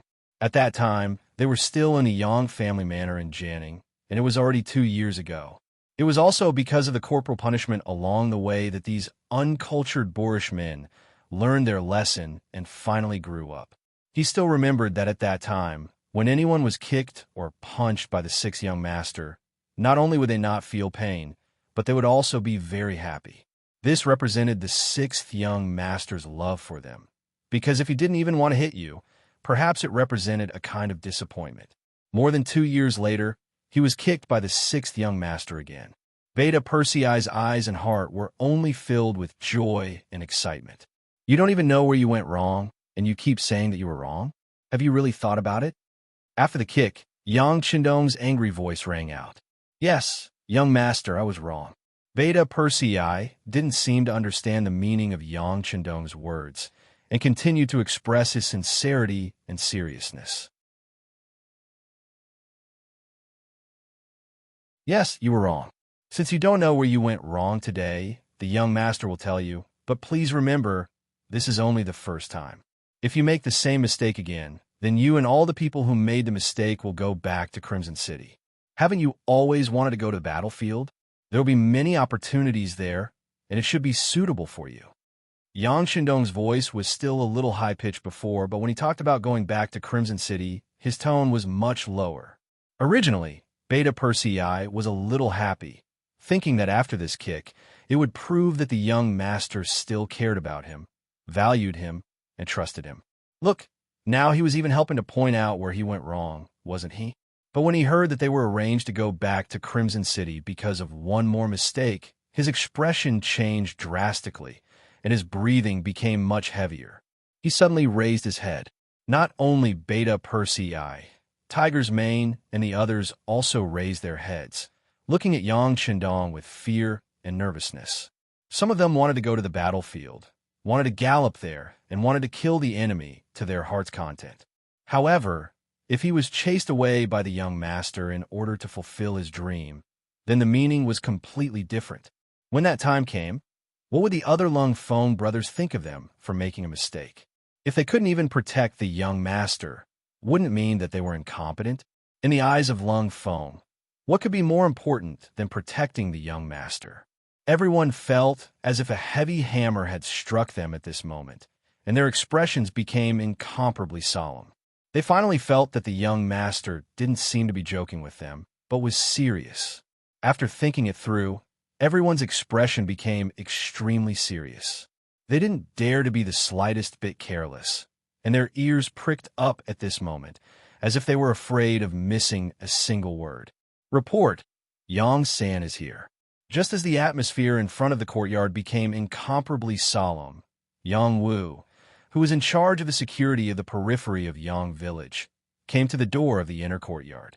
He acted as if he didn't see Tiger's Mane, Beta Persei, and the others kneeling on the ground, but his heart was beating like a drum, and he didn't know what had happened. Bring him here. Yang Qindong thought that the Security Bureau really needed to be taught a lesson. They didn't even get any information about this incident, and this alone made them unqualified. After getting permission, Yang San quickly came to the gate of the inner courtyard. When he saw Tiger's mane, Beta, Persei, and the others kneeling, there was a trace of surprise on his face, but soon he also knelt on the ground, lowered his head, and said, "Your subordinate is incompetent." Yin Tao escaped. Escaped? Ha ha ha, not bad, not bad. Yang San's appearance made Yang Qindong laugh incessantly, and the atmosphere seemed to become even more tense at this moment. Yang San came this time with the intention of being criticized, but he didn't expect Tiger's mane and Beta Persei to be kneeling there. At this moment, he naturally knelt with them and lowered his head. There was one more person in the line. No, there were two more people, and Yang Wu also knelt in the first row. Although he still didn't know what had happened, he thought that not everyone could hear the young master's lesson. The kneeling crowd seemed to have grown a little, but it was quieter than before, which made Yang Qindong's voice even more deafening at this moment. Let's talk about Beta Persei first. You're very good at fighting, aren't you? You clearly know that the people who came are all from the underworld and have learned pure martial arts since young. When you fought with them, you didn't use your killing move right away, but instead countered their moves. You fought with them for a full 30 rounds, but you didn't kill a single person. You only injured Silver Spear Song Gang. What do you think the other comrades on the battlefield are? Is this your one-man show? Or do you think that this is a martial arts arena, where friendship comes first and competition comes second? You should know that if it weren't for the fact that the other comrades fought with all their strength and 4 of our brothers were injured, the battle line would have collapsed. At that time, even if you learned some things in the process of fighting, it was indeed equivalent to stepping on the corpses of other comrades. Do you feel guilty? Iron Tiger, as the captain of the Wolf Fong Special Forces, you didn't kill them immediately in the dense forest. Instead, you played a game of cat and mouse. In the end, more than a dozen of your opponents escaped. Let me ask you, is it fun to be a cat? Is it fun to watch your opponents have a mental breakdown? So much so that you don't even care if your opponents escape? Do you remember that the young master said that being kind to your opponents is being cruel to yourself? Do you know that in the future, because of those who escaped, it is very likely that our comrades will be harmed by them? And all of this is caused by your momentary playfulness? If you really like this kind of game so much, there are still many mice in the Yang family village. You can catch them all like a cat.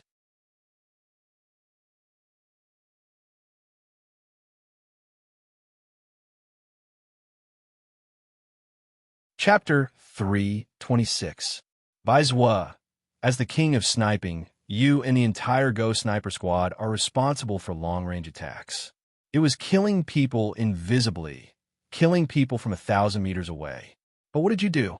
Other than killing some opponents in the first and second rounds, you actually gave up on your best spear technique and changed to bayonets to charge at the opponents just to test your close-range abilities. Not only did you escape from the opponents, but you also injured 2 of your brothers. Whose fault is this? Yang San. I've told you before that intelligence work is very important and even plays an important role in the overall situation. You are everyone's clairvoyant eyes and ears. But what did you do? Other than the loopholes in your intelligence, you even lost information about a person. Do you know how much the Security Bureau has invested in you compared to other comrades in terms of money, reputation, and other aspects? You can't get enough returns from your generous investment. If that's the case, and you still can't do a good job, then you can only be replaced. You can go back to Crimson City and join the Public Security Bureau. There seems to be a criminal police captain there, so you're suitable. There's also Tiger's Mane. According to the previous plan, after you and Xiao Vi appeared, you would charge at the enemy's rear like a gust of wind sweeping the fallen leaves. After that, you would charge at the enemy on horseback and use the advantage of your warhorse to wipe out all the enemies in one fell swoop. But what did you do? All of you stood in front of me and scared the enemies away. What's the use of standing in front of young master? To be a door god? If that's the case, Crimson City's gate will lack 2 suitable gatekeepers. You guys can fill this gap. In a short while, Yang Qindong said a lot, almost all of the people kneeling here were mentioned. Even Yang Wu, who came later, was reprimanded. He said that recently, the cold vanguard outside Yang Village had become more and more lazy. In the past, they were required to be alerted if there was an enemy within 10 miles. But now, they only noticed when the enemy was 5 miles away. Passive defense would never be as effective as taking the initiative to attack, and it would be more proactive. After a round of scolding, he pointed out some of the shortcomings that were gradually revealed. For example, arrogance, self-righteousness, disobedience, adventurous, lack of consideration for the overall situation, selfishness, disregard for the safety of their comrades, and so on. This was not a sudden thought. After living peacefully in the Yang family village for so long, everyone's spirit had indeed become lazy. They thought that they had the strongest weapon in the world and had gone through strict training, so they were truly invincible. But he really didn't know that arrogance could easily lead to death. He really didn't know that arrogance made people fall behind, and falling behind meant being beaten. Taking advantage of today's opportunity, Yang Qindong taught everyone a lesson. If the tree is not repaired, it will not be straight. If the person is not repaired, he will be valiant. No matter how strong a person was, if they were arrogant to the point of looking down on everything, then they wouldn't be far from being defeated. From today onwards, start criticizing others and yourself. Everyone was required to participate, and before they completely recognized their mistakes, their daily training sessions would be doubled, and those who did not achieve excellent results would have their meals reduced by half.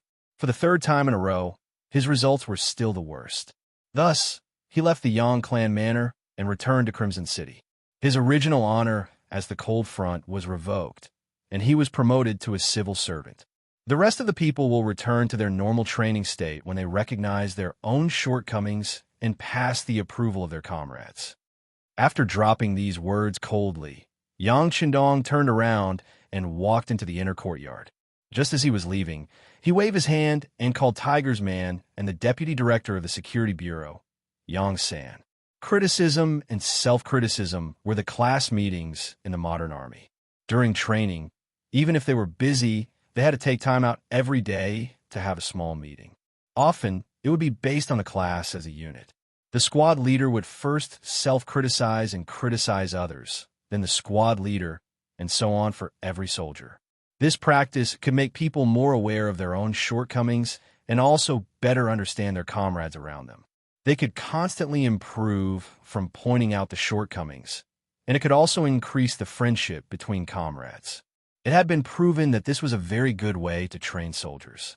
Yang Qindong didn't use it before because he was afraid that it would be too much of a blow to everyone's fighting spirit. But through today's matter, it was indeed necessary to do so. Even with such advanced weapons, they had still let more than 10 enemies escape. This was enough to prove that the deciding factor of victory was not the advanced weapons, but the fighting spirit and the hearts of the people. It was believed that through criticism and self-criticism, everyone would have a string in their minds that would lower the chances of them making a mistake to the lowest.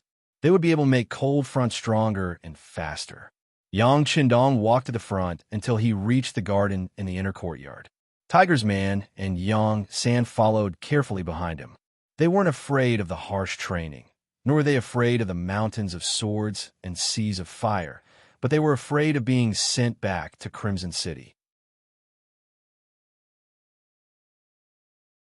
For old people like them, they were the most outstanding and powerful existences in Lung Feng's eyes, and were even idols in the eyes of some people.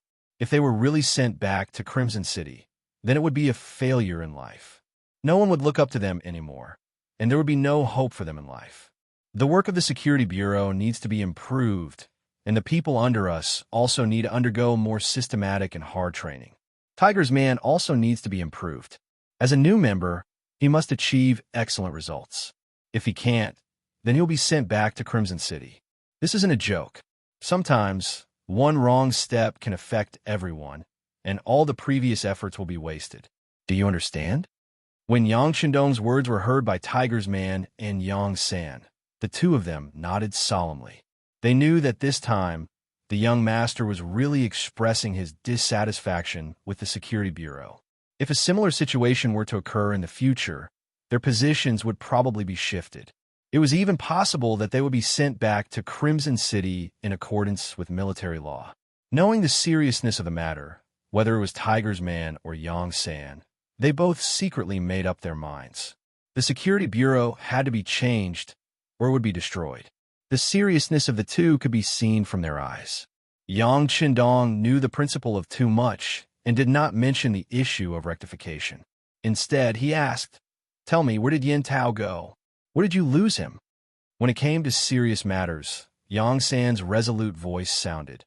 "Our people went to wait outside the Ministry of Justice's Yamen and saw Yin Tao go to Yu Shiyue's residence. After that, there was no news. Could it be that he spent the night there?" Tiger's Man asked with a doubtful face. After all, it was only a short period of time, so it couldn't be said that they lost him. Impossible, because after that, the people we sent to follow him found Yin Tao. Speaking of which, the other party was too careless. He didn't know our standards of conduct and followed us in pairs. It was also because of the timely warning that Yin Tao felt that things were not going well. He didn't do anything to our people and hurriedly withdrew. When the subordinates came back to report, I was afraid that Yin Tao was going to escape, so I came to report to Young Master to see if we should dispatch the Wolf Fong Special Forces to capture this person. Yang San's tone was very respectful as he asked for instructions. After silently listening to this, Yang Chundong gently shook his head. Yin Tao was just a small fry who could not arouse his interest at all. On the other hand, Yu Shiyue, the Minister of Justice, had provoked him time and time again. This time, he even tried to assassinate him. If it wasn't for the effect of the chess piece called Tang Tong arranged in advance, he was afraid that he would have suffered a loss this time. And this repeated provocation was really intolerable. Get ready. There is no need for the Yu residents to exist. He just said faintly, as if talking to himself. But in the ears of Tiger's Mane and Yang San, they clearly knew what this meant. It might be a bit too much to say that it was pulling a tooth from the tiger's mouth, but in this way, it was tantamount to starting a war with the scholar group. Yu Shiyue was nothing, but he was after all a second-rank official in the imperial court. If he was defeated, it was unknown whether the other officials and scholars would have the thought of a fox mourning for the death of a rabbit and a heart of hatred for a common enemy. Although Yang Qindong's power had been rapidly developing in Qiqian City, the speed was fast enough to make anyone in the know speechless. But in the capital, he had always been very careful. Sometimes he looked arrogant, but when there was really a big matter, he would be calm and avoid confrontation with the entire noble family and the landowning class group. But this time, Yang Qindong finally decided to make a move. Maybe he was annoyed by the little guy jumping up and down. Maybe he was annoyed and wanted to end it once and for all, or maybe he wanted to kill the chicken to warn the monkey. In short, this time he was going to make a move. Since he decided to make a move, what would happen next seemed to be predictable. During this period of time, the Security Bureau had not been idle. They had prepared a lot of things, enough to defeat Yu Shiyue.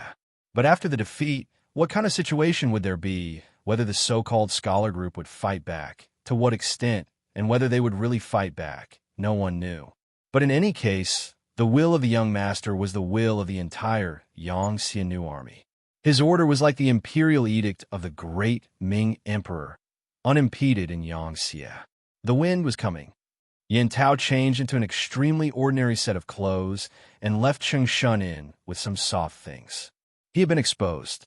No matter how he was found, one thing was clear, that if he did not leave, the Duke of Loyalty would not spare him. Although he was one of the chief detectives of the Ministry of Justice, in the eyes of ordinary people, he was already a superior existence, or someone who could not be provoked. But in the eyes of a big shot like Yang Qindong, he was not even a fart. Once Yang Qindong made a move, he might lose his life here before even seeing the person. This was definitely not what Yin Tao wanted. You're tuning into the Romance Rendezvous YouTube channel. We're so grateful for your support, and don't forget to subscribe to join us on this incredible journey through captivating stories. Your generosity through donations truly makes a world of difference, as it's the primary source of revenue that allows me to expand and enhance this channel for you. Thank you from the bottom of my heart for being a part of this adventure.